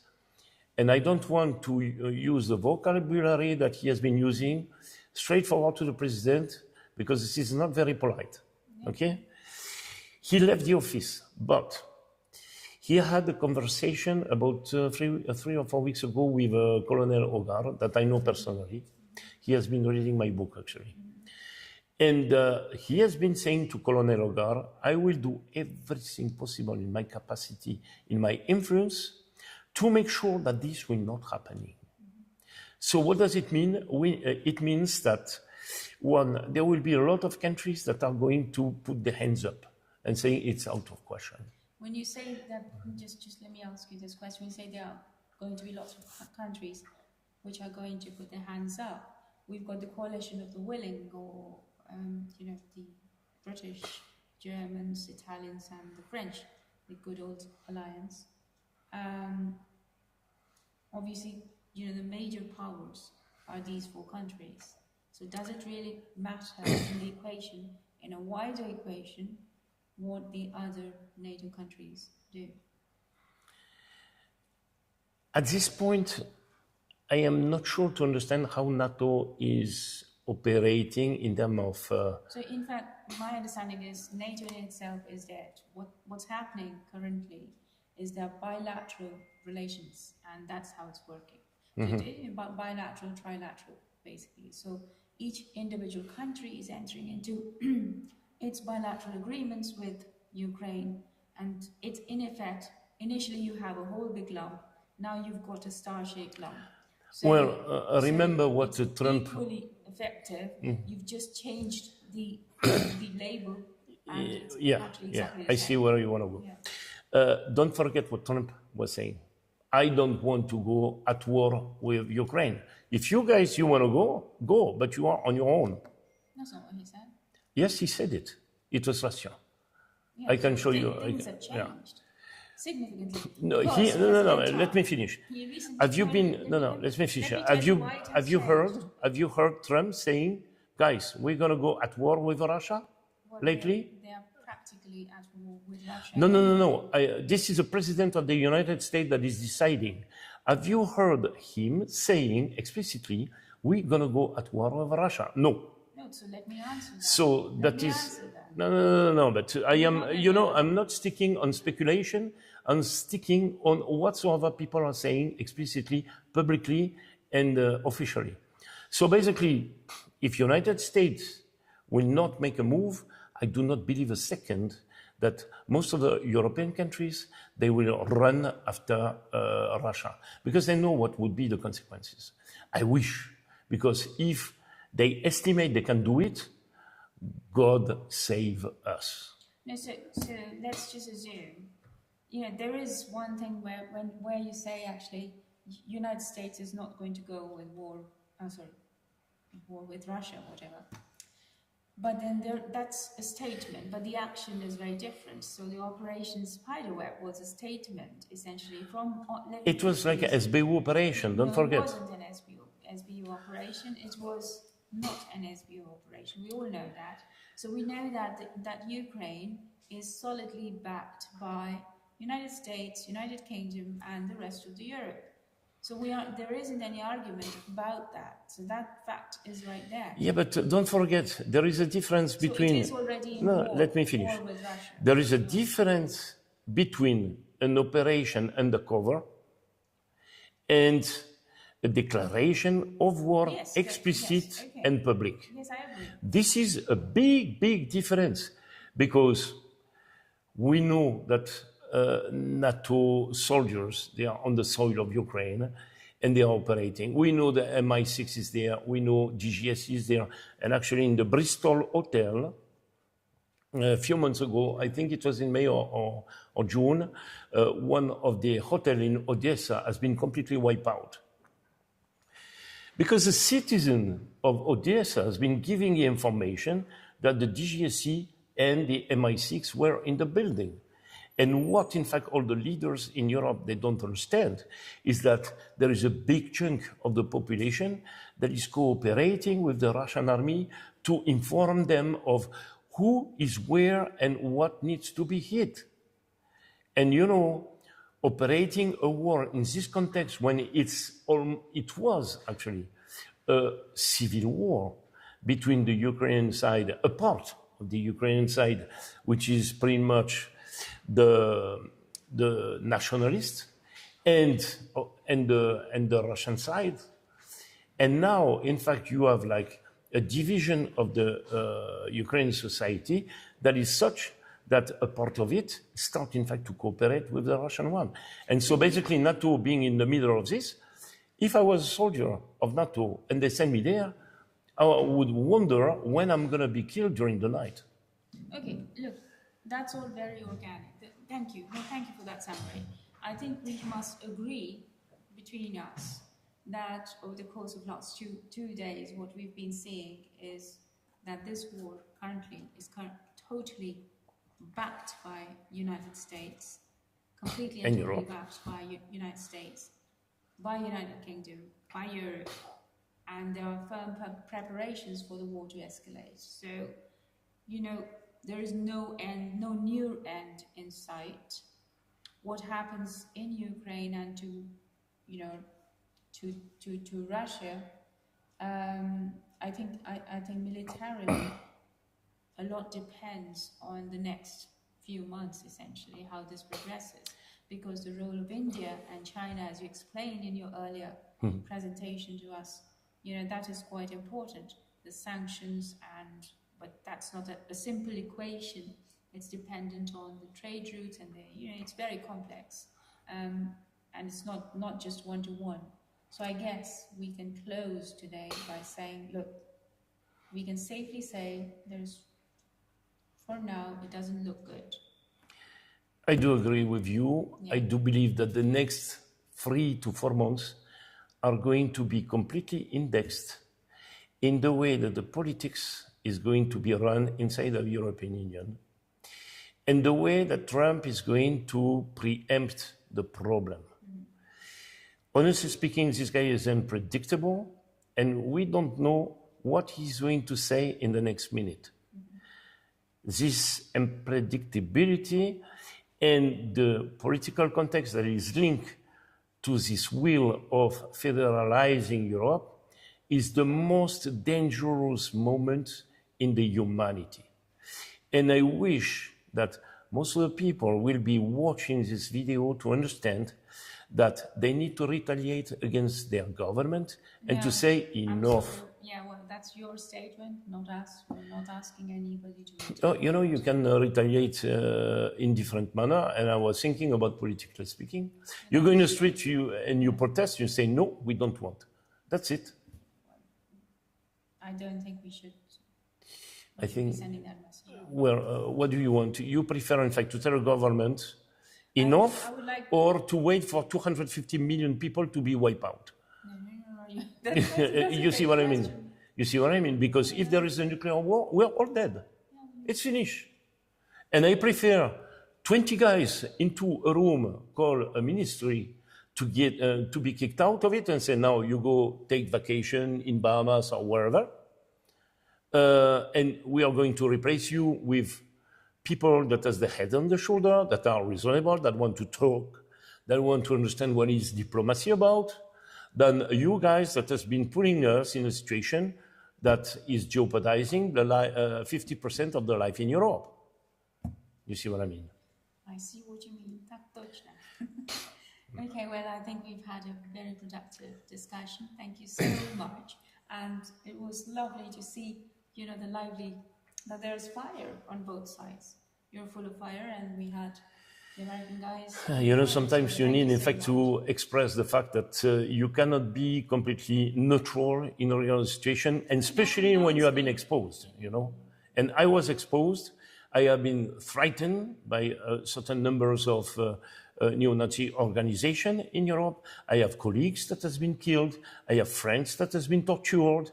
And this is not the kind of things that I can accept as a European citizen, as a French citizen that believe in a real democracy. Because the coup of Maidan, actually, I was signifying this to one of our ministers, and not a small one, which is the Ministry of Foreign Affairs. I was saying, I will never endorse what has been happening on Maidan, because if you endorse it, then you open the door that it will happen in our own country. That's true. Exactly. Thank you. Thank you so much. Thank you very much. Ooh, this was hot.